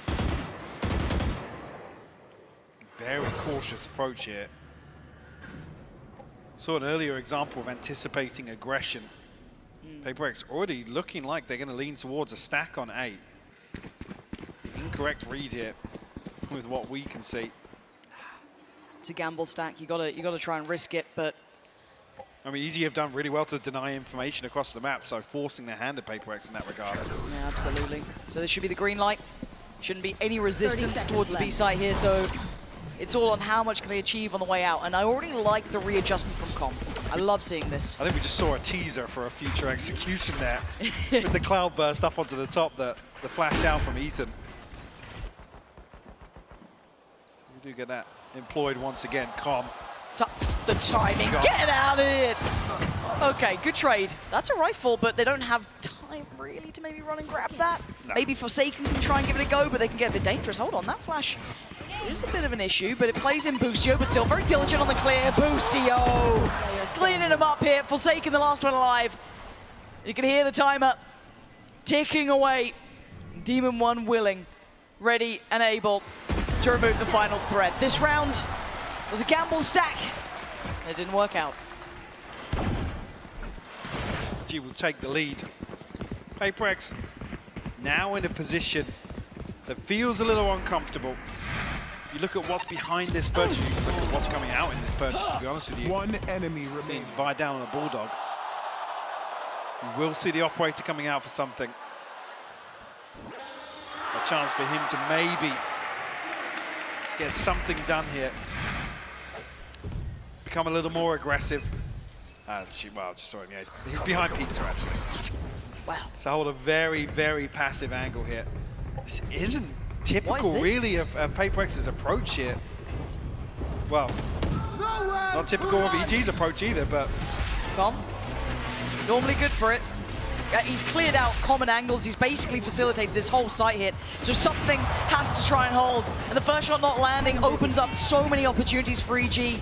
Not feeling secure on the side just yet. PaperX looking maybe to pounce on this. Waterfall in, and they do. Jing takes away Ethan. This is looking much better here. Holding with 5 alive. Can they make it more? Yes! Mind Freak. Damage done. Good trade. Boostio still bounding away. But the plant's not in. It's held in the hands. Jorgamo not quite there just yet. 24 HP that all the Boostio has to boast. And now looking for the plant. Jorgamo's got Jing. A late lockdown as well.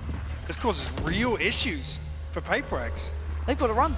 They've got to get out of this. This is the plant that they wanted. And now a true 3v3, but that Spike planted. Something, maybe, oh my, wait. Forsaken? Did Busio try and reflank through mid? It looked like it, but Forsaken was so ready. And now the counter roll. They're going off this one. Chocomo's in danger. He's screwed. Trying to stick around on the site. He's been noted. He's been seen. How long can he survive? He's going to be hounded down. Dead. Buried. It's all on Com in a 1v3. Tap on the spike. First challenge found. Seconds there. Paper X. Perfect to tie it back up to 9 apiece. I love the idea here from EG. Again, the execution, and maybe this is relying on a kill or two towards short. PaperX in that regard, I guess, doing the right thing and not giving anything away.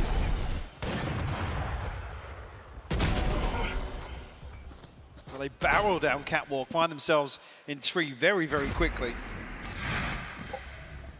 They're keeping up, Mike. They are clawing onto this game. They do not want this one to go like Split did, that 13-10.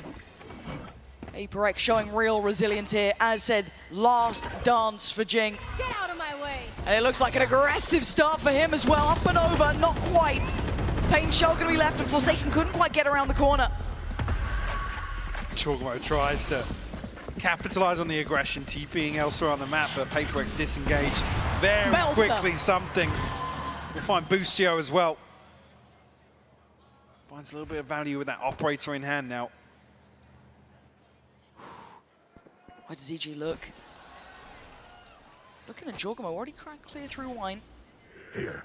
But there's 3 players here. Again, with PaperX keeping the numbers up, they get the beauty of just having that additional body they can post towards the site. Mindfreak drifting around towards top middle, noting maybe the vulnerability there, but it looks like maybe Devi's the one who could receive the attention if they furthered the pathing up towards tree. As it stands, it's only Demon 1. Yes, Jorgamode A main, but indecision. It feels like for EG, waiting to see if there is a re-aggress here. Oh, so something. Find another kill here onto Com. Mindfreak tucked into this pocket though. This could be deadly. Oh, wait. No. They have no idea. Ethan's just found Jin. There's no idea. There's no way. Devi even. Not his call on the way up regardless. Beautiful from Devi. Yes, Mindfreak's position would have been the back line if required. But Devi doesn't even let it get that far. Finds all 3 to clean things up, finding PaperX double digits here. Huge for them. And a big bailout in terms of the finances. They've been struggling for the last few rounds to find a response. Like I said, the operator finally finding some value here. It's Busio and Com. PaperX one away from the pit. EG, nothing really on the brink here for them.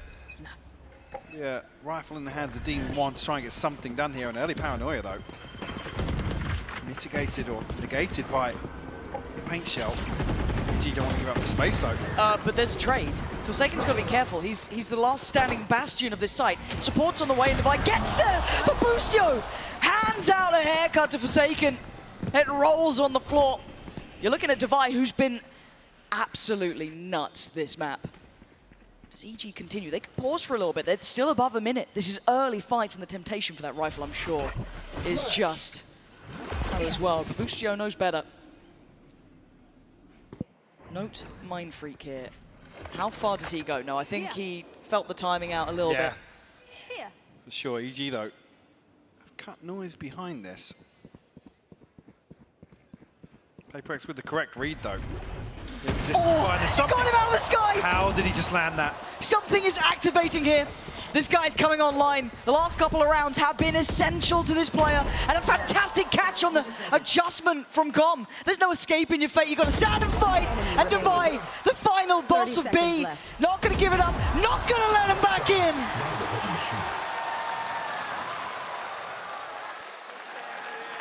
PaperX looking like they want to answer back here. With a map win on Ascent, will force a timeout hit. Oh my God. Nah. I'll take it back. He does not look like the ready for my ranked game. And it's a timeout for EG now. 3 consecutive rounds from PaperX at such a pivotal time. This could be outcome defining here. No key ults to depend upon for EG. This has to be just in the server traditional approach. On the other side, I mean, you've got the Viper's Pit there, one away from Devise, operators in play. I mean, I was talking about Paperbacks having real concerns in terms of the inventory the last few rounds. Now they've strung 3 together. It gives access to some real game changers. In terms of opportunities, I mean, another round potentially for Jing will have him a little closer to the showstopper as well. The Pit, notoriously difficult to overcome in terms of Ascent as well, because it's just it's not really in the wheelhouse just yet. Few teams obviously playing around with it, but plenty of options here. I think if you look at the other side of things, EG with what's left in the bank, not many. 2 off the null command of their own, 3 away from the lockdown. It's just not feasible. So what's the answer? I've loved what Something's been able to do. Yes, obviously a very flashy shot in the one just gone, but even bigger picture, he has been finding such impact since getting that operator in. But I'm looking like a change-up might be in place here. Forsaken taking over the role. Don't do that to me. I mean, he's just hit that shot, and then you take the operator off him. What is he up to? What is the game plan here? It looks like he's getting into it. They're getting aggressive again. Look at the crunch towards tiles. This puts him on the chopping block. Forsaken not going to land the shot he wanted. EG running away. They don't want any of what's being sold over there. They've already lost Demon 1. Yes, Jing fell as well. Does the Pit come out from Mindfreak now? He has He's every swinging option. ahead of the wall. Mindfreak, are you mad? Get out of there. EG are on the way. It could be pop flash and a swing. That's audacious. And it might be a mistake. They've just given them a 3v2 and an open sight. I think they underestimated who was here and when. Forsaken still has the operator. Something on the Vandal. This seems just bizarre. And with the chance, something slipped forward. The Cove actually helping, but Giorgamo gets denied. A 2v2 now on the side. Busio and Com trying to keep control. Swing, a miss. Com on the trade, but he finds Forsaken. And the shot done. It's huge. Something is bleeding, but he's still standing and still fighting. Ice cold from Something. He stared them down. Yeah. He stared them down. That's the brute force you get from a player like him. Look at this, man. Oh my God.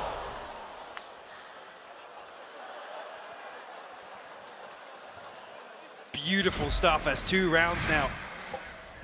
He's had ridiculous impact for PaperX. It's given PaperX map point here. EG trailing by 3. With the spam already. Not great for Demon 1. He's gone. He's fallen. Jing getting a little closer too. They're scrambling. They can't go along this route any further. Oh my God, Jing. It's PaperX. They don't. What? You didn't see him, Busio. How have you done that? He's got a lockdown. He forces out here. Device walking into it. Device walked into it. This is just unbridled aggression. Again and again, they keep retaking the fights. Who's next? Mindfreak down to 70 HP. Something. Position towards mid. Has an operator. No chance to actually swap this weapon out ahead of the retake. He's actually popped his Empress as well.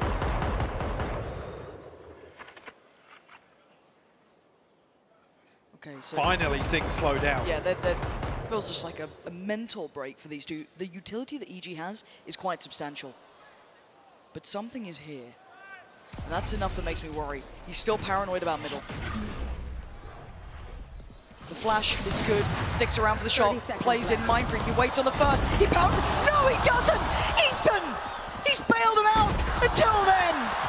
Kong stays alive, EG with a lifeline. It's another example of the layering of utility from EG is so good. They cut sound here, wait for the cooldowns to come back. The flash allows the ping to come through. You can see that Ethan actually tanks the Lear. He's nearsighted, but the ping from the recon is perfect. Speaking of perfect. Stop it. Stop it. That's how you stay alive? That's how you get to 10? It feels unfair.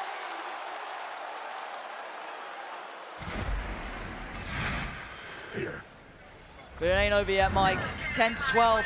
PaperX still on the verge. One more round. And they tie up this series. And something getting interested in middle here. Pit will lock down A main. Something not noted just yet. We'll see. Com hasn't invested in utility towards mid.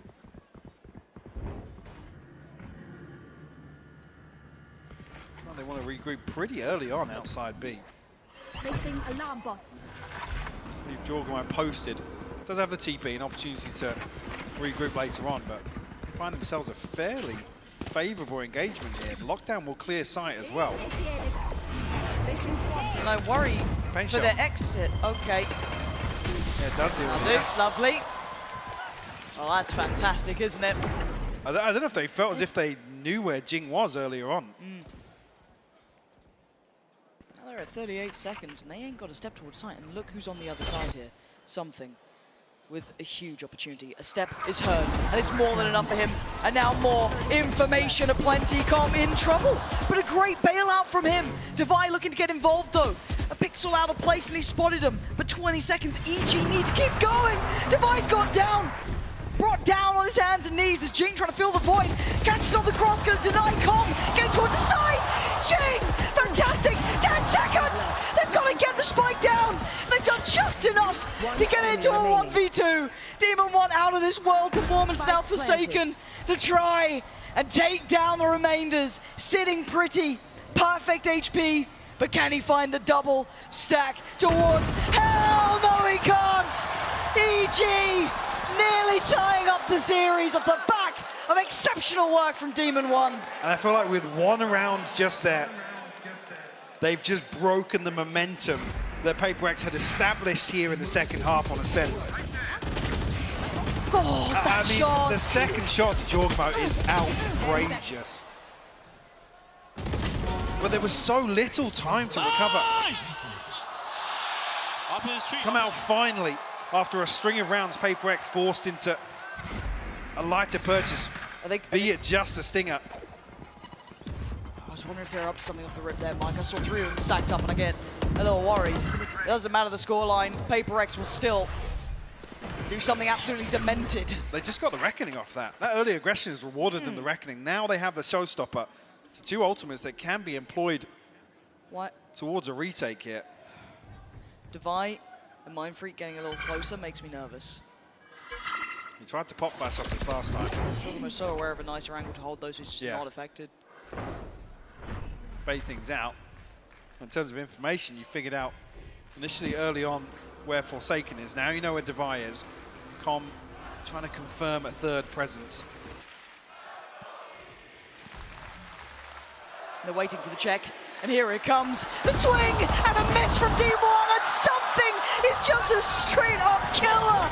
2 back-to-back. Ethan gets a chance to punish. He's not clean enough. Something is absolutely demonic right now. Trying to get across the line. PaperX are holding on here. They want to tie up the series, get us back to a 1-1 scoreline. PaperX. Map 2's theirs. Talking about the script getting flipped. Ascent goes the way of PaperX here. EG felt themselves as if they were poised for a 2-8 lead here. Ridiculous performance. Jing had 10 first bloods. Huge. Just, I mean, it's unheard of. Magnificent performance from them. Something also outstanding work on that map, changing some of the outcomes throughout this. But again, PaperX picking themselves back up after a rough start on map 1. A hard fought for game, but here in map 2, a 13-11 is everything they could dream of. 1 enemy remains. 30 seconds left. Long.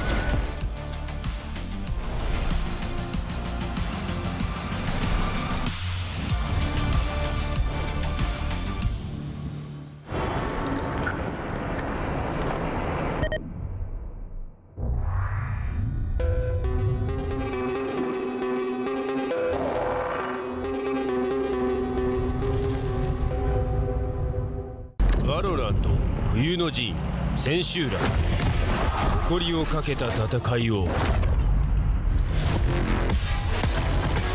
What a clutch from Zelsis! その目で見届けろ What is that from Stella? 世界との取り組み幕開く両国国技館にて開催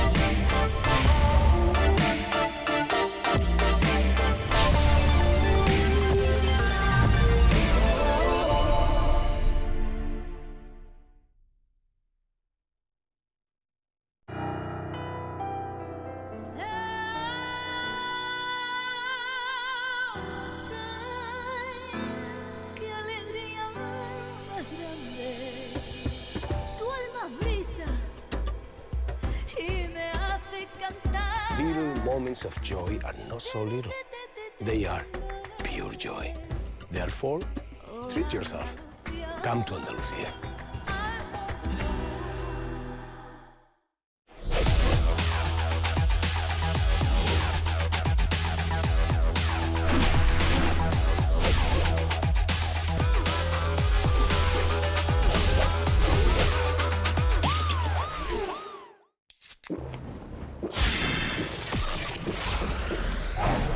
Red Bull gives you wings.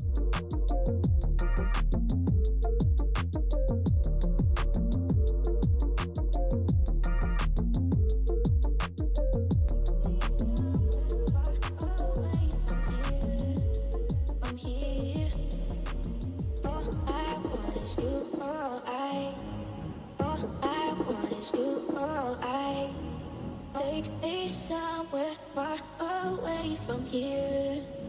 From here. All I want is you. All I want is you. All take me somewhere far away from here. From here. All I want is you. All I want is you. All take us somewhere far away from here. From here. All I want is you. All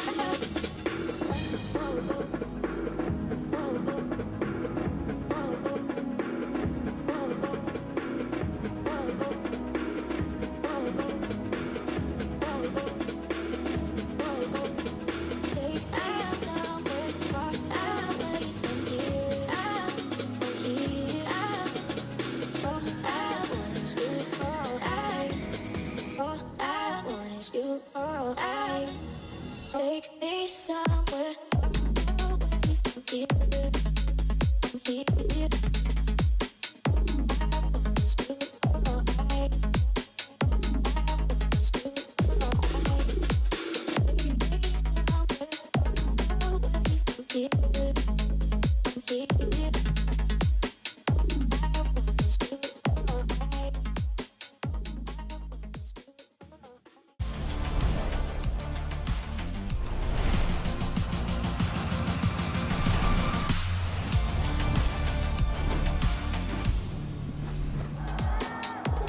going on, everyone? GB here, and I have two special guests yet again on the broadcast. It's Anna Dolan and Alito Fadia. Give it up for them, because literally we're here because of them.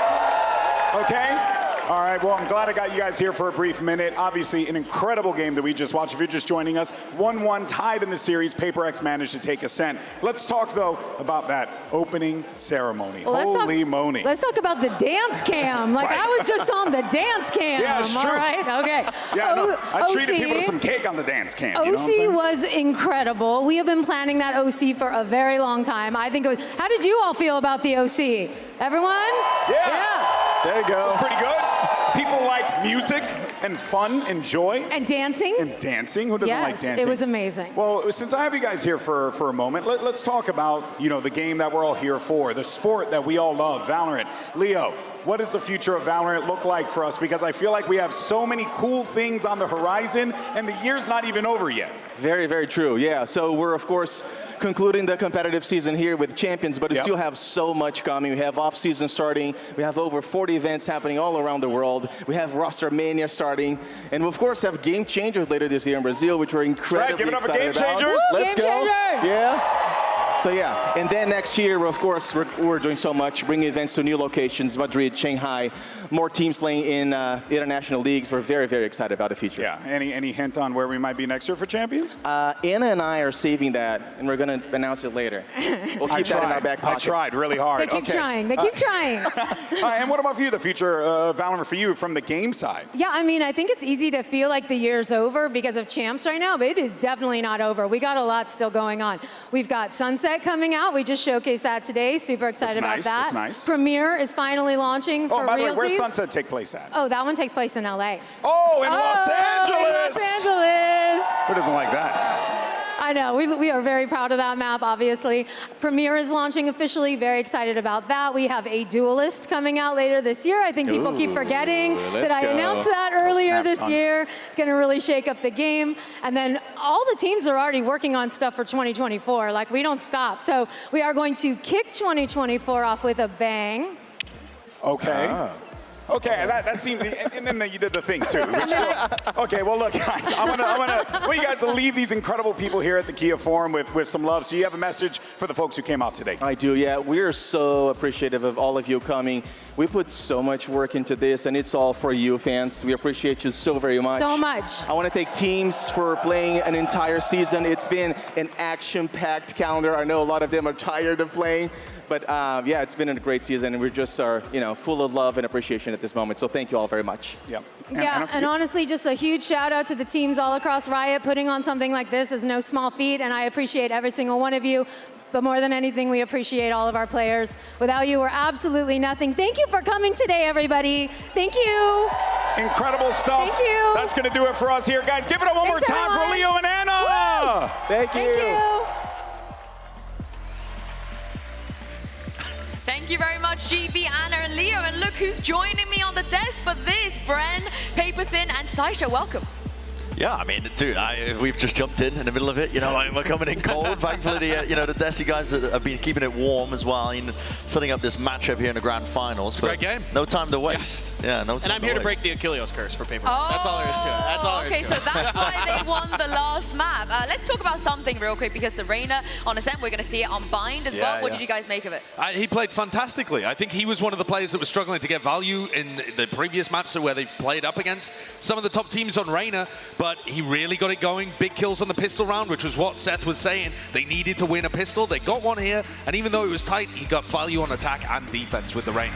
And what's impressive to me was he was able to play isolation a lot here on Ascent. So that's what he needs to do on Bind. That's where he's often left on his own, covering showers, covering long B, flanks like that. If he can start picking up value there, that's where the map can snowball in Paper X's favor. Yeah, I think it's going to be really interesting seeing if they do end up sticking with the composition. I can't imagine they're going to be changing it up last minute, when they do run the Reyna as we head into Bind. I mean, having said that, they just changed up their Ascent composition. Yeah, that is true. And also EG did change up their split composition last minute. So Potter said she did it this morning. Yes, exactly. I think both of these teams are at the quality right now and have enough of the backing and fundamentals down that they can make small tweaks, right? We're not talking vast compositional changes, but we're talking tiny tweaks. Well, let's take a look and see if we do get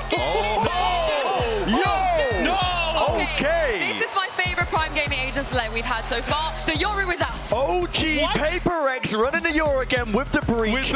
I fell in love with this team because of this composition when they ran it all the way back, years and years ago when they went on that run into the grand finals of Copenhagen as well. They were really bringing this one out. It's a heavy hitter. I'm loving it, man. I'm loving it. I just can't wait to get into the game. This is going to be insane. I mean, something, by the way, plays Breach on Fracture when Paper X does play that map. He's very good. He's got great timings with his utility, but it's going to be a very different style. It's going to be completely different than what you're used to seeing from Paper X on Bind. What I'm a little concerned about is when we were watching on Split, I think EG towards the end of that map ended up being able to hold for the defensive aggression really heavily. Well, I can't wait to get into this one. It is going to be map 3 on Bind. Let's send it back to your casters, Pansy and Hypok.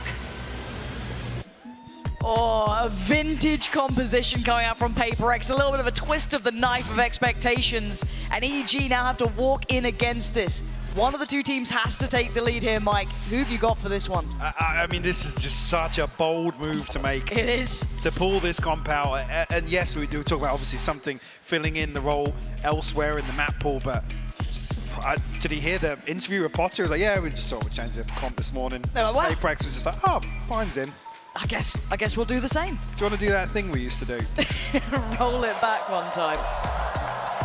Oh, here we go. Map 3. One of these two teams has to break the deadlock now, head to head.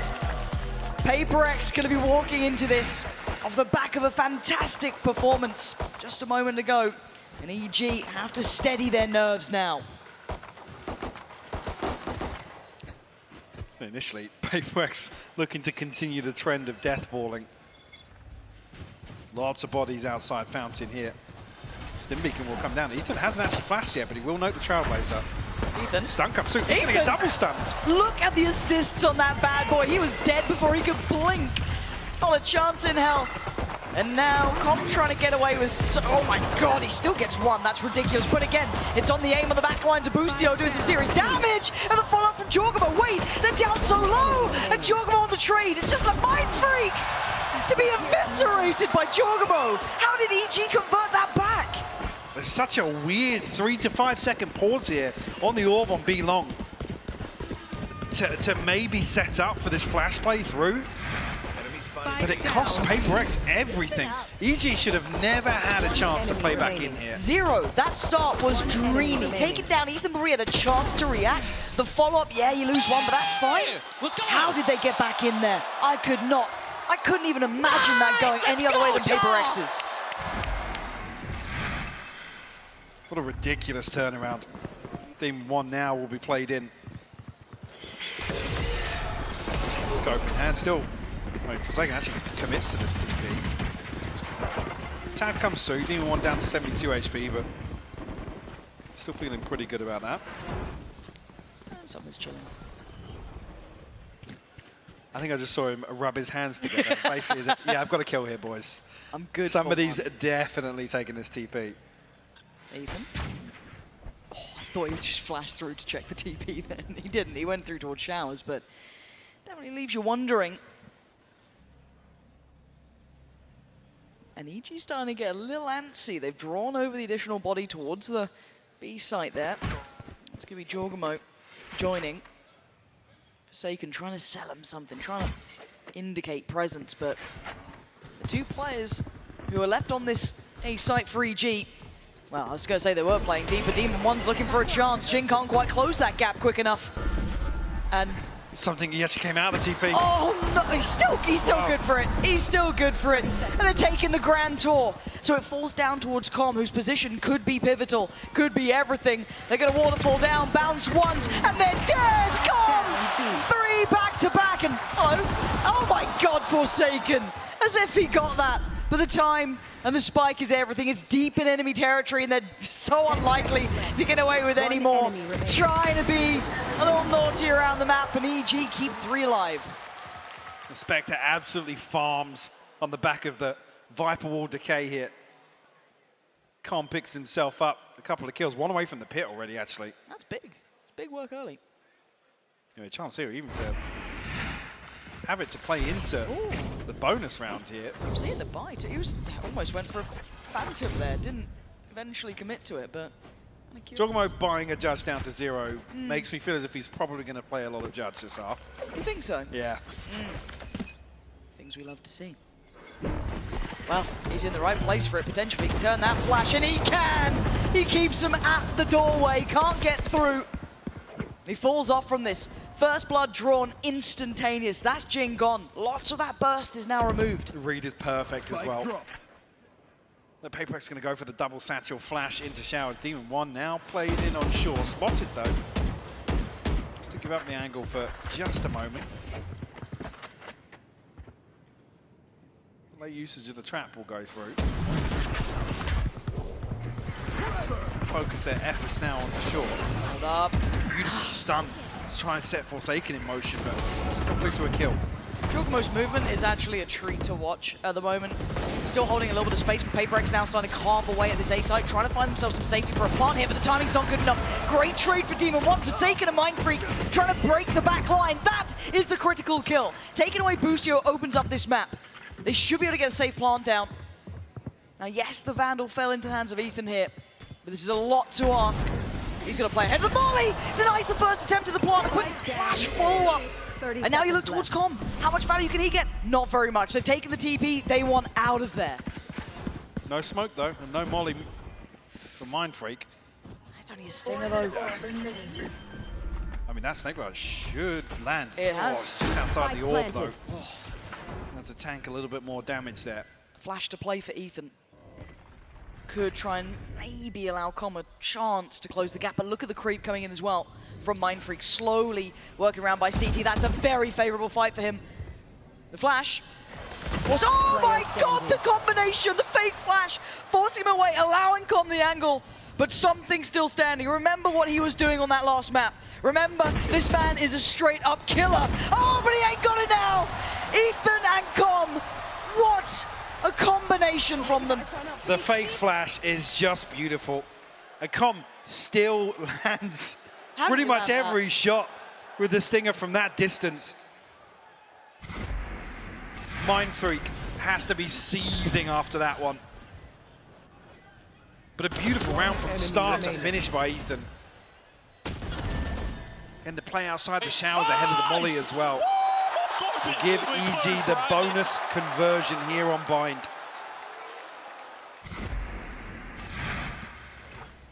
Operator in hand for Demon 1 as well.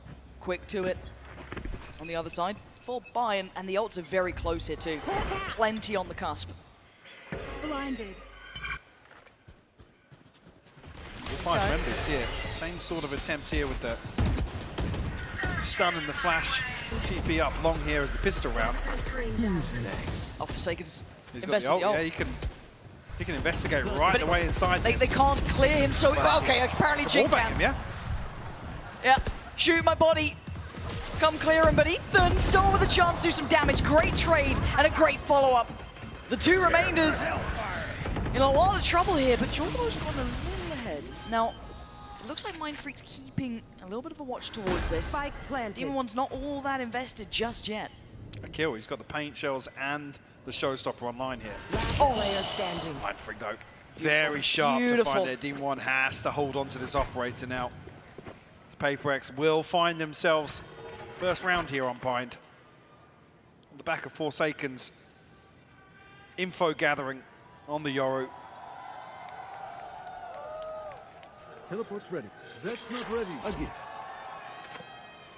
Forsaken doing wonders there.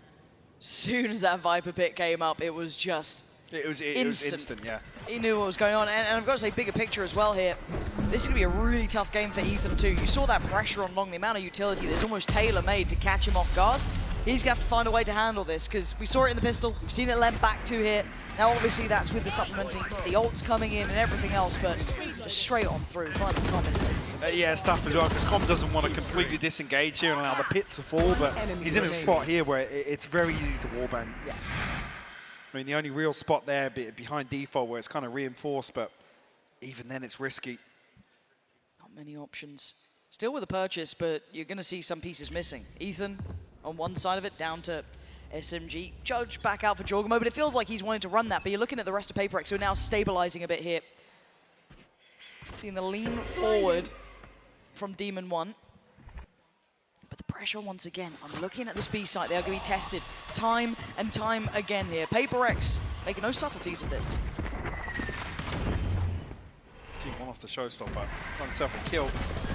Everything's here, going to follow up the Trailblazer. They're going. Satchel through. Oh, Tons of space created. Com's found the kill. Com over-delivering, and Ethan trying to keep his head down. Jorgamo dives in, tries to save his boys. But now the spike left in the hands of EG. Device surrounded, he can't get away from it. Boostio the one to put him down.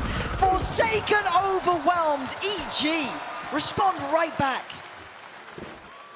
EG playing with a very different pace today. Across the board, different approach. Happy to take these scrappy engagements, go blow for blow with Paperex. We'll force a timeout here with a 4-1 scoreline. Paperex going to be left scratching their heads. Funds are really starting to dwindle. Ultimates, yes, but haven't found much success yet outside of creating opening engagements, and even then they're not really converting that towards rounds. No. It was quite interesting, an interview with Potter prior to this when discussing facing the likes of Paperex and kind of discussing the ability to have to be fully committed to this. Any indecision, they'll win. Anytime you second guess, you hesitate, there is a chance for Paperex, they will close that gap, they'll win that fight, they'll play to the pace they always will do. So interesting to see that EG have changed a little bit of the tempo towards this, maybe more willing to brawl, as if that's the conclusion they've come to, then fair enough. But this does mean these games will be high octane throughout. I don't think we can stress that enough. And I think for Paperex, we're going to have to discuss what the buy is going to be looking like into this round. And for the rest of this game, yeah. Do they fully commit towards this? I mean, Divide's in a spot to maybe throw a rifle in here. You see him quite often buy down to 700-800 credits, even on save rounds. But yeah, I was going to say, if Mindfreak keeps the Sheriff, he swapped out to a Stinger, they are forcing. Yeah. They've got ults, maybe a little set piece in mind they want to bring through. With the ults they have, I don't mind it so much, but again, I don't think any phrase could be more applicable than high risk, high reward. They need a bit of this to work out, otherwise it's 5-1, you've wasted your ult, your money's in the bin. It's the trademark of Paperex. Yeah. And a big adjust here, 4 players stacked towards A for EG. Com will hear the boom bot. Curious of what information he's relaying. You can already see Boostio headed back across. I mean, he can sort of just play in spawn if they have something incorporated around the orbital story. Yeah. Look at this. I thought Jorgamo was going. Yeah, I know. I'm just like, wait, is he actually pushing this one? The flash turn, Demon 1 back to it. The paint shell, look at the damage that could have done. Already doing a lot. The player who's slipping forwards, Ethan. Sat in the corner, set into motion by Demon 1. That's his chance to escape. They've done serious damage. Forsaken now, left in pieces. And Paperex have the opportunity closed in this round. Where do they pivot to? They don't have the smokes left now. They haven't achieved anything on the back of the window created of Mindfreak smokes being invested. The flash didn't catch. But look who's here, Jorgamo, get out of it, cleared, fantastic from something. Next in line, Ethan, this is when the ults become critical key. Counter flash comes in, but the ult gets popped. How's Boostio standing? That look to his feet. Not to be, and the follow-up. So clean with it, Mindfreak now next. And where's Divide? Trying to invest a flash, great work for Paperex, 10 seconds though. They gotta get it done now. Plant gonna come down and Demon 1 is watching. Eyes trained on this. Mindfreak looking for a fair fight, and there's not much fair about this 1v2. A molly to play, and a shot missed. A quick slip out, though. As Mindfreak gets to reposition, still not certain about Com. 8 bullets. Has to find an opening headshot, potentially. He's trying to play a little ahead here. A little bit of a gap to play with, not much, and that gap has been closed. He had to try, and try as he might. EG playing in unison. A nice attempt from Paperex, but it wasn't enough to keep control of the map. I mean, it's just heartbreaking that Com still at this stage of the round has 2 snake bites to force him out of the corner. Beautiful stuff. Boostio's first shot. Yeah. I mean, this was a headshot as well, by the way. Something. Yeah, Boostio shutting down the showstopper. Down you go.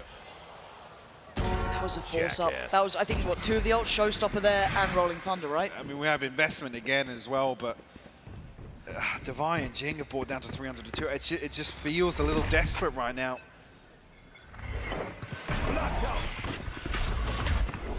This makes for very uncomfortable viewing if they don't find a round here, Lauren.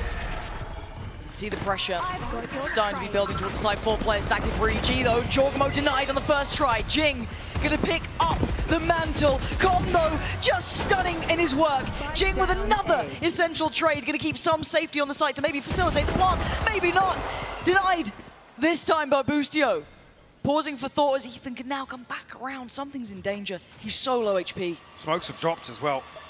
Gives Ethan a little bit of an advantage in this situation. That's big from Jing though, identifying the position still. Demon One's still got to do work here. They've got something pinned. And a flash and play for Ethan. Who moves first? Trying to isolate towards Ethan, but Demon One's got him. Catching that cross, and now Jing with it all to do. Oh, he's found the first, but the follow-up. Oh, up and over he goes. The Demon One puts him down. Paper X unable to strike back on the board. Beautiful way to close out. Demon One starting to land shots now with the operator. Com goes huge under so much pressure after Jorgamo falls. Still here to, again, counterbalance this, gets Forsaken and Devi in this situation.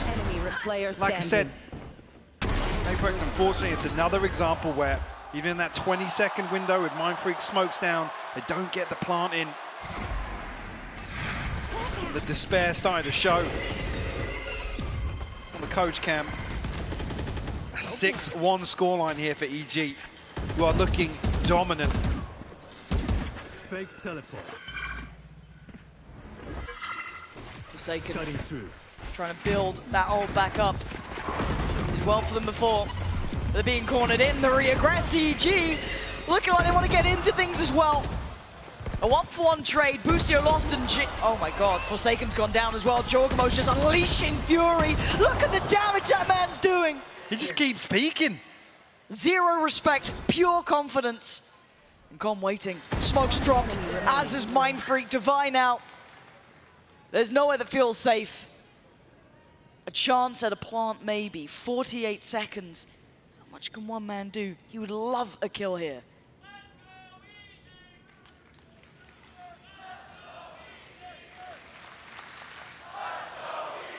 Creeping closer and closer. Oh dear. Oh Noted dear. here. 30 seconds left. But you got to feel like he has to have found a kill already, Lauren. Yep, and with Com slipping even deeper towards Showers, not allowing it to be easy, no one is giving Devi freedom. He might have to just take a... It's a gamble at this point.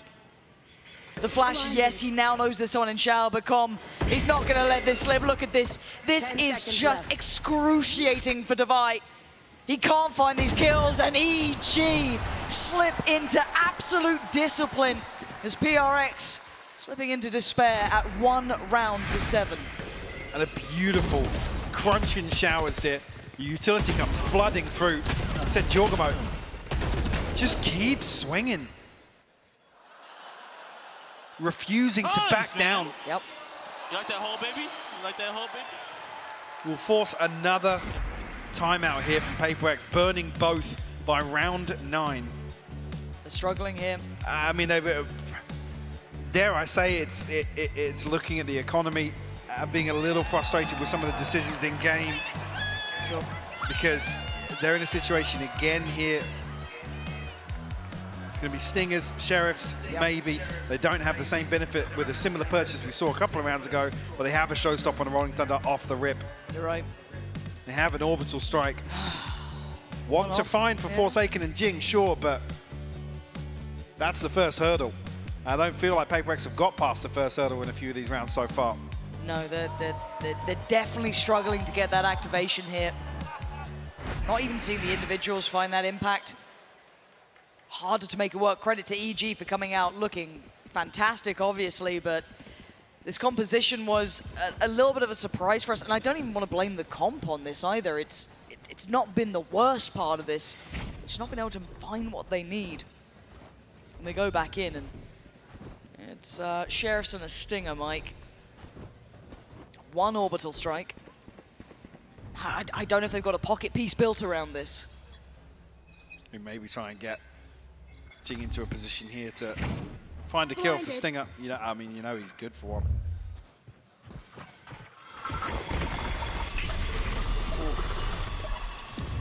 Again though, draws out the paint shell, the boombot, fault line. And D1's back on the angle already. I mean, he wasn't expecting somebody to be drifting back up this way. Oh. They're sticking around. They're willing to disrespect the utility and re-clear. The only surprise is Jing is going to close enough towards Jogamo, and this 1v1 has been going generally Jogamo's way. That's a nice change, and the flash is fantastic. Forsaken taking over the site now with the back of a perfect flash put into place by Divide.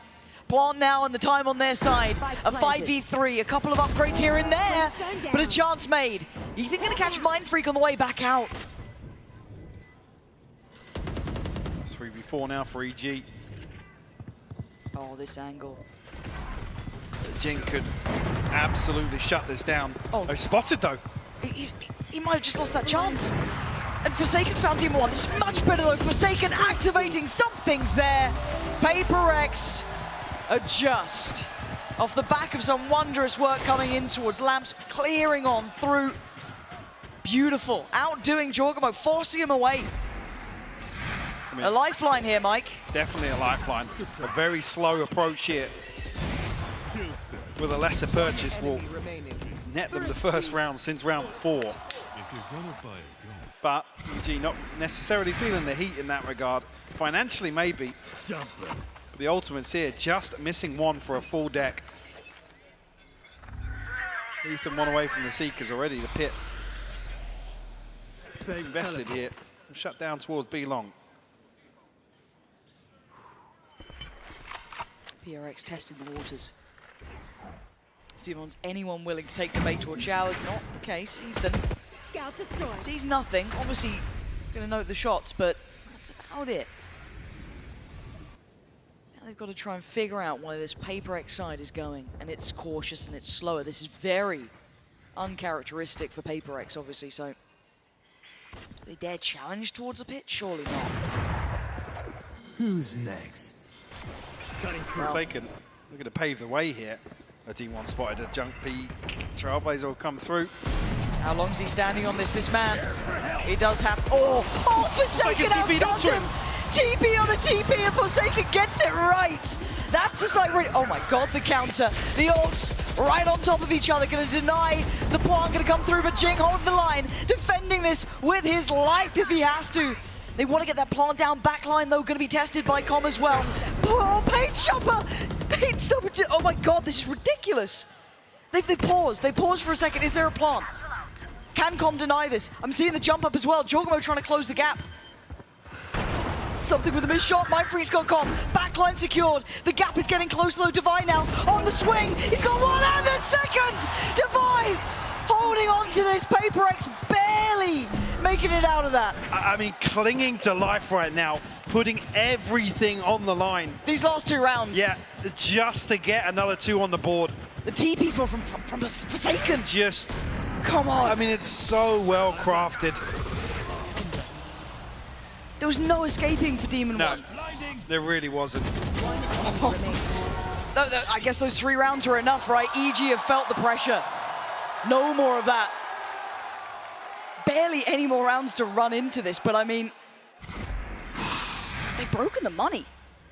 They have indeed. We talked about coming into that, they were 1 away from the Seekers, and that would have been a full deck in terms of the ultimates.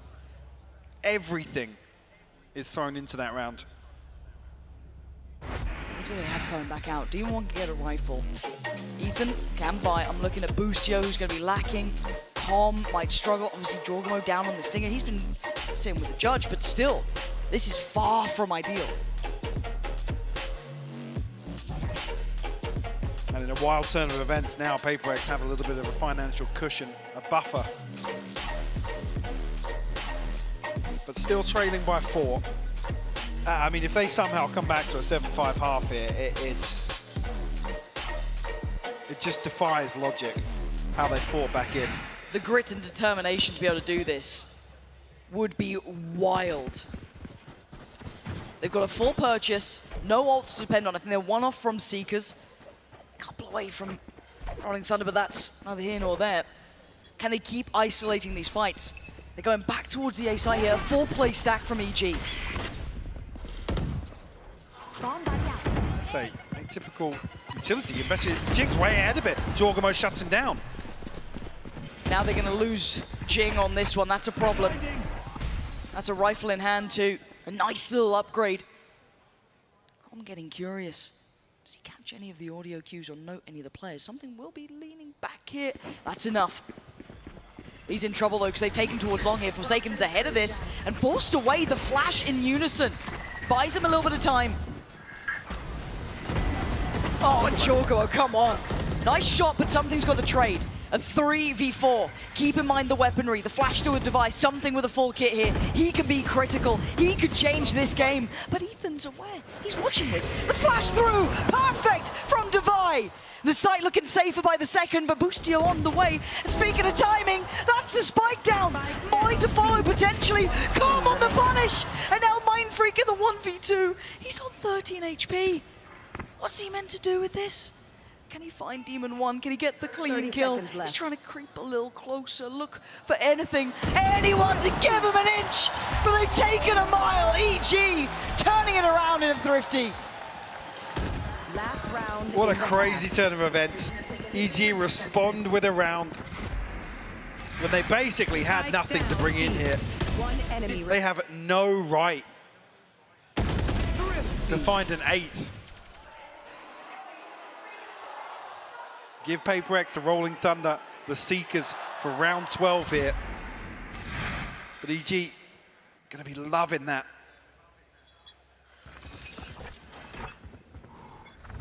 What's the options now? And it looks like a pace change actually from EG. Straight down B long, but Jing's gonna take maybe the space. He's gonna surely hear this. Wait, they're taking a look, but they had no idea the amount of bodies behind this. So much presence down long, they didn't expect it to be 4 of EG. The trade out is that Devi and Jing go down. I mean, the wild thing is, it's one of the few times you see Paper X in some semblance of a default as well. Able to isolate a couple of players on the extremity here, but elsewhere, Mindfreak gonna get an opportunity to find some space on A. Com has just been playing contact towards spawn. So this is the plan all along for EG. But Forsaken could catch Jorgamo. The spike is tripped. Okay, could, but doesn't. And now it's on Mindfreak and something. And yes, Mindfreak's got space, but as you noted, Com has been sat here waiting for this the whole time.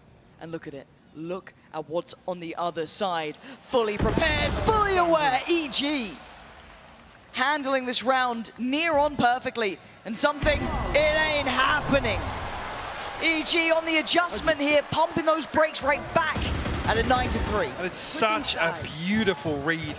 Even after this, they find the opening 2 kills, they sit in spawn, they're happy to just concede the entire map and play towards their strength in numbers. So well done, and a 9-3 half here for EG, firmly in control of Bind, Lauren. But can they close? Can they get over this one cleanly? We know the fight in Paper X. We know these guys can absolutely deliver when needed. But for now, a treat as we hand down to TenZ and GB. Hey everyone, I'm here with the one and only TenZ. Don't we heckin' love this guy? Yeah, we do. Hey buddy, how you doing? You feeling good? I'm feeling really good. Crowd's amazing. The matches are really fun to watch. Hope everyone else is enjoying it. Let's make some noise! It's great, right? Like, look, here, check this out. You could do, like, so long as you say something with confidence, right? Guys, can I get a yeehaw? See, all you gotta do is just say it with confidence. So you try, go ahead. Think of something. What? Lemons. All right, everyone, say lemons in 3, 2, 1. See, you just gotta be confident, TenZ. That's what it boils down to. Hey, I'm gonna get your thoughts real fast on this matchup. It's looking good for EG, but Paper X have been known to bring it back in the past. Where are you thinking? Where are the chips gonna fall at the end of this map? So it's definitely looking like EG is going to take this map. Paper X cooking up a really interesting comp. Respect to the Yoru. I love that. But yeah, it's looking grim at the moment, but I could definitely see Paper X surprising EG with certain like set plays that they might have cooking up in the lab. So definitely have to stay tuned and we'll see something. Yeah, no, I have no doubt about it. Now, obviously, you prolific player in your own right, obviously wanting to have these opportunities yourself as well. Curious to know, what's the future for TenZ next season?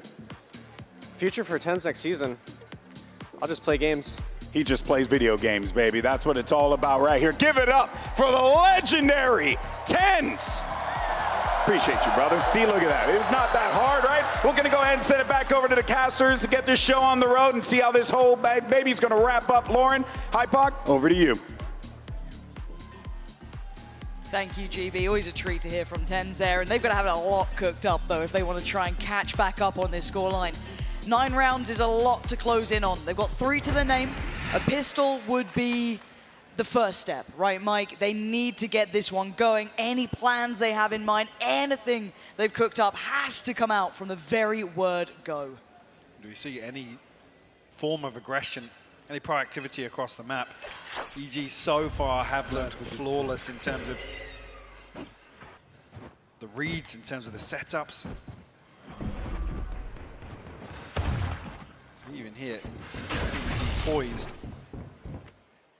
Just in case PaperX do decide to pull anything out to open up the round. Trap set up early, just the other side of the Viper wall on shore, and looks as if EG might drift towards the B site. Okay, so it's Divide and Forsaken. Divide deciding against falling to what happened to Ethan, essentially. Let's sit a little deeper. Make them work for this. Flash to stall, rotations on the way. 3 players trying to come on over, and Forsaken good for it. Fantastic find. Boostio goes down, the comm does get the trade, but no follow-up. They've noted that no one else has come out. They still at least have 1 player watching this push, watching this cross. They've stalled out EG. So already Mindfreak looking to rotate elsewhere. 40 seconds left, so plenty of time for EG to recover the situation. Flash will come through. Here's the pop coming through. Yeah, good trades. Great work from Jing. Back-to-back kills. Keeping this looking good. Jordan, the last one alive and barely.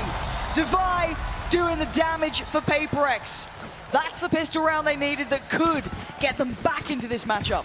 It was very, very similar to the same round we saw from Evil Geniuses here in the first half. Maybe to create a little bit of pressure onto B side, but the recovery is there from PaperX. Divide and Jing will combine.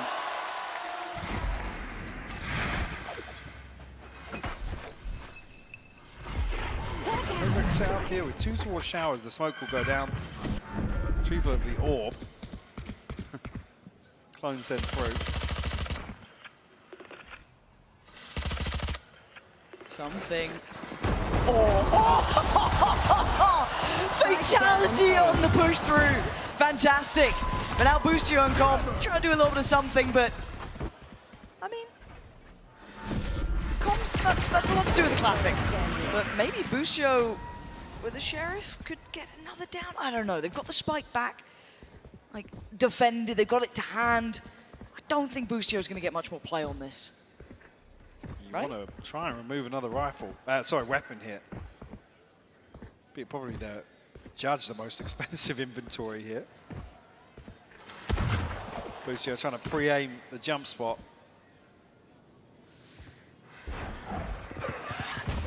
That could have hurt. Oh, but so can that! That's 3. Now there's a little worry. There's the judge exceeding close by. They have closed the gap. They are literally around this corner. Something. Weathers the storm, gets him out of danger, and the scoreline's not looking so bad anymore. Almost want to see the bonus converted though, and with 3 kills coming through. We'll see how PaperX do decide to carry. Obviously the judge singing here for something in showers.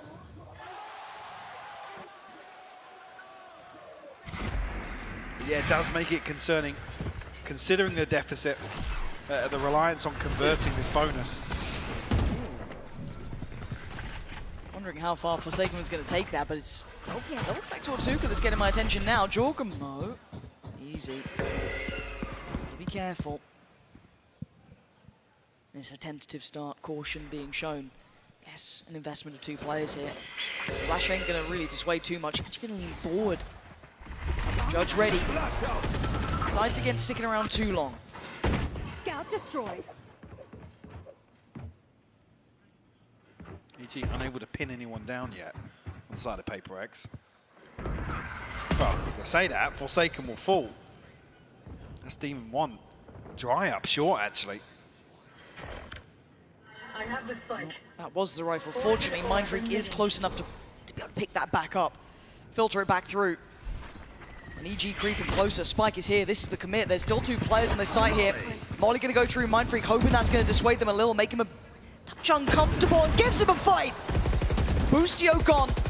And a 4v4. Jing on the back lines too, trying to wrap round towards this Mindfreak again. He can't do it again. Jorgamo's got him this time. And now they're looking for the plant. Do they try and close the gap now? Jorgamo trying to get ahead though, getting aggressive. And EG just clean house. Double digits found here. Boostio, the only casualty.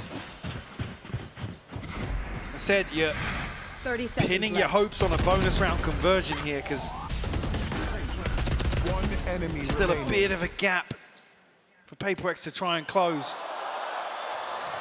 Where's that from? That can't be from in here, surely. Is that a bigger reaction than TenZ got? Yeah, I think so. Damn, must be nice. 10-5. Locust back on the game now. Paper X, another challenge for them. 10 rounds. This crowd's funny. Ready.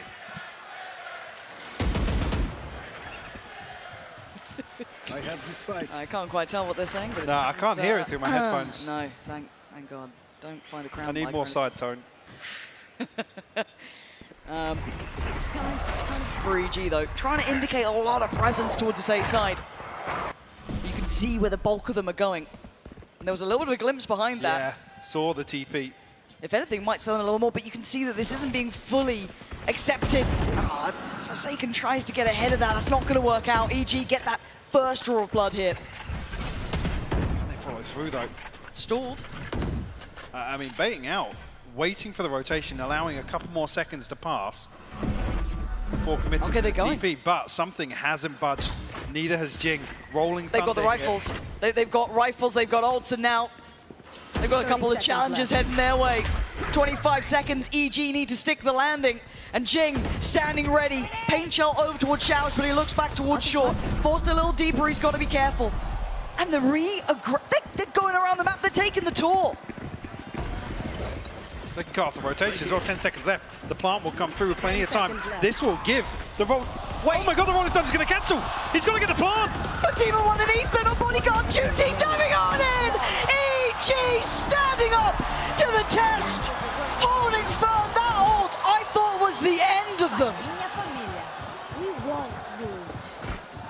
I mean, it can't get sent any later. That was as late as they could leave it. EG play the timing perfectly here to have 2 chances to plant the spike. But it doesn't even matter. EG find everything they need. That's a prime gaming flawless. To put EG on 11. Let's go. Good. Paper X back down to a broken purchase here. SMGs, a couple of Sheriffs, Forsaken's ult, but that's about it. As it stands, it looks like EG might be tipping those scales here. And now they're going to be forced. The nade's perfect. Further forward. And the spray, it ain't pretty, but the job's done. Jorgamo with 2, Boostio with the 3rd.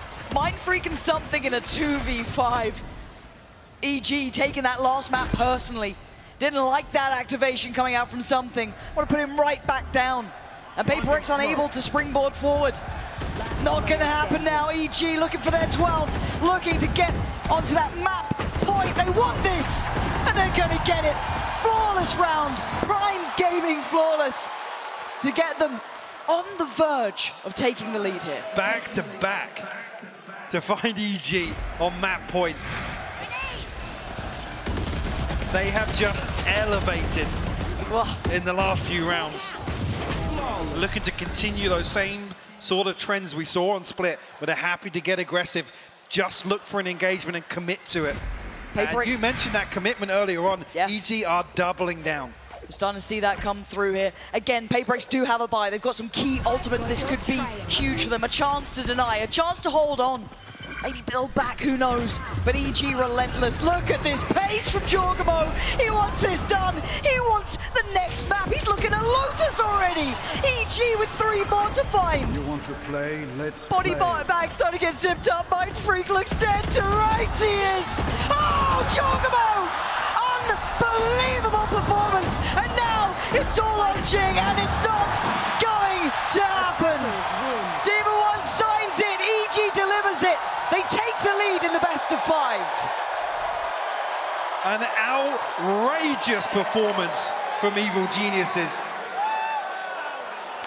Absolute destruction of PaperX, who come back out with a curveball, but it gets shut down, Lauren. I gotta say, with that performance, EG looking pretty poised right now. Hey, look. To potentially drive this one home. They've just taken the lead. I'm not writing it off yet. PaperX still have a huge opportunity going forward. This is everything we wanted from a grand final. Do not go away.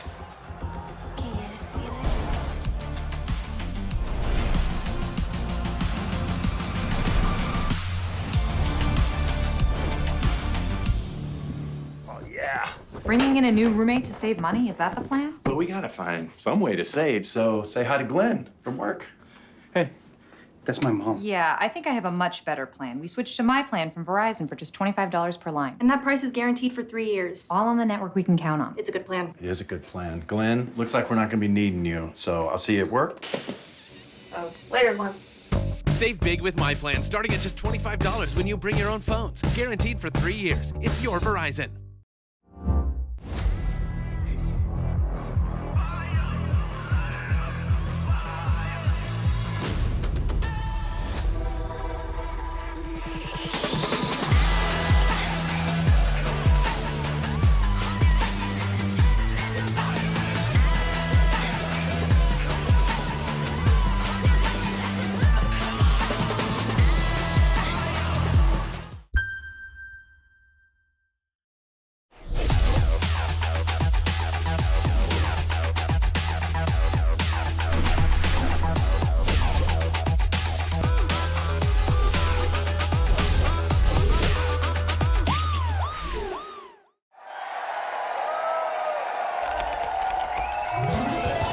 Red Bull gives you wings.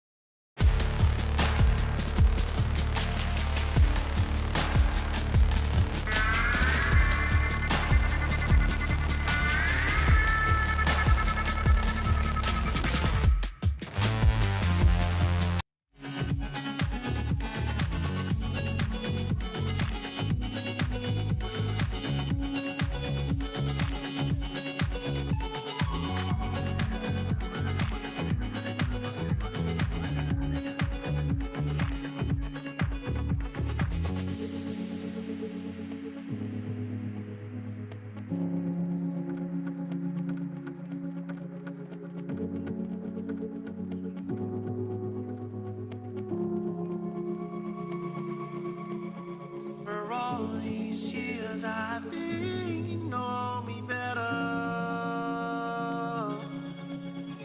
Take your time and never steer you wrong. Hold on to me, baby, just hold on to me. Baby, just hold on to me, on to me.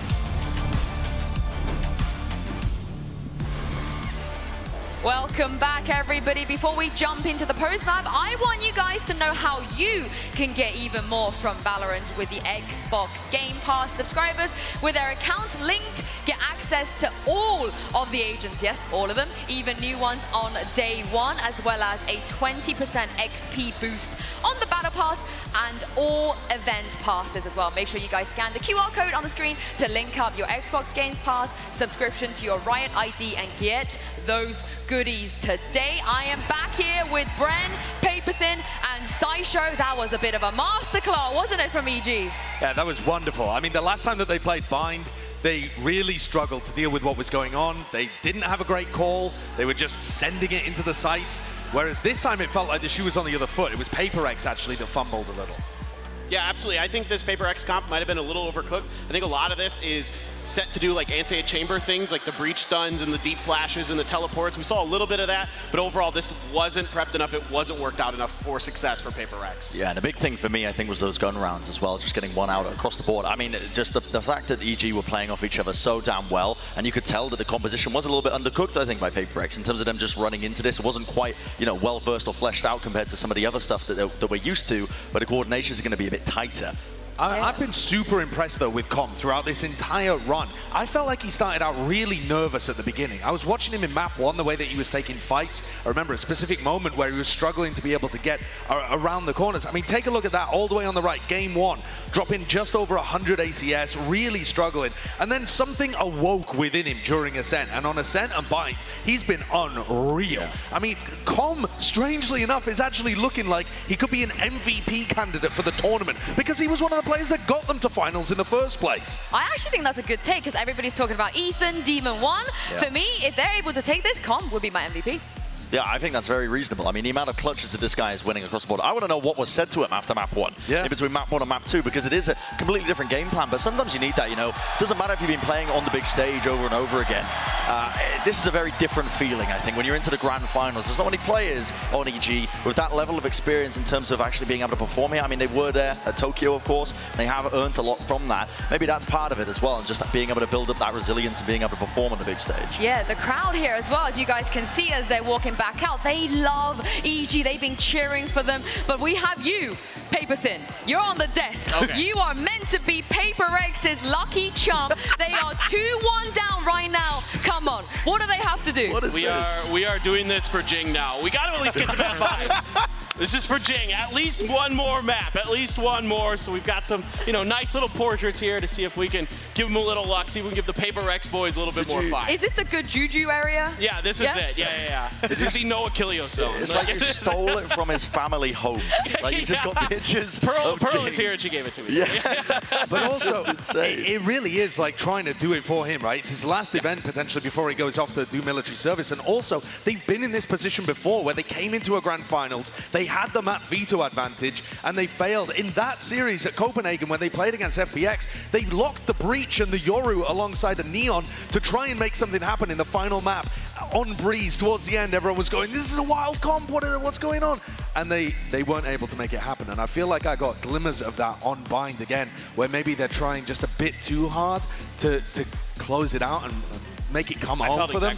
Whereas instead, if they're just loose and they allow their players to find those individual moments the same way EG are, that might be a better strategy. And that's why I was concerned with something going off of the Reyna, because he was really starting to heat up on Ascent, going over the behind, you know, this guy right here. He is absolutely, he's doing great so far, but yeah, we need to do it for Jing. But really, I think going back to the comfort picks here for PaperX, I think is probably the better strategy for the rest of this. This sounds stupid to say, but they are such a vibes-based team as well. They don't have a dedicated IGL. They are all about, in terms of the confidence they've got, and Alex calling, you know, a lot of their ideas for them. We know how impactful some of the timeouts are when he gets involved with it. You can just tell it's just the way that their team structure is set up. They are so unlike any other team that we really have in just VCT in general. And I think big knocks to the confidence, like we just saw on Bind, it's so damn important now to pick yourself up back mentally and get back into it. I mean, is that the soul? What do they have to do on Lotus here to make sure we at least see a map 5? Well, we don't even, at least I don't know exactly what composition they're even going to pull out on Lotus, because they've been trying different stuff over the course of not just this tournament, but you know, their last few iterations on this map. Whereas EG, they've just made small adjustments and came out and brutalized Loud on here, the team that took down Fnatic. I mean, they have worked on this map. We've heard it from Potter, how much work and effort they've put into making their Lotus not a detriment and making it a real strength of their map pool. So I'm concerned. PaperX here need to come out with fire. I'm not sure it even comes down to any large picture strategic things, so much as the individuals feeling it and wanting it and bringing their best when it matters. Yeah, and that's what gave Loud a lot of problems when they played PaperX on this map. It was like Jing blast packing at unexpected times, something grabbing both an op and a judge in that final round so that they had the flexibility to really kind of, you know, throw Loud's game off. We're going to need to see a lot more of that here if they're going to take EG down. I mean, it's the same thing for EG, right? They have a chance now for that trophy. They are so close. Brent, they need to close it out here. And they have been looking good in the past on Lotus, I think, as well. Those little adjustments they've been making, like we were already discussing. One of the things I'm most impressed with, I think, is just their calling on this. The bait and switches, you know, just poking and prodding towards one particular area of the map, making sure that they maintain control of another, especially on their attack side. They actually work the map of Lotus better than almost any other team, I think, at this event currently, just in terms of how they're able to force rotations. And it might just come down again to those big individual moments, like you're saying, Josh, you know, that form just being really nice for PaperX so they don't get disheartened by that. Well, let's take a look here at the Prime Gaming Agent select, and this is the comp that PaperX have decided to go for. What do you guys think? Yeah, I mean, this is what they ran last time. They've moved Forsaken over to the Astra. He said he preferred running Astra on this map instead of the Cypher, but it is still a little odd, and it's going to allow Something and Jing to really find those individual moments, but they need to grab those opportunities when they're presented. EG are such a good team, they are not going to offer you many openings. You have to take hold of each one. I'm a little bit worried for PaperX. I think they don't show too much nuance in their attack side. You know, Lotus is a map where you got to, you know, take it in many waves, honestly. It's too big in terms of just being able to take the map control by all-inning at the beginning, and PaperX love to all-in a lot. Lotus requires a bit of nuance. They might fall into a bit of a trap here.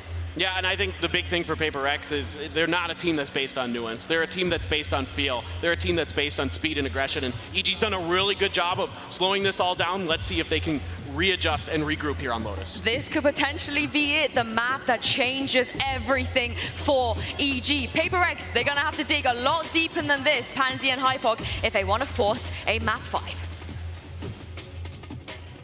And I think all of us here would love to see the map 5, but they have to make it past EG here on Lotus. PaperX is more than just the last dance. This could be the last chance to dance here for these boys. They have to pull it together. As said, Jing, the final ride here to carve your name into a trophy, to take it the distance. It's a dream come true, but still EG standing tall. Series advantage, map advantage, but now we come down to Lotus. It's going to be PaperX on the attack, EG on the defense. We go one more time. And coming out of Bind, you've got to feel like the wind is in the sails for EG. An opportunity here to come towards a real comfort pick for them of late. Obviously, seen PaperX take on Loud earlier on here in Los Angeles. Did go to an overtime. What a treat that would be. Bit of a PvE mission to start things off. They've obtained 2 orbs. Forsaken will have control of potentially the 3rd. Look how close they are to the side before contact. It's going to be Ethan on the chopping block. The paranoia is perfect. Forcing him away. You can see Forsaken. What? How did he come of that alive? Demon 1 as well. Adding insult to injury. He's still standing. Finally goes down. Finally. What's left? A 2v3. And it's vicious. Spike's not down just yet. Taking away something. And as you said, the Spike's not down. They haven't solidified this site. It's not necessarily comfortable just yet, and that's forced Divide into an unorthodox plant here. Boostio has found a kill. Jing will fall, Divide will respond. Shut down to Divide with a 3-piece to kick Lotus off here. Exactly what the doctor ordered. You wanted confidence, you wanted momentum. That could be the start of it. The shape of things to come, who knows? Look at that. Those 3 were everything. Because that didn't look good on the site, Mike. If I'm honest, you know, before that plant went down, it looked like EG had done just enough, but I mean, not with Divide standing. How is Ethan finding a kill? Shouldn't have done. Blinded, the paint shell raining down on him. One that almost makes that a reality. for EG. Very well invested round 2 purchase here from PaperX. Jing, now they're all farmed 2 away from the showstopper now. Com is going to be sat quite far away, and Forsaken could be far away. Yeah, good for 1, good for 2, good for 3. Back to back to back Forsaken. Makes mincemeat out of EG, who couldn't quite close the gap. And yeah, Com, bye-bye. VRX, beautiful. This is really clean. This is lovely from them, just to really ensure safety after that first round. I think 1 Sheriff in hand, not really going to be given an opportunity to even find an exit here.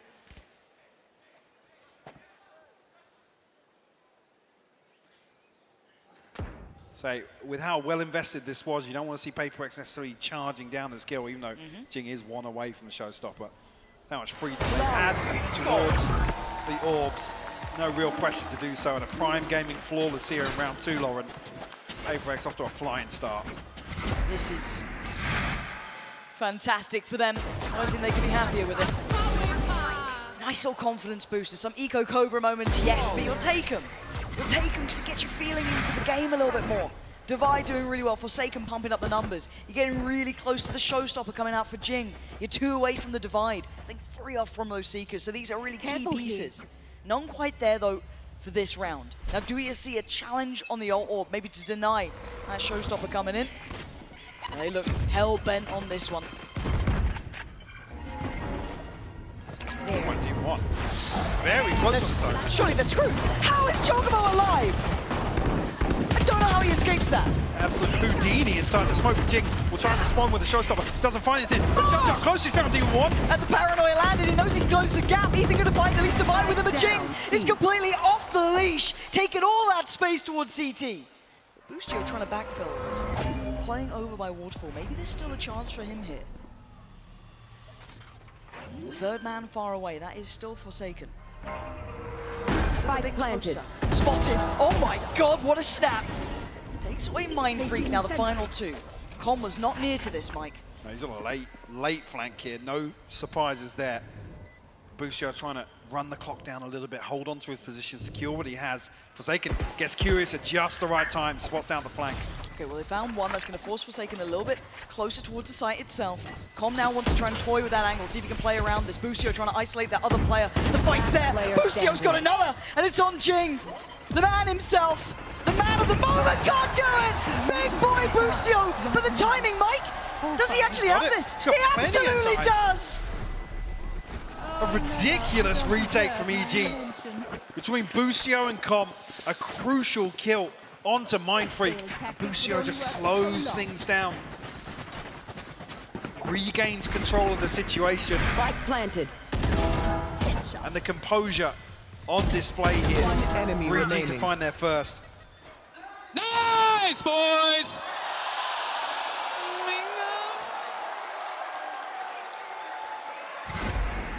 That's the first. It's the break back in here for EG. Operators out for something. This could be very impactful, but look at the rest of the map. You're going to have Omen split towards that C side of things, and you've got the 3-play stack working towards B. Getting the lay of the land here. They're going deep on this. Jing couldn't quite snap back for the first time, but is Forsaken on the second time of asking. Ethan now removed. Heal comes through, Jing, nice and healthy. After that first engagement, something hasn't necessarily been given any contact over here yet, but also the operator hasn't been noted. Oh, Boostio. Just on the brink. Firm presence here. Com doesn't have a snake bite to slow this down. And now he's got the pinch coming in. That's really uncomfortable. He's going to go down. Jogomo did win out his fight, so there's still a chance they can do some damage to this, but the site has been won. PaperX can get that plant down. There shouldn't be much to deny it. Jing is holding on towards his doorway. It's something to deliver that 338 right to the chest. As Demon 1 and Boostio trying to do anything they can. It's not happening here. PaperX are gripping onto this round, Mike. They're not letting this one slip. Demon 1 forced to head for the hills. 2K in the bank, a Vandal in hand. Wants to try and hold on to this. PaperX Find the third coming right back out of that loss on EG's buy round. So I was curious. Jing was going to have an opportunity at the start of this round to try and farm some orbs once again. Didn't necessarily look as if that early intention has carried across for PaperX just yet. Showing a bit more pace in terms of collapsing towards one of the extremities. But now with the operator in play, there's something sole task just to control rubble. So there hasn't been much intention shown from EG on that side. So often you see them really fight tooth and nail for that area, but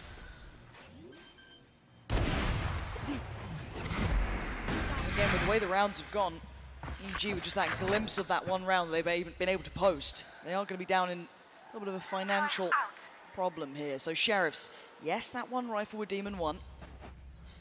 But it looks like their answer to this is to stack out, put 4 players on 8 and brawl. Well, let's see how well they handle it this time. Flash there, Ethan committed and getting closer. On the other side, something. Put one shot down range and then fall away. I think they've read this stack very well. Oh, Ethan down to 11 HP. On the other side, things Forsaken takes a bit of chip damage. But puts PaperX in a position to capitalize, find some space on the other side. Look at this. Paint Shell actually brings down to 45 HP. A gorgeous side take though, everything accounted for. Crossing the T's, dotting the I's. Yes, they know they're up against probably a broken buy, but they're still so methodical. One's gonna go down. And now they rescind away from the site slightly, actually. Tell a lie, they're leaving at least 2 players still towards us. The lockdown gonna be coming in as well. Lockdown here, there's only one rifle and the Seeker's available. The Seekers just went through, yeah, flash to force Jing away. Gap now closed, but they need to close down these kills. Boostio's the one to do the first, but look at the response from something. Instantaneous and clear cut! Boostio, what is going on? Oh my good God! Has he got time for this? He's got so much time. He can't believe it. Give me his POV, run it back for us, because I don't know how the hell he just got an ace. He doesn't know. Give me that replay, please. They had one rifle. Okay, fair enough. That's a nice start. Oh my. Yeah, that's... Nice! What a ace! Oh my God! Same. I agree. He's already got 6 out of 8 on board. Yep. What a ridiculous round. And Boostio had some of his biggest tests on this map historically. He's been bullied off this map. But now, what a time to come alive for him. Operator in hand, we've seen that dabbled with in the past. Now PaperX, they're going to be reeling a little from that. That's going to leave a sour taste in the mouth, isn't it? Maybe that will be a deterrent for PaperX to slow things down just a little bit. Something. What is that? That is ridiculous. Knew something tech just dropped, and he's found a kill from it. Of course he has. Of course he has. Oh, Boostio's been punished. Sight looking so vulnerable, ready for the taking. Gonna still clear through carefully, just in case. But that sight's all theirs. Very comfortable to be able to set up here. Jorgamote, full utility, 1 kill off the showstopper. Mindfreak ain't turning yet. No, Mindfreak's in an awful position. Rifle sticking out.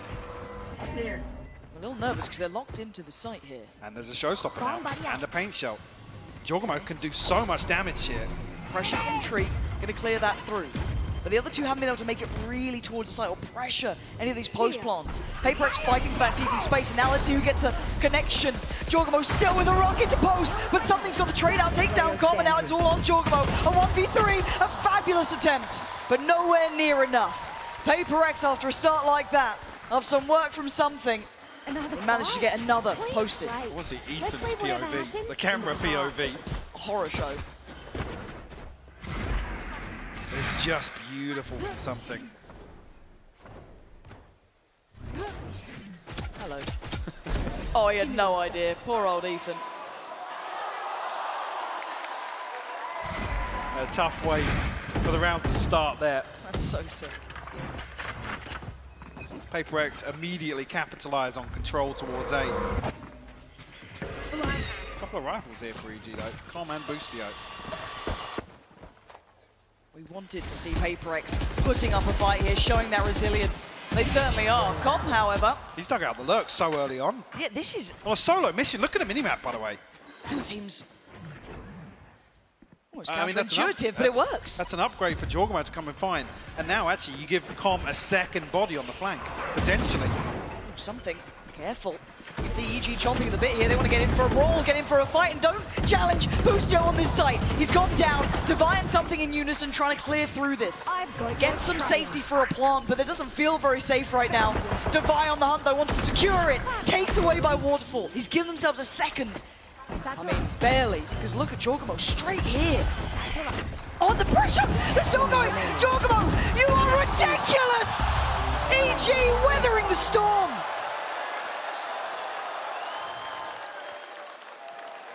Evil Genius is starting to convert a few rounds that are very PaperX-esque. A MasterCard thrifty here in round 7. Back of 2 rifles, Com so quick to shut this down. And afterwards, PaperX, although they're still at an advantage by the time they hit C site, they can't secure it. You see them desperately trying to claw into it, but man, fighting both of these teams here. Jorgamo getting a little bit dicey as well, pushing so deep. Look how far he's progressed here. They're peeling away from it. He's backfilling the space so perfectly. They had no clue. Now with the paranoia saying they might try and speed up towards A. This plays in Com. Still has the Viper's Pit. Just going to come through. That denies any accident. What the hell was that? In my life, seen anything like that. He saw something else, apparently. That is ridiculous. And that was the one tool for EG to heavily anchor towards A site. Okay, lockdown. EG need to pick up the pieces now after being shattered by something. Boostio starting trying to clear through. Look who's bounding in. Something gets sent away this time. Lockdown is dealt with. Boostio's out in the open. This is so dangerous. He's gone back for more. Mind Freak's having none of it, and Jorgamo ignores it. It's back to the site, back to action. But Divide back to business, holding on. This guy is just desperate to try and hold this. But a 1v1, a tap on the spike and the drop. Demon 1 has no idea. Mind Freak closing the gap. He's looking this way. Turns around. Time is running low. Demon 1 needs to clear him. He does. But the time, it's too little, too late. PaperX off the back of genuinely something I've never seen. It's the worst thing is he's just on autopilot. He just walks up to the pit. It doesn't look any better in replay. I still don't understand. Blinded. One left. Wow. One enemy remaining. Last player standing. What are you meant to say about that? I mean, you can barely catch a breath in some of these rounds. They're smothering him. And it's heartbreaking as well. That's the one thing as well, Com. The timing is perfect for him. Yes. Maybe something's a little ahead of the curve in that regard, but you don't expect that to happen. Again, no fear of anybody coming through, swinging through from arches, pushing stairs, nothing coming through from Link. Wow. Yeah, 1 kill to define that round. But in this timeout, what are you meant to say? Hey, just be careful that something's doing weird stuff. Like, just watch out, I guess. Don't play towards Waterfall when he's got ult, and also... Just don't be on A. Careful, he doesn't need to see you to kill you. Yeah, he's got radar. This man is genuinely wild.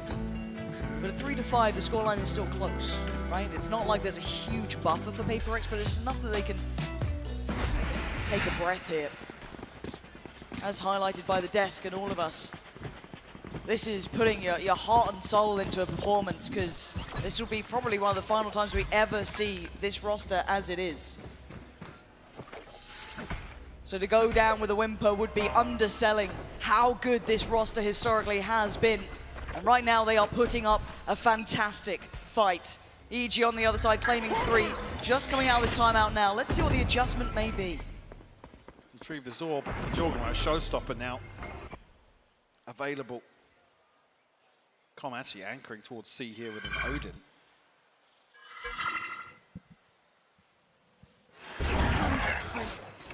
Feel the heat a little bit here. something's followed through on the Trailblazer. So maybe something tailored towards the retake here, though. I've got your trail. Hot on the heels. Oh my good lord. Okay. All good. Spikes down. Ish. Ethan trying to catch a second worth of timing there, but it gets closed. Very aware of that possibility of a late lurk coming back in through B, but Ethan really needs to try and break this, to try and open up this big opportunity, because they're trying to clear through the site, and we can see that mostly PaperX are playing offsite. There's that late challenge. Ethan turns on a dime, takes away Forsaken, and now the defuse is starting. Boostio ain't stopping. Someone needs to stop Boostio. Someone needs to stop Boostio.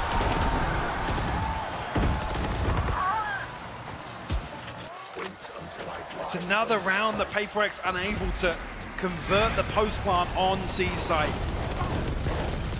The first one, the lockdown, just one rifle on the other side of things. Boostio gets away with daylight robbery here.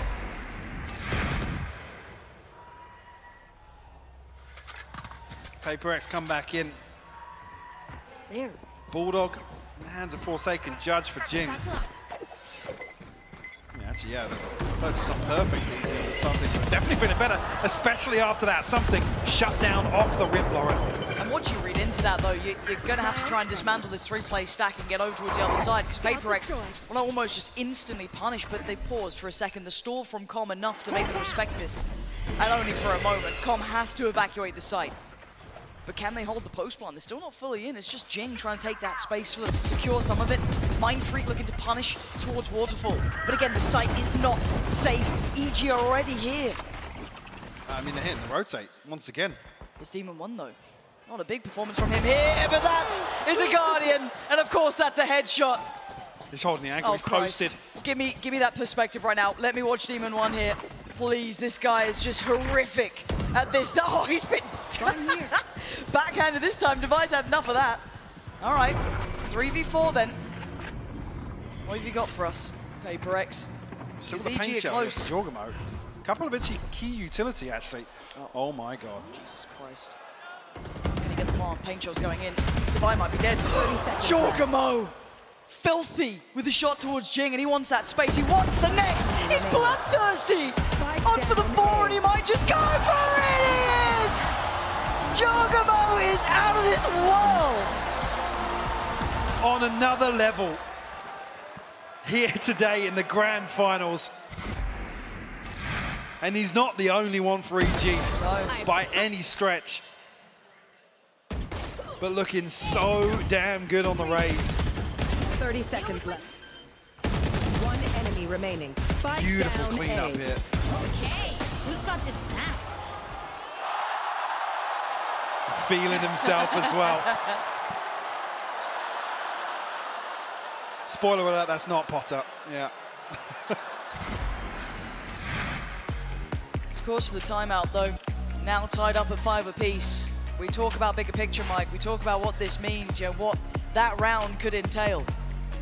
The money's not looking great for PaperX. No, they don't have a map to fall back to now. 1 off the Blade Storm, 2 off the Showstopper, so there's opportunities here maybe to swing the round back in their favor, but it's going to require EG kind of playing into that. Maybe PaperX retrieving some of these orbs. The start of the round, I mean, they've been good for initially, but when EG have re-explored towards Rubble, a number of rounds just feel really uncomfortable for PaperX. And it's like a scrambled decision on the back of maybe Forsaken falling, something in this example, where they just hit the panic button and they're rushing C. Yeah. And then they can't find site control, so they back out and walk back into a late A. It's so bizarre to watch, and not a situation we usually see PaperX in. They very rarely back down. It's usually full commitment, whatever they do. And look at this, the Stinger, the Guardian. They've got what they can, and it ain't much. It's not a full buy, it's not a full force.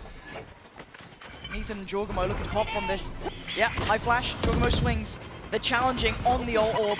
They don't want to allow it for free, but fortunately for PaperX, Boostio ate that flash, but he's carrying forward. He's going to take all the space away. They know exactly what's happening here. Yeah. They're herding Look PaperX around the map. Going to play Demon 1 in once again. But something will retrieve the orb. They need a round from this man.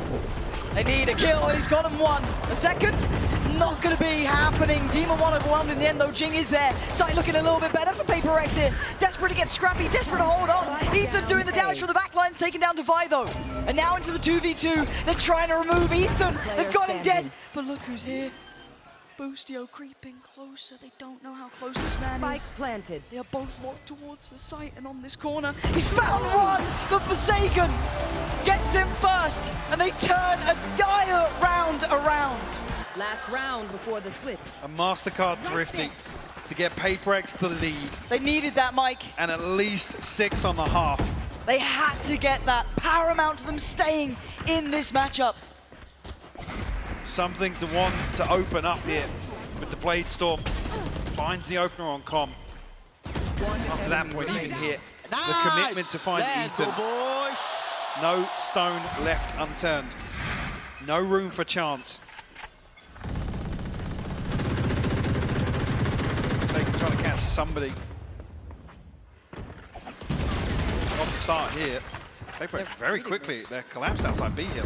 But there's 3 players on the other side for EG. They're very ready for this scrap to begin. Something going to get close, try maybe play towards connector or dip a little further forward, but look at Boostio waiting. Shorty in hand, something's got nowhere to go right now. Just trying to take some control, take some space, and Jordan clear on behind him. There's a chance for some serious damage, and there it is! Something again, giving them hope. Holding on to this matchup here, and giving them the man advantage. You want to fight it? Divide will go through. Are they going to disrespect that? Com's still behind it. Forsaken will catch Team Flash here. Now Ethan does have one. Oh my god. Oh my god. I don't think Mike Victor, he went into his smokes. He had no idea. And just an absolute flurry of frags. Jing is still standing. It's on Demon 1. He's got 2 targets, 2 victims. And surely he doesn't check Jing here. Surely not. This I mean, there's no way. There's not a shot in hell. Taking that back. Oh, Jing played it well, and Paper Rex pouring their hearts and souls into the end of that game. They've got a couple of rounds, Mike, but it's not many. 7-5 though, after what's felt like an uphill struggle for Paper Rex. Sky's out. Definitely going to be feeling good about that one. And a good recovery coming out of the timeout as well to convert the final rounds.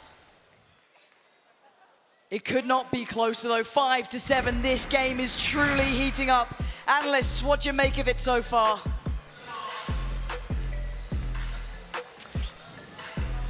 We're on the edge of our seat here, Brent. Every round has been so close. I couldn't believe how scrappy that was, honestly. Every single round it felt like was working with the bottom of the barrel purchases. I mean, the Guardians, the Stingers, everything, because it was just back and forth, back and forth. No team could build up any economical advantage at all. At any point, you can feel how much both of them just want to either bring it to that map 5 or make it decisive and just win it out here. Yeah, we saw some great moments from Boostio as well. If we check out the HyperX reflex moment of the day, an ace in round 5, and the Sideshow, we've seen a lot of aces in this tournament. We have. This is the 20th ace of Champions 2023, and that means it's officially the most aces we've had at any global tournament ever, which is just ridiculous. I feel like every other round we've had an ace, just somebody popping off. And this one from Boostio just came out of nowhere and actually started a bit of a resurgence for EG, who otherwise looked like they were getting bullied by Paper Rex, and it's been a very competitive half. Yeah, I mean, Paper Rex has really struggled with some of these quick flanks, these quick lurks throughout the day that EG has been doing. I mean, I can think back to that last round there.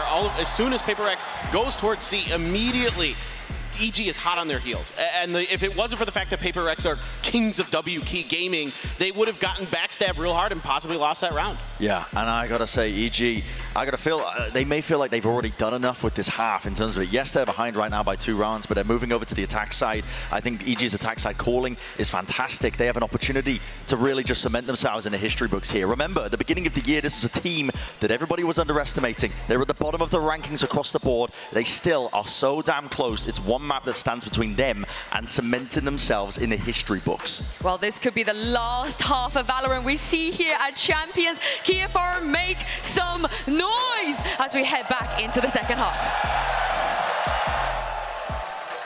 Deep breaths now, 5-7. It's a lead for Paper Rex, but it's a fine one. It's not enough to rest on your laurels for. You know that EG are fired up. They still sit at a 2-1 scoreline across the board. With this win here, they would become the champions.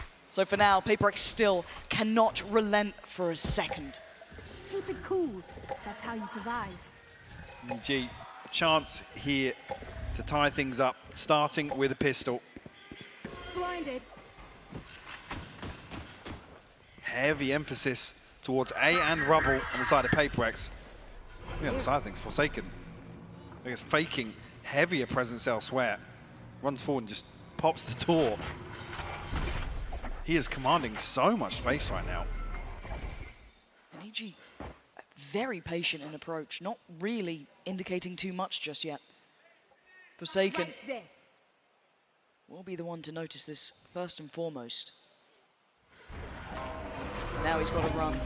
Get out of there, call for support.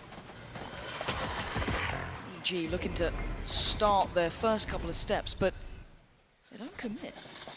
No, PaperX haven't bitten. They haven't taken the bait. There was a second to consider Divine and Jing's rotation, but EG are walking back into the blender right now. Something nearly caught. Face checking the wall. But 30 seconds left. EG have to find a kill.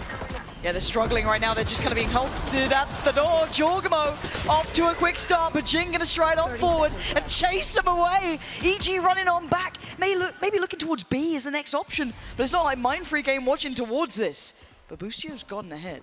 The flash, it didn't pop, and he takes the head of Mindfreak. They're going all the way to C. Boostio can cut off the rotations. They've been Forsaken. The site's gonna be theirs for the plant. The safety net in Boostio's lurk pays off for EG.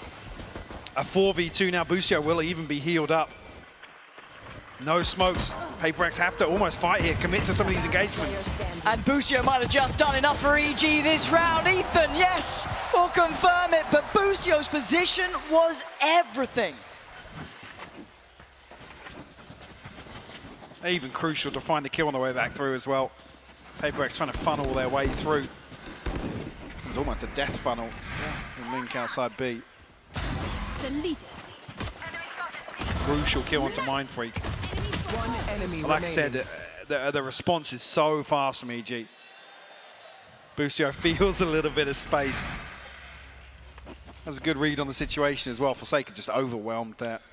But this is when the adrenaline starts pumping for EG as well. You get a big round like that, you do some big damage here as well. Boostio still popping too. This isn't a round you're looking at PaperX to potentially win. This is a very difficult round with just pistols. You're not going to see them in a similar sort of look, so you know this is probably a 7-7 scoreline. EG knowing they're really turning those screws, making it hurt. PaperX trying to stack up towards B, but I mean, look at EG. They're waiting for this wall. Yeah. Continuously we see the anticipation from EG. The reads generally have been on point. The flash out, not going to amount to too much. Oh, it's a massacre. It's an absolute massacre in middle. Devi can't do anymore. He absolutely can't. Demon 1 there. Gonna get him past it. Prime Gaming flawless, but the bigger picture here, Mike, we are tied up at 7 apiece. Sure, and I do want to see if EG continue putting this same wall over towards A, because it actually enables this spam off the rip. And something like Jorgamo can maybe just double satchel out. So it's actually him with the air. He's not going to be seeing anybody spamming off it initially here. But it's curious to see, because in the last round, definitely, there was a lot of chip damage done. Following the decay of the wall on the top of the wallbang coming through. PaperX still happy as 4 to continue fighting for the space. Forsaken's on an island. Again. This makes me... I mean, he's capable, but... Of course he is. It's Forsaken, but he's got 5 against him. His teammates are on B.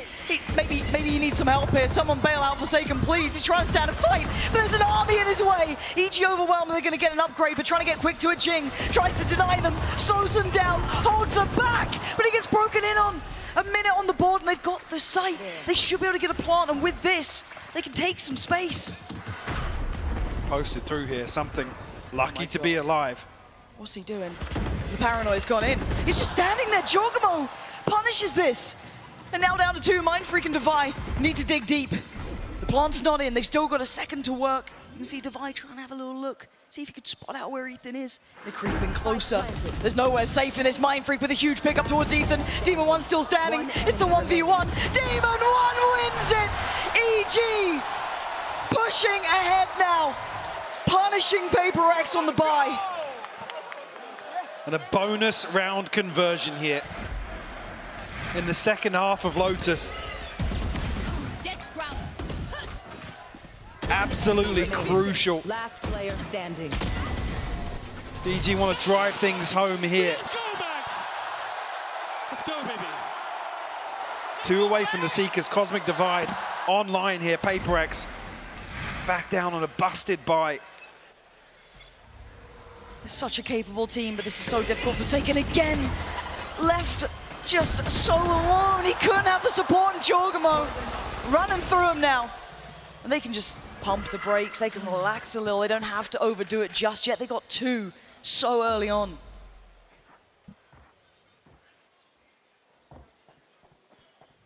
Maybe expecting further aggression. Paper X to try and take the initiative here. 2 Stingers, a Sheriff in hand. I mean, difficult really. Oh, Divide. Desperately trying to avoid detection, but they will survive for the time being. Mind Freak will fall elsewhere though. And a formality, the paint shell will find it. It's clinical. EG starting to believe, starting to feel that finish line, see it on the horizon. Something's down, it's 9 now. We're getting closer. Paper X. Is this the final stand for you? This purchase here is everything, and that's why there's a timeout. They have a full buy. But Mike, if it's not now, it may actually just be never. I mean, sure, they'll have another chance, but the thing is, it's how close they are to ultimates here in this one, and how one-sided the last couple of rounds have been. Operator online, something has to make that investment worthwhile. I think EG now have figured out that Forsaken is just on an island EC. Bit of a pace change towards Mound to shut him down. Paper X have to come up with something different now. In round 17, because it's becoming very concerning. EG knocking on the door of double digits. And the confidence will be sky high. Absolutely. I mean, they came into this map so confident. Yeah. A 13-5 on bind. And the way in which some of these players from EG really, really elevated as well. A huge positive for them. This is a big crossroads for Paper X. A gut-wrenching round.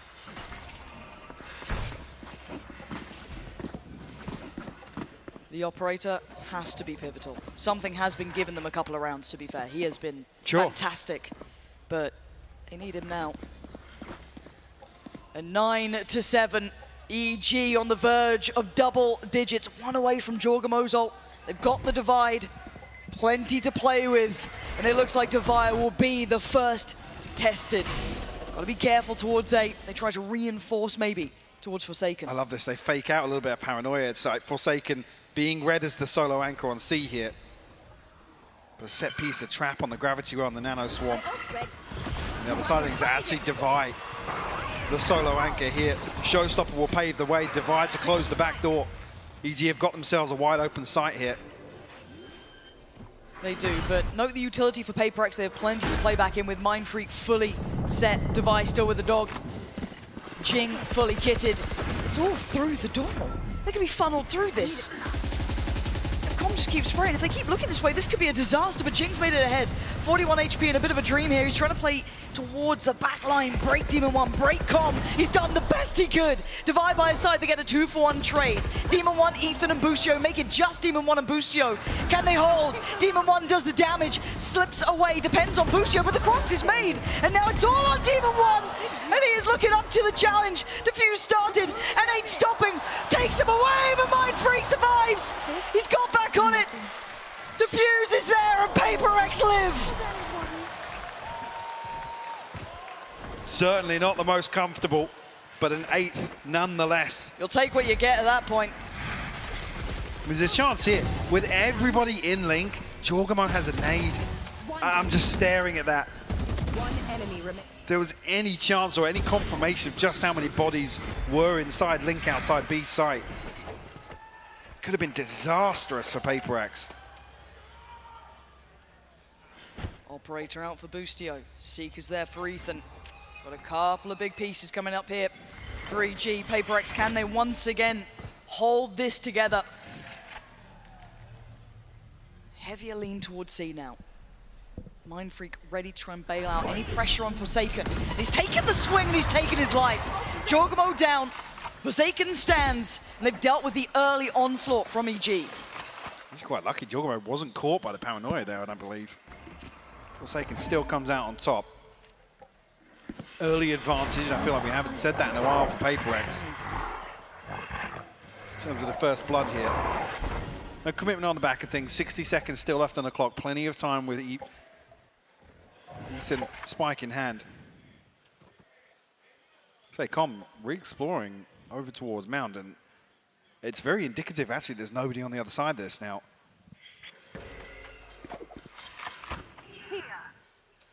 Mindfreak. He's got to be so careful. These Seekers are a problem. He wants out. He's going to fall away and respect the side take. He can't hold it on his own. Well, they're invested at the right spot as well because a couple of them go towards Waterfall, sorry, towards the door. Com's getting aggressive on this. Com's playing ahead, and that's so smart. A deep bit of utility going to make this harder, but the Showstopper goes above, but he's still going to catch Com. But the reveal couldn't make the most of it there, Demon 1. This is great from Paper X, holding this together. Boostio and Ethan. They've got the plant, but can they hold the post? Ethan staying close, overwhelmed, Jing's in there! And now all on Boostio in a 1v5, Paper X standing strong together here, closing the scoreline up once again. They're starting to rally now, Lauren. It'll be a prime gaming flawless.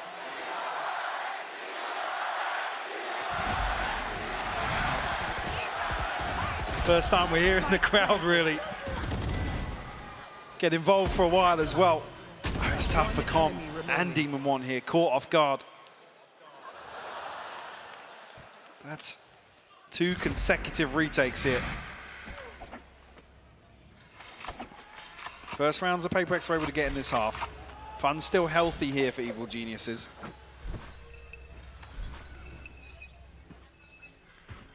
Nine to 9. Early start, aggression, something. Christ, that was close. But big indication that the operators noted here on this side of the map early on.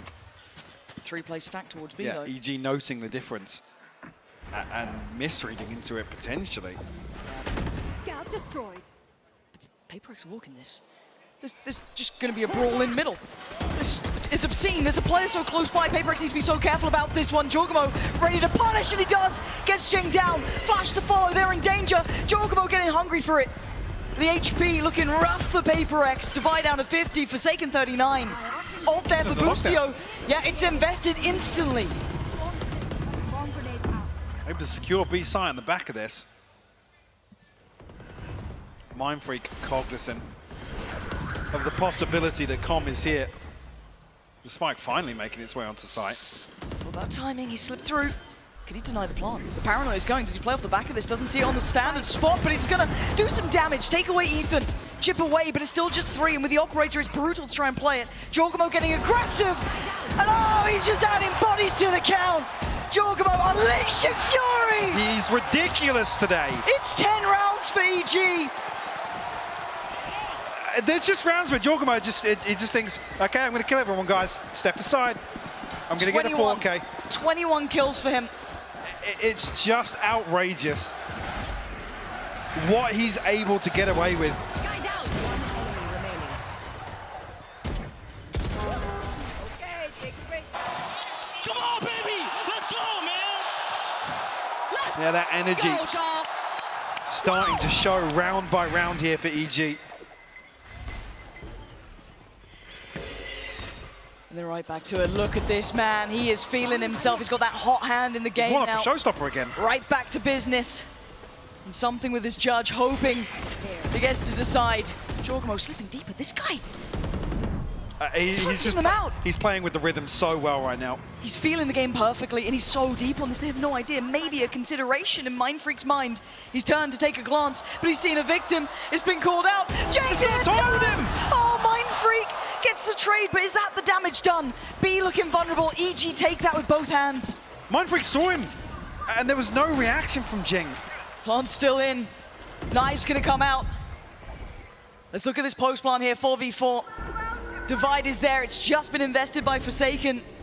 But can they divide and conquer now? Ethan's still in the site, gonna eat the flash, turn it in time. Goes back for more, chip damage left, chip damage right. He's looking to punish this, pop flash, yes! He's got it, Con there, Forsaken breaks in, overwhelmed! Paper X, they're back on the site! It's on Demon 1 and Com, they've already started this up. Diffuse doesn't get to halfway, he's been taken away from it, Forsaken with a second attempt, but look who's here! You didn't turn around, you didn't check behind you, and of course, Com and Demon 1 in unison! Pushing EG closer! 11 on the board, Lauren. Paper X against the ropes now. And keep your eyes on the right side of that scoreboard. Look at the money that's going to be left here. And the enemy was punished. It's starting to feel like the home stretch here. The atmosphere's changing, Mike. You can see it in the confidence. Just look at Chorgamo, the way he's playing. They can start tasting this. Can Paper X stop it? Can they hold anything? Oh! Straight out of the sky, something is just evaporated. And it's a 5v4. Chorgamo is tearing EG through this game. Leading by example now. Pain Shell goes in. Fortunately for Forsaken, gets a second shot at things there, but couldn't quite get it ready in time. The plant's gonna come through, and the gap's getting close. Chorgamo again. He is traded this time. A 3v3. Jing wants in. He gets in. He takes down Ethan. He's got the site. Demon 1 on the trade, and now the 2v2. Devi held back. He can't get there. He has to try and get past Com, and he's just not letting him through. Com takes down Devi. It's on Mindfreak now, or it's 12. He's looking for it. He's desperate for it. Can he save Paper X? Not today. 12 on the board. EG need one more round. Championship point for Evil Geniuses. The response comes through, 3 unanswered. And we talked about the concerns. Chorgamo is playing a different game right now. You saw him totally messing with expectations previously. Let's go, let's go. There's gaps in the purchase here, Lauren. Paper X, they're going aggressive. They're trying to pick themselves back up off the floor here. They've taken the space by A, but there's no one there. So it's Forsaken on the other side. He's trying to take a challenge, but he's put down to 25 HP. Slips away towards CT. Chorgamo, of course, going to take any space given to him. Giving him in, she's going to take a mile. Pain Shell to supplement. Viper's Pit is up. The brutality of this round is truly kicking into effect. Chorgamo trying to face down 3. And now the time is on EG's side. And they have a vice-like grip with the Viper's Pit set up here. The divide will go up as well, cause more problems. Paper X, though, they're looking to get aggressive. Jing, desperate for it. He will do everything he can for his side.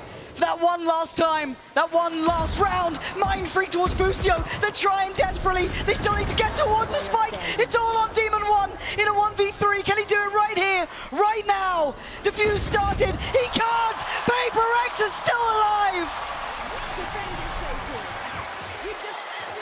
A lifeline delivered.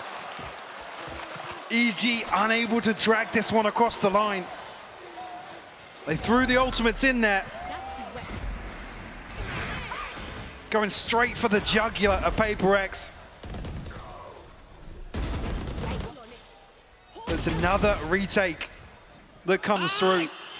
They're third on the half, the only successes they have found so far.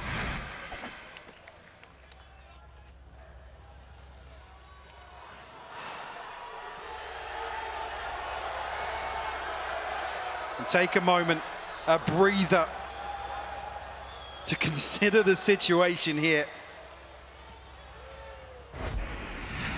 EG on the brink of finding a 3-1 victory over Paper X here. to be crowned the champions, Lauren. Their story has enamored most of us. Hard to turn away from a Cinderella story. It started out in NA, all the way through to Tokyo, and then potentially here. But it's still 2 rounds. PaperX, if there's any team who can dig deep, who has a reason to dig deep, to take us to OT, to take us the distance, it would be PaperX. Do they have it in them? Do they have the drive, the will to push through here? We're about to find out. With a buy made, it's not pretty from EG. Let's see if they can stick the landing now. Still very comfortable behind this though, so even if they concede, PaperX is 11th. Just down to the wire. Yeah, 24 at least will be a comfortable purchase. Look at this. Confident to potentially the very end. Still playing ahead, still showing presence, unrelenting. But they fall away now. Hoping to maybe cost EG a little utility, but it's something. He's waiting. This guy is pixel perfect. Forsaken's the one to find it. Oh no! He's just been caught on the way out! Demon 1 on the punish, and that's an upgrade. Another face check here with the dash. I don't think he noted just the reposition there. Forsaken, Ethan. Already though, relaying the information. Com hasn't made progress elsewhere because he's on a stinger.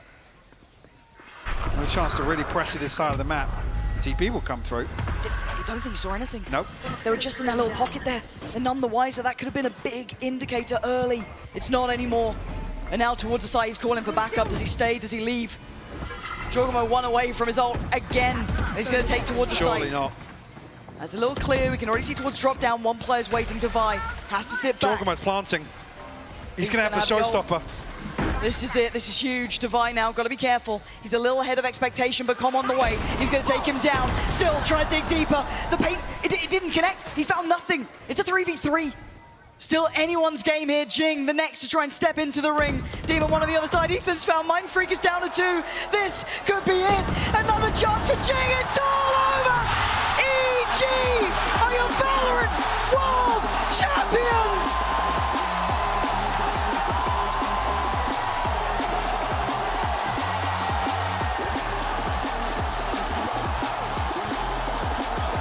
From 0 to hero across this year, Lauren. What a story for these guys. You can see what it means to them as well.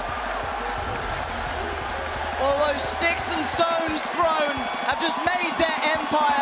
Everyone doubted them from the word go. And with every step they've taken, they have proven themselves one of the best we have in the game. They put their hearts and souls into this to face down a team like PaperX here and deliver is something incredibly special.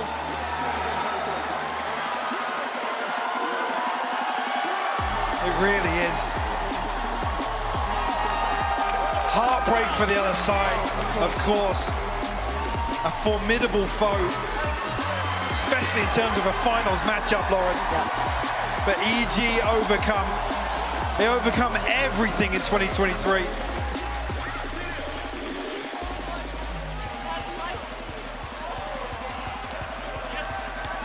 Wow, speechless. What a performance today as well.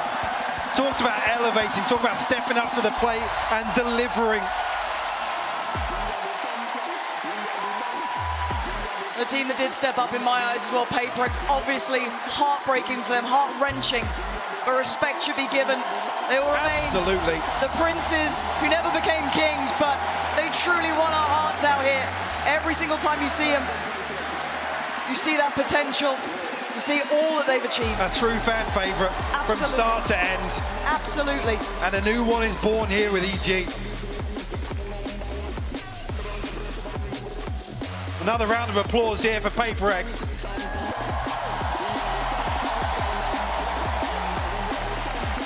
Respect shown down on the stage as well. Absolutely.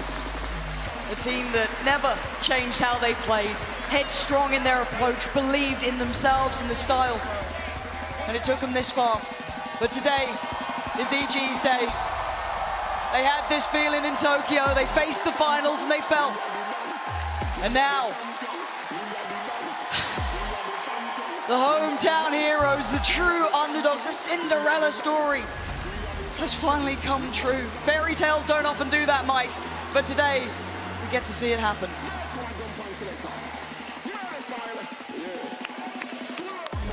Just to take stock of their performance here, it's just been speechless.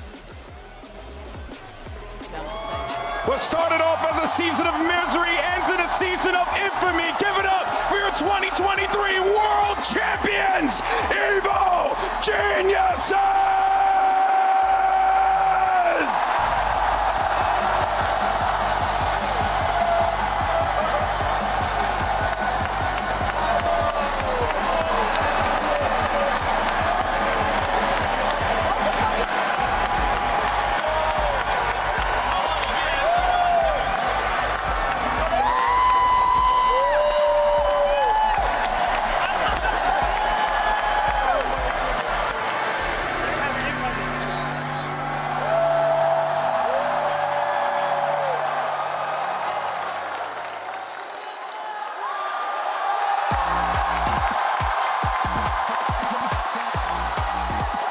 A sound I love to hear.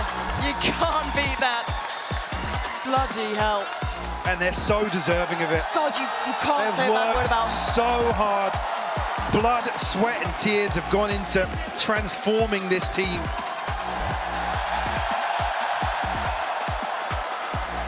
And I mean, Ethan, you talk about talent, you talk about Demon One coming in. This guy, he talked shit and he actually stood the test. The turning point for this roster.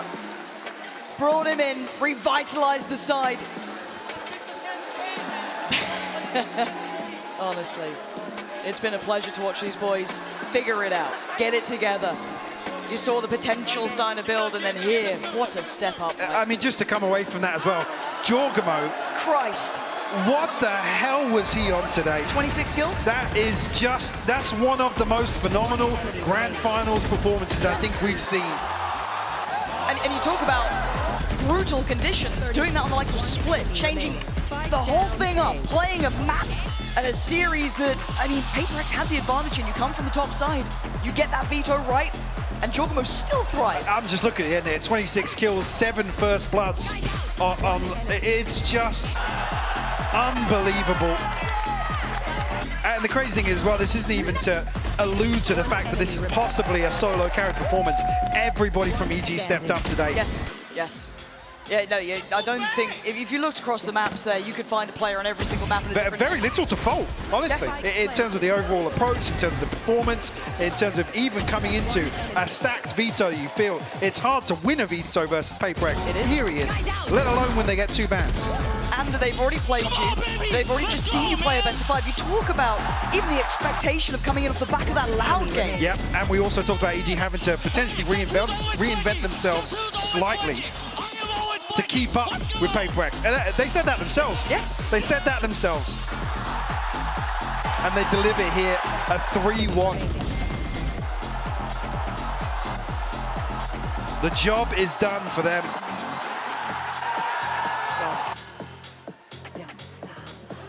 What a moment. That is a very special victory. Genuinely, truly is. Oh man, what a day. What a final. Yeah, yeah. I think a lot of us kind of looked at this and thought, you know, PaperX could be the ones, at least the full distance on the maps there, but it's tough as well because even with the scoreline here, 3-1, they came so close to doing it. Of course they did. And it would have been almost another fairy tale for them, yes, for Jing to go out this way, but it just wasn't there. Evil Geniuses today on a different level altogether. You're absolutely right. And for PaperX and Jing specifically, he's left his legacy. Absolutely, yeah. I mean, widely regarded still, even with that performance here in the Grand Finals from Jorgamo, widely regarded as the best Raze player still. And I think he can definitely hold his head high. Wow. I mean, this has been truly a special moment. Congratulations to EG for doing something that a lot of people doubted. And for PaperX putting up a wonderful performance. That's it from us. Kia Forum, give it up for your world champions, Evil Geniuses!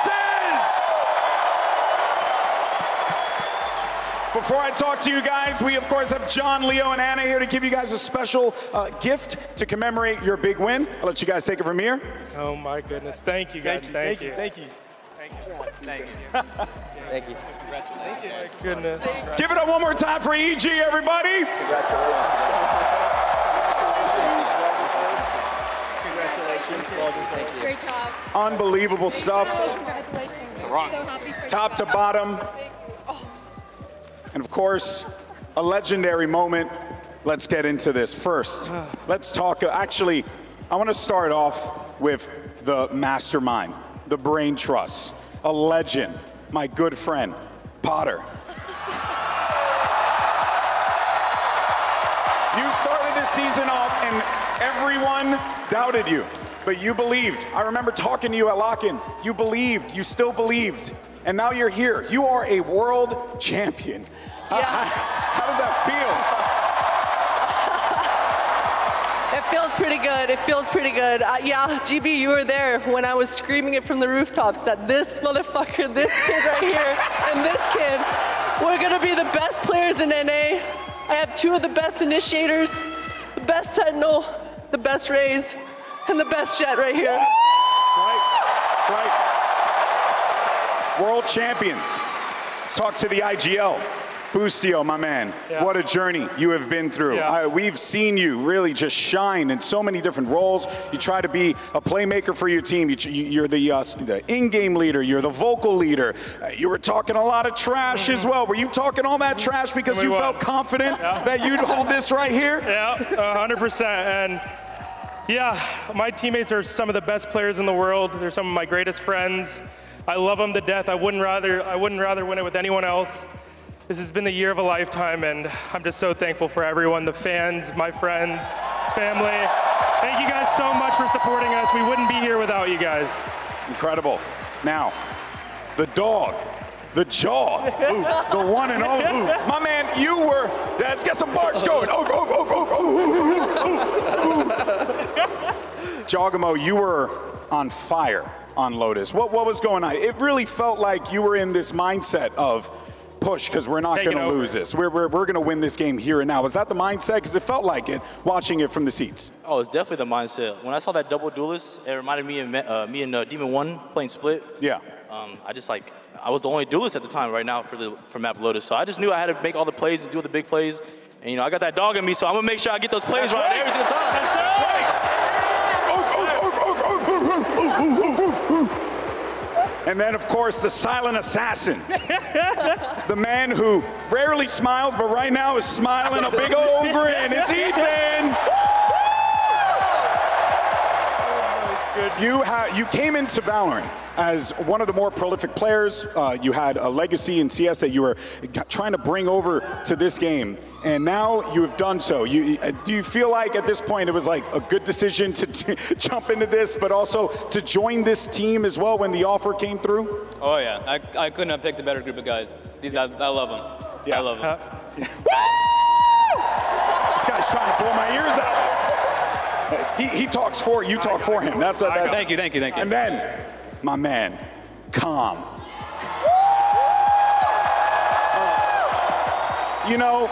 A lot of people doubted you, man. And I wouldn't be shocked if you even at points doubted yourself as well, because of just how difficult it was to get to this point. But at the start of the season up until now, obviously a massive journey that you undertook. But what did you personally do? Was it just like you getting back to the lab, grinding, working your butt off? What was it, man? I mean, every day just making sure I gave it my 100%, always like my family taught me. Just always give it 100%, and I just want to say I did this for my grandfather. I finally did it. Damn right. Damn right.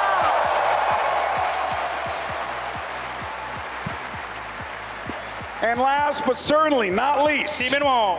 Demon One! Thank you, Boosty. Thank you. Demon One, when you came into this team, I remember seeing the conversation online, and there were question marks. People were unsure. They were like, wait, who is this guy? Why is he on this team? Is this just a meme? They weren't sure. And then you start playing, and then you start shutting people up. I mean, was that it? Was that your motivation the whole time? Like the moment you got on this team, you just want to prove everyone wrong? Oh yeah. Fuck the haters. Respect my fucking name. I'm the best player in this game. Best player! You know what? He's a champion. We'll give him that one. We'll give him that one. Hey, you know what? Last but certainly not least, you know what, Boosie, we'll go to you since you're in the IGL. Is this the start of an evil geniuses dynasty? Absolutely. Absolutely? Absolutely. Absolutely. Well, Absolutely. I don't think there's anything left to say besides give it up one more time for your world champions, Evil Geniuses!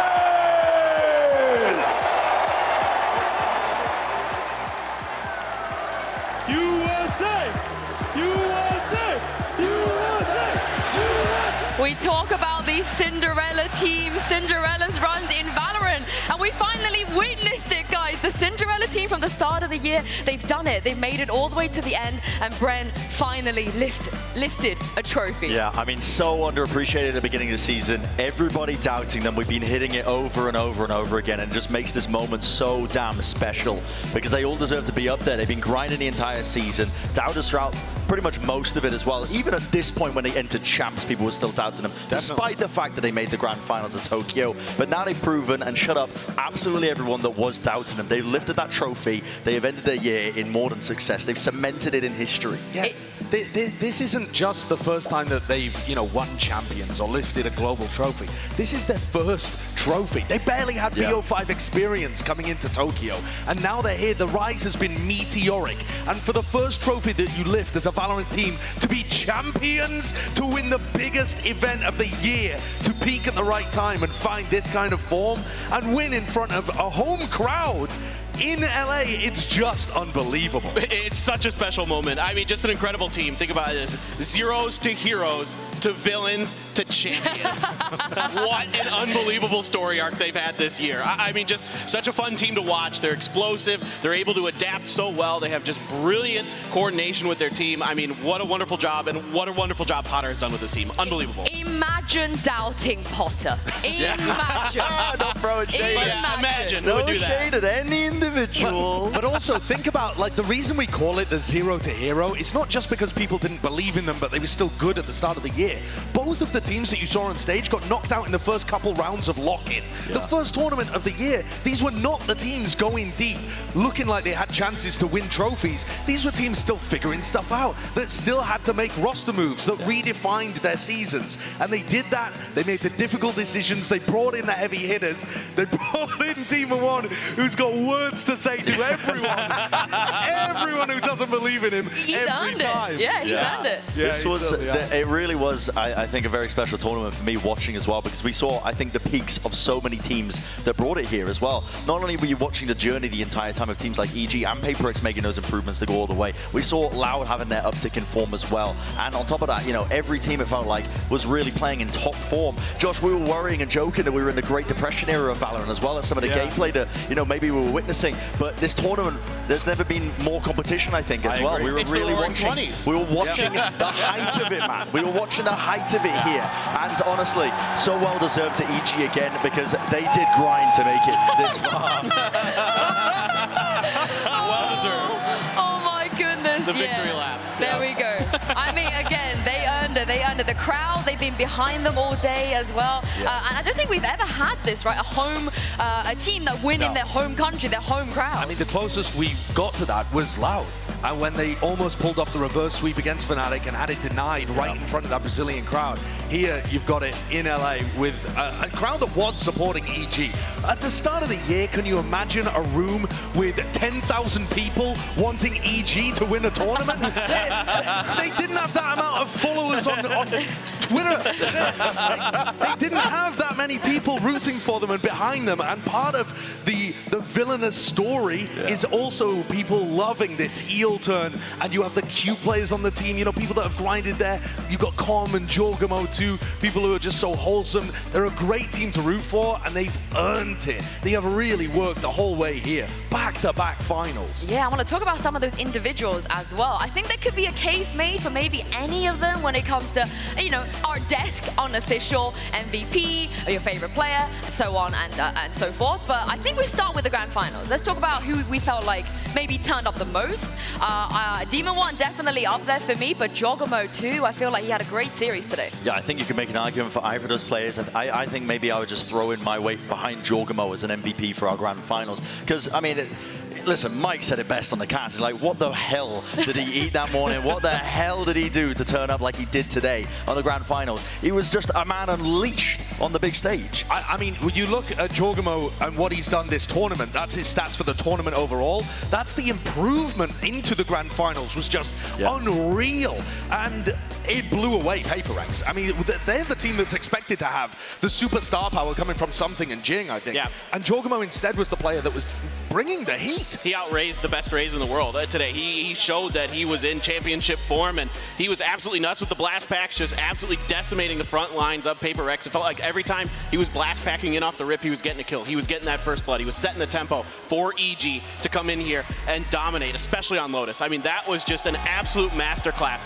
on how to control that map as a Raze. But one of the great things about Evil Geniuses that nobody would have expected at the beginning of the year again is part of what Potter was saying. They have some of the best players in the world, genuinely, at their roles, or at least in the argument for that. And I think two of the people that we haven't mentioned that we simply must, Ethan, as a support player, he's getting so many props from his peers as well, who are watching the tournament. I've seen Finesse talk about it, and Ye, and all sorts of other people. Me as well. Yeah, The most important one. Famously, Bren, the peer to all of the pros. Was he in your top 10? He was my top 3 player. Oh, Bren was on the Ethan train. I was on the Ethan train before this because I've never seen a player with such perfect positioning and utility to set his team up. You could look down almost every single round, I think, in his grand finals, and there are so many instances where his flash is impeccable and it's able to set one of the players up on his team just for success almost every single time. And Com too. I mean, Com finding these moments for clutches, finding these Sova ult kills all over the place. Having performances that got them to the finals. The uptick in performance for Com was unbelievable. No, he's insane. And the way that they were comboing their utility at times, like with that Yoru on Pearl, for example, it'd be like Recon Dart Flash, and then there's like just nothing the enemy, the opposing team could do about it. So it's really such an awesome thing to see. These two initiators who are so strong together, who have such great coordination, great timing, impeccable just play all around. We can't forget boosties. Come on, we got to touch on Boost Geo as well. What kind of IGL is able to call at the same pace that PaperX plays at, while still bringing such great macro ideas? I mean, Boostio's really proven himself. He looked like a promising up-and-coming IGL in North America back in the old EG, when they were like a tier 1.5 kind of team that was on the come-up. And they had a big upset win over Optic, and people were talking about, oh, hey, this guy's IGLing from like a fragging role, and now he's here with a USA flag draped around his shoulders, doing it for the Stars and Stripes, lifting the Champions Trophy. I mean, what is this team? Leading from the front. I mean, if we think about it, out of the 3 years we had champions so far, the first year, it went to EMEA. The second year, Brazil, Lao took it. We'd never really seen a North American team being able to lift this trophy, and I think most people probably expected maybe Optic, Envy, however you want to say them at this point, NRG, to be the ones to do it, maybe even Sentinels, 100 Thieves, all these names, and I don't think anybody thought that the first North American team would end up being Evil Geniuses. Yeah, that's I mean, I think the beautiful thing about esports as well is the unexpected can happen. You know, if it was all entirely predictable the way we all planned it out from the very beginning, I don't think many of us would be watching it, right? Because that's not fun. That's not the joy that you get out of it. But watching, players upset expectations, watch them really persevere over the course of an entire year and get to this point as well where they can lift the trophy. That is what it's about. I also want to give a shout out while some of the support staff for EG are on the stage too, sharing in the celebration. I want to give a shout out to that reserve team for EG. They're one of the only organizations that committed to having a sister team, another set of 5 players that they would regularly scrim the main team against. And it's worked. I talked to Potter and Boostio in a press conference right when the tournament began about one of the biggest strengths for EG, and they both said the fact that we can just run drills against our sister team repeatedly. And I know for a fact that those reserve players will be hating their time on the bench, but what it's done for this main squad is unreal, and they deserve the credit for being excellent team players too. They are still EG, and they've contributed to this success and also should take part in this glory. I mean, Screwface was fist bumping all the players backstage every time they were coming off, whether it was a win or a loss, he was hyping them up. So I'm completely with you. And of course, BCJ too. I know he was speaking about it on Twitter and how happy he is for the boys out here. But Brent, he also contributed a lot to this team's success. Yeah, I think he did. I mean, early on as well, and there was that big question mark about, you know, whether or not he should be playing over players when Demon 1 was coming on top of that. But, you know, it's a great point that I think you brought up there, Josh, just about that contributing factor of the secondary roster. I've never really seen that work ever in esport, in any esport title It's at like all. a very old Korean thing that hasn't really gone anywhere else. Yeah, I think a lot of teams are going to start looking at this now and be like, hey, maybe we should seriously consider doing this, because not only does it give you the ability to really drill your protocols, really practice some of the micro things, the fundamentals of your gameplay, but also you can practice against opposing team comps. Like if you're going up against, for example, a Paper Rex who's going to run weird stuff like Reign Viper Harbor, not many teams are running that. Well, if you've got a 5-man who can try their best to mimic that, to try to mirror that, and you can play against it, at least get a feel for it a little bit, that helps so much. There are affiliate teams now as well. So, yeah. Yeah, there we go. I mean, this calls for a lot of celebration, of course, but it's also a little bit of a sad moment if we think about the players on the side of Paper Rex, because that was Jing's final series. For now, we're going to miss Jing on the big stage, so let's take a look back at his time here. I mean, I think we try not to think about that too much. We just focus on this tournament right now, and I mean, we're just enjoying the ride, I guess. I mean, if we win, we win. If we lose, we lose. As long as everyone is happy, I'm happy. Oh, Jing. I mean, when he first came into Paper Rex, I think at the age of 18, he surprised all of us with just this playstyle of holding down the W key. And I don't think he should be disappointed, regardless of the result today with the career he's had so far. No, absolutely not. I think Jing is a fantastic player. I think he's got a place on any roster as well after whatever it is, the mandatory time that he has to do his military service is up. I think he'll always have a place on the team if he wants it. He really did define, I think, as well, a certain style and play style, almost meta, if you will, within the region of almost Southeast Asia, right? That W gaming, running it down, almost just inspired by ranked gameplay. Jing embodied that for me when I'm watching him.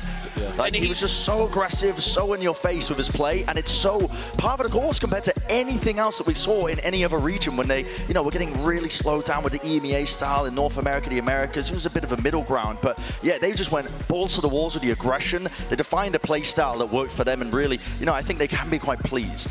No, they absolutely should be. And I mean, Jing's legacy here is going to be going down as one of the best to ever do it, especially on the Rays, of course. But, you know, throughout his career, he's been absolutely devastating.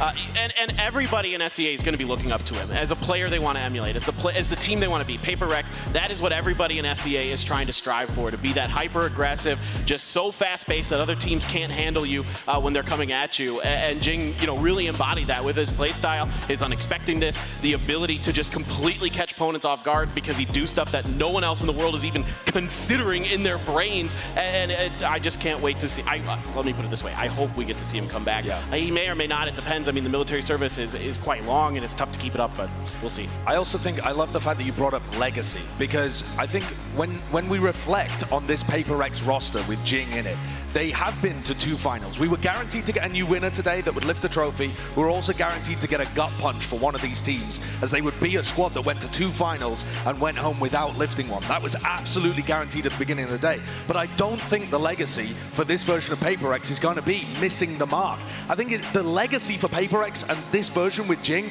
is as the most fun team to watch in Valorant. That, to me, is their legacy. What they've done is brought this wave of enjoyment into every match that they've played, win or lose. You tune into a Paper Rex game, you know you are going to be reaping the joy and happiness out of that entertaining match that's on your screen. You just know you're guaranteed entertainment. Yeah, I don't know how they're going to replace a player like that. I feel like he's way too unique. I don't think that you can even find someone to be able to... I'm sure he's inspired a lot of people. Yeah, Yes. I mean, you can try, but you can never do what Jing does, I feel like. Yeah. I've seen Bren try to do it. But before we close everything off, what was your favorite moment of this year? I'm going to go all the way back the entire year. The whole year. Honestly, of the entire year. Yeah. Genuinely. Hit me with it. What am I even I know what mine is. I already know what mine is. It was the VCT Pacific Finals when we had the first ever reverse the reverse sweep. sweep? Yeah, that's a good one. That was a good one. such an exciting moment. We got to be in front of a large crowd in South Korea, a couple thousand people inside of the stadium there, and just, you know, after the second map, I was just like, you know, thinking, all right, well, I guess we're just moving on. DRX continues their reign of dominance here in Asia, but then Paper Rex just gathered something up and took it over, and, you know, look where they got to today. Do you know what yours is? I mean, I'm going to go with a bit of a narrative Nancy one, to be honest, because I feel like, for me, one of the... Is it the knife? No, it's not. I was going to say. The chosen knife. Yeah, the chosen knife. Yeah. No, I think one of the moments that I will remember the most from this year is the back-to-back win from Fnatic, and being there at both of those moments, specifically the win at lock-in and seeing the look on specifically Boaster and Durka's face when they were lifting that trophy for the first time, then doubling down the second time, and that dominance throughout Lock-in and Tokyo actually set the entire stage for Champions. You know, all of the narratives were about who is going to step up and be able to take down Fnatic and win this if it's not them. And so that, I think, is one of the most memorable. Have you got yours? I've got mine too. To piggyback off that, I mean, I have Goldfish brain, so I can only really remember like the most recent events in my life. But I have to agree with you. I think it plays off the back of that. This Champs has been just magical for me spectating, because Fnatic were the center point. They had that target on their back, but it felt like every other team around them didn't falter. They almost rose to the occasion of trying to take it to this team that was almost like we were all saying preordained almost to just make it to the grand finals. Everyone stepped up, and it made this event one of my favorite ones to watch ever because of that competitiveness. Honestly, my Kong Kong. Need I say more? I feel like that's probably one of those. We've had such great pop-off moments. The Kang shot, but also King just standing up. That was this year? Oh my goodness. It's been a long year, Yinsu. It has. But thank you very much, you guys, for sticking with me for this entire year. And for everyone else as well. Thank you guys at home, of course, for tuning in. Everyone that contributed to this production, the players, the fans, the coaches, just everyone really in general. But before we go, I want to say a big thank you to everyone who came out here too, in person at the Shrine and the Kia Forum. Thank you so much for coming along and watching. We're going to leave you now with the Prime Gaming Grand Final highlights. Enjoy.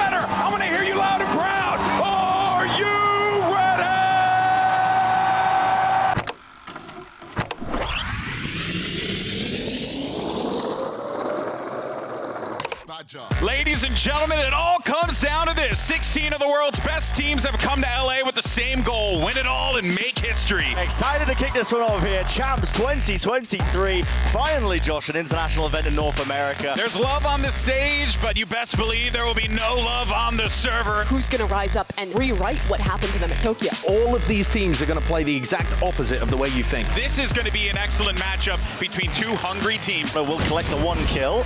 More players waiting, though, to receive, and he's diligent with it, checking the right corners. Yeah, Give him the ace. Well, that's going to boost up the energy and the confidence. You cannot make this up, man. Aspas wanted more towards heaven, and Zest with 3, the triple, the 4, Zest! I'm telling you, they are in insane form. Change your pick'ems right now. I think it's going to be the most unpredictable group that we have here at Champions Los Angeles. And really, I just think that Group B will be the best group in the tournament. Foot heads, I reckon. Foot heads? It's heads. Carpe with a good frag. They haven't spotted out the captain. He's doubling up, holding strong on the side. He doesn't need any help. Amy, why do you have so many? Dude, I'm having a good time. Why are you having a good time? But one, they only got one international win before the series is over, dude. We love you, Twitch chat. We love you, Twitch chat. Well, to gain that space out towards it. Flash not quite connecting. Still, they want to take the fight towards it. The spacing not good enough. Jorgamo. All the way through. The team that went to the finals of Tokyo is going to go out in groups. Go out in groups? That's not happening. No. Why do I look like Bad Bunny right now? I have eaten cotton candy that size before. Really? Oh, yeah. It's just seen it, and it's just seen it with the op. Certainly not the weapon you want in a situation like this, but he's gotten one. Is he going to be able to get the second? Jonas! What a play from CNED! They have the Haunt there too to provide some cover to get some info, and there's really nothing that they can do. They're gonna have to flood behind the flash. Stax has already gotten it! DRX are playoffs bound! In the blink of an eye, Doug. No, my nose! Listen, I like YZ as much as anybody, but it's going to be an RG. Okay. Billy Gaming. Say that 5 times fast. Son now has too many targets, but he deals with them so well. Snaps back to attention. Stunning from Son. Struggling to pin down the first crashes and found one with a stinger. Yeah, but Knight's on the case. So we'll throw the crosshair placement off, but a pain shell going to force him there. Knight actually finding an ace of his own, Lauren. Are you okay? Come on, like Billy Gaming. Oh my Billy. The true upset of the event so far. Billy, besting NRG. That's unbelievable. Dirk, if I may, a very quick question for you, sir. Given that New Gene's super shy. now you chant, now you ask for it. Dirk looking for it all. He's gonna have to push past the Cosmic Divide, the 4th and the 5th. The faithful shall be rewarded. It's Dirk in time. He's back. The villain has returned. Ladies and gentlemen, give it up for the villain Psycho. He's returned again. A 1v2, a winnable one. First blade's not online, but that op's gonna connect. He has one more. He's got one blade and Kazni with the shot. There it is, right into his face, and the shorty drops him. 73 HP, and he's going in for more. A second, perhaps a third. Something finds it. Just pick him, bro. His team is, I don't know, man. Paper X take down another. And they look absolutely poised. The challenge fanatics. Seems like it's a message from John Riot. Excuse me. We want to offer our sincerest apologies to everyone playing ranked on the West Coast servers right now, because there's a very real chance you're going to get absolutely dumpstered on over the next few weeks, and you're going to lose a lot. Brent, this is our final group. Yeah. Who wins the entire tournament? I'm glad you asked me, Josh. It's EDG winning the whole thing. You're going right into the more, because Kang is still watching. There's no way. In the smoke with the no scope.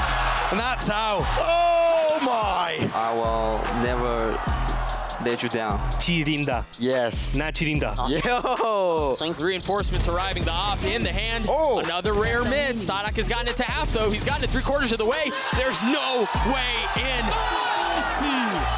The series done, and they send Liquid home. We advise you to enjoy the experience of playing against a pro, accept the RR hit, and remember that this will pass. They know he's in that corner. I are desperately trying to cling to life, but it is done. It's so easy, guys. So fucking easy. For FBX, once again, they failed to get a win at an international tournament. Cloud is ecstatic. Oh my god. Cloud is literally how I feel right now about this series. Okay, he'll get the first. Cloudburst lets him by so more. Cloud with 3. That might be the round. Crew, after what was a fantastic fight, they are going to be falling out today. If I met you in a dark alley, I wouldn't be afraid to die. If you try to kill me, you just miss. Barely a timing here, and look at the util. Duck all the way through. Dep, no way. Insanity, and the ace. Holy. Jumping straight into this one. Trailblazer catches. Oh, he got punished. Yoda stays in. Nice. Let's go. And then Archie, they send Zeta home. We ain't losing to Zeta. We ain't losing to Billy again. Trust me right now. We'll be in playoffs, and we're guaranteed. I promise you that. Now it's time to truly put up or shut up. It's going to be absolute heart breaks by the end of today. I'm looking for the timing of these no commands and the lockdown. Sadak up close. He might have just ended the round right here without using anything. Look at him go. We've had the Thriller in Manila, the Rumble in the jungle, the Slugfest in the Shrine goes the way of Loud. And the season ends for Na'Vi. Bring anyone. And fun! The first Turkish team to make it this far in these tournaments, but my god, T1 pushed them the whole distance. Speaking of challenges, you guys want to have some fun? Oh, no. You guys want to have some fun? No. Yeah? You're going to do one of these cringe challenge things, aren't you? I love cringe challenges. It's the best thing. They are tagged up as well. They're very tagged up. There's a very real chance of this round falling apart. Truly unbelievable. This team has deserved every accolade earned along the way, and now, by far the most most successful Chinese roster we've ever seen. What a devastating loss for Giants. They'll be going home. We've been influenced by the Chinese team now. Even Vanity is holding a Billy banner. Let's go. A 3v3 out of nowhere. It's Rin still posted it. Gets away, doesn't get noted. YZ catching him up. How is this happening? It's been 614 days since NRG crashed out in a group stage. And we got to witness it here against Billy. 13-5. And if there's one thing Billy is good at, it's doing the funniest thing ever. Valo, you're up first. Whoa, don't spin it for me. If I have to defend my... No, I want to spin. No, I got it. They got to get a move on here. Now, Flash is magnificent. And Loud have done it. A 2-0 to take out Fnatic in the first match of playoffs here at Champions. Yeah, no, by all means, you spin. I'm so excited. It is, it's a long way off, and look at Demon 1, he's on a tear. Okay, Demon 1, okay. The crowd are calling, he's got 5 HP! They're letting him do it, Demon 1! Let's go, man. Go. They've absolutely crushed EDG! I defended my honor, and I did it for America. He cringes me out, but damn, I love that kid. Imagine getting called out by your mum on Twitter. It won't happen. None of these teams are going through. Why are we even watching the games today? Wow. In the garage, the drop down. Alpierre's got the tempo and he's got the double. Fnatic, they get the job done. They begin the run. 13-9. They eliminate Foot from Champions. It's the playground battle between Edward and Billy. Not too many options there, and Yosemite backfilling the space. Kang still holding the ground. Lockdown goes down. Get out of it! Get out of it! This guy is like a heat-seeking missile! He does not miss! EDG sending Billy back on home! You know, people always ask, why is he? But people don't ask, how is he? 6 teams remain in the competition, and after today, we'll be down to our final 4. You don't look like a baby, you look like a babushka. All my children are equal. Who's your least favorite then? Everyone. I mean, it should just be open season on members of EDG, and that's exactly what it is. Loud defend the throne. They take down EDG in the rematch and advance. Hey, Doug, grab you for a question quite quickly. Geo killing me again. Minnie's like your father, who you've never seen smile. You get a hug from him once after you win your big game, and it's the greatest moment of your life. Again, critical value, and it's all on Leo. Back of the side, backbone of the team! Heartbreak for DRX here to go out like this. Once again, a 2-1 scoreline at a Champions event versus Fnatic.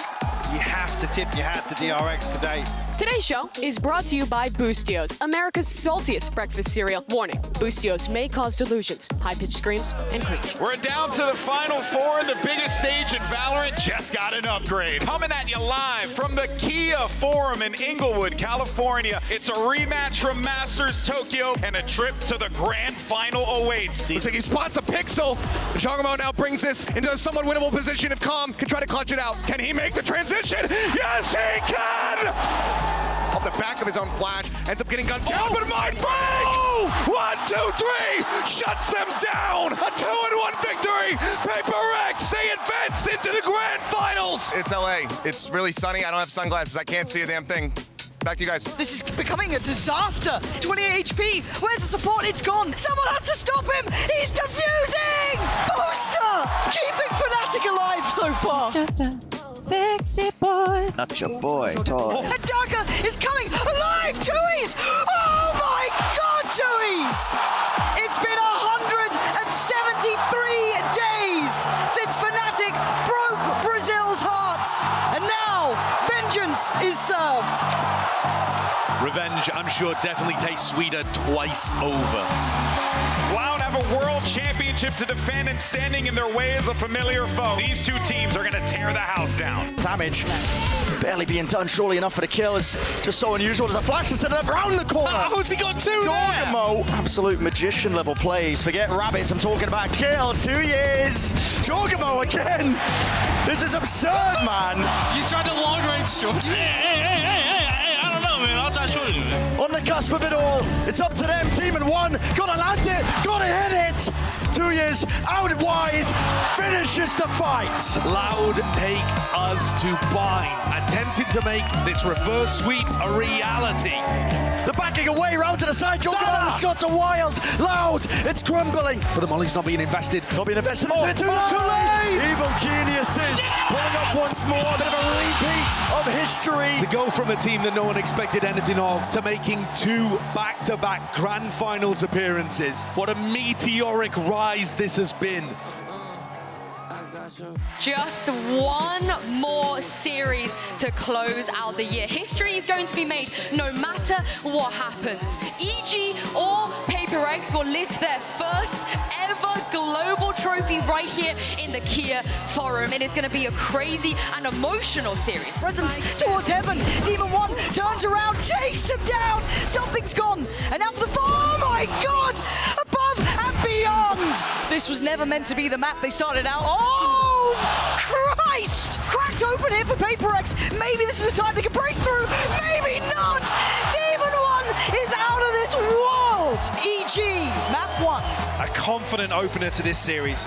3 on the other side. First found, second follow-up. Ethan holding them back. Oh, and a third! Recovering what looked like a lost round! What? Busio and Com trying to keep control. Swing, a miss. Com on the trade, but he finds Forsaken. And the shot done. It's huge. Something is bleeding, but he's still standing and still fighting. And here it comes, the swing, and a miss from D1, and something is absolutely demonic right now. Paper X, map 2's theirs. Looking like they want to get into things as well. A 1-for-1 trade, Busio lost and oh my god, Forsaken's gone down as well. Jorgamo's just unleashing fury. Look at the damage that man's doing.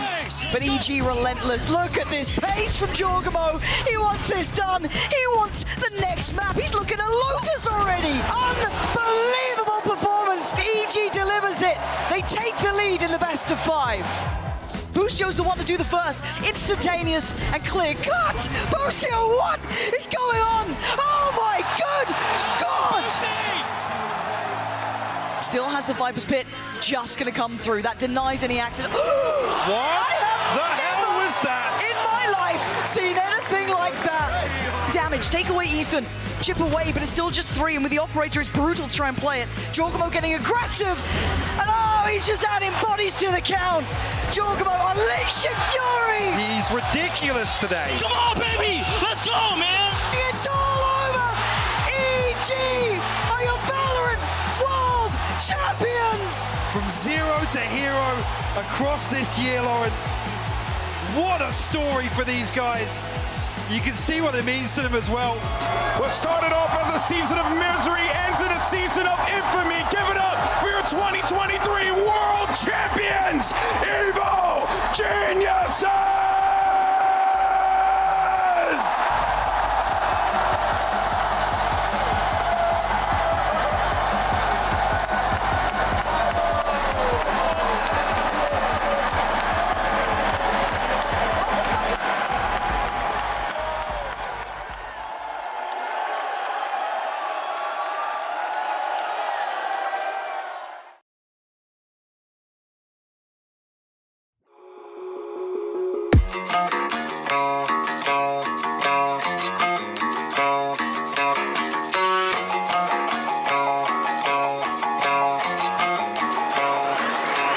Yeah.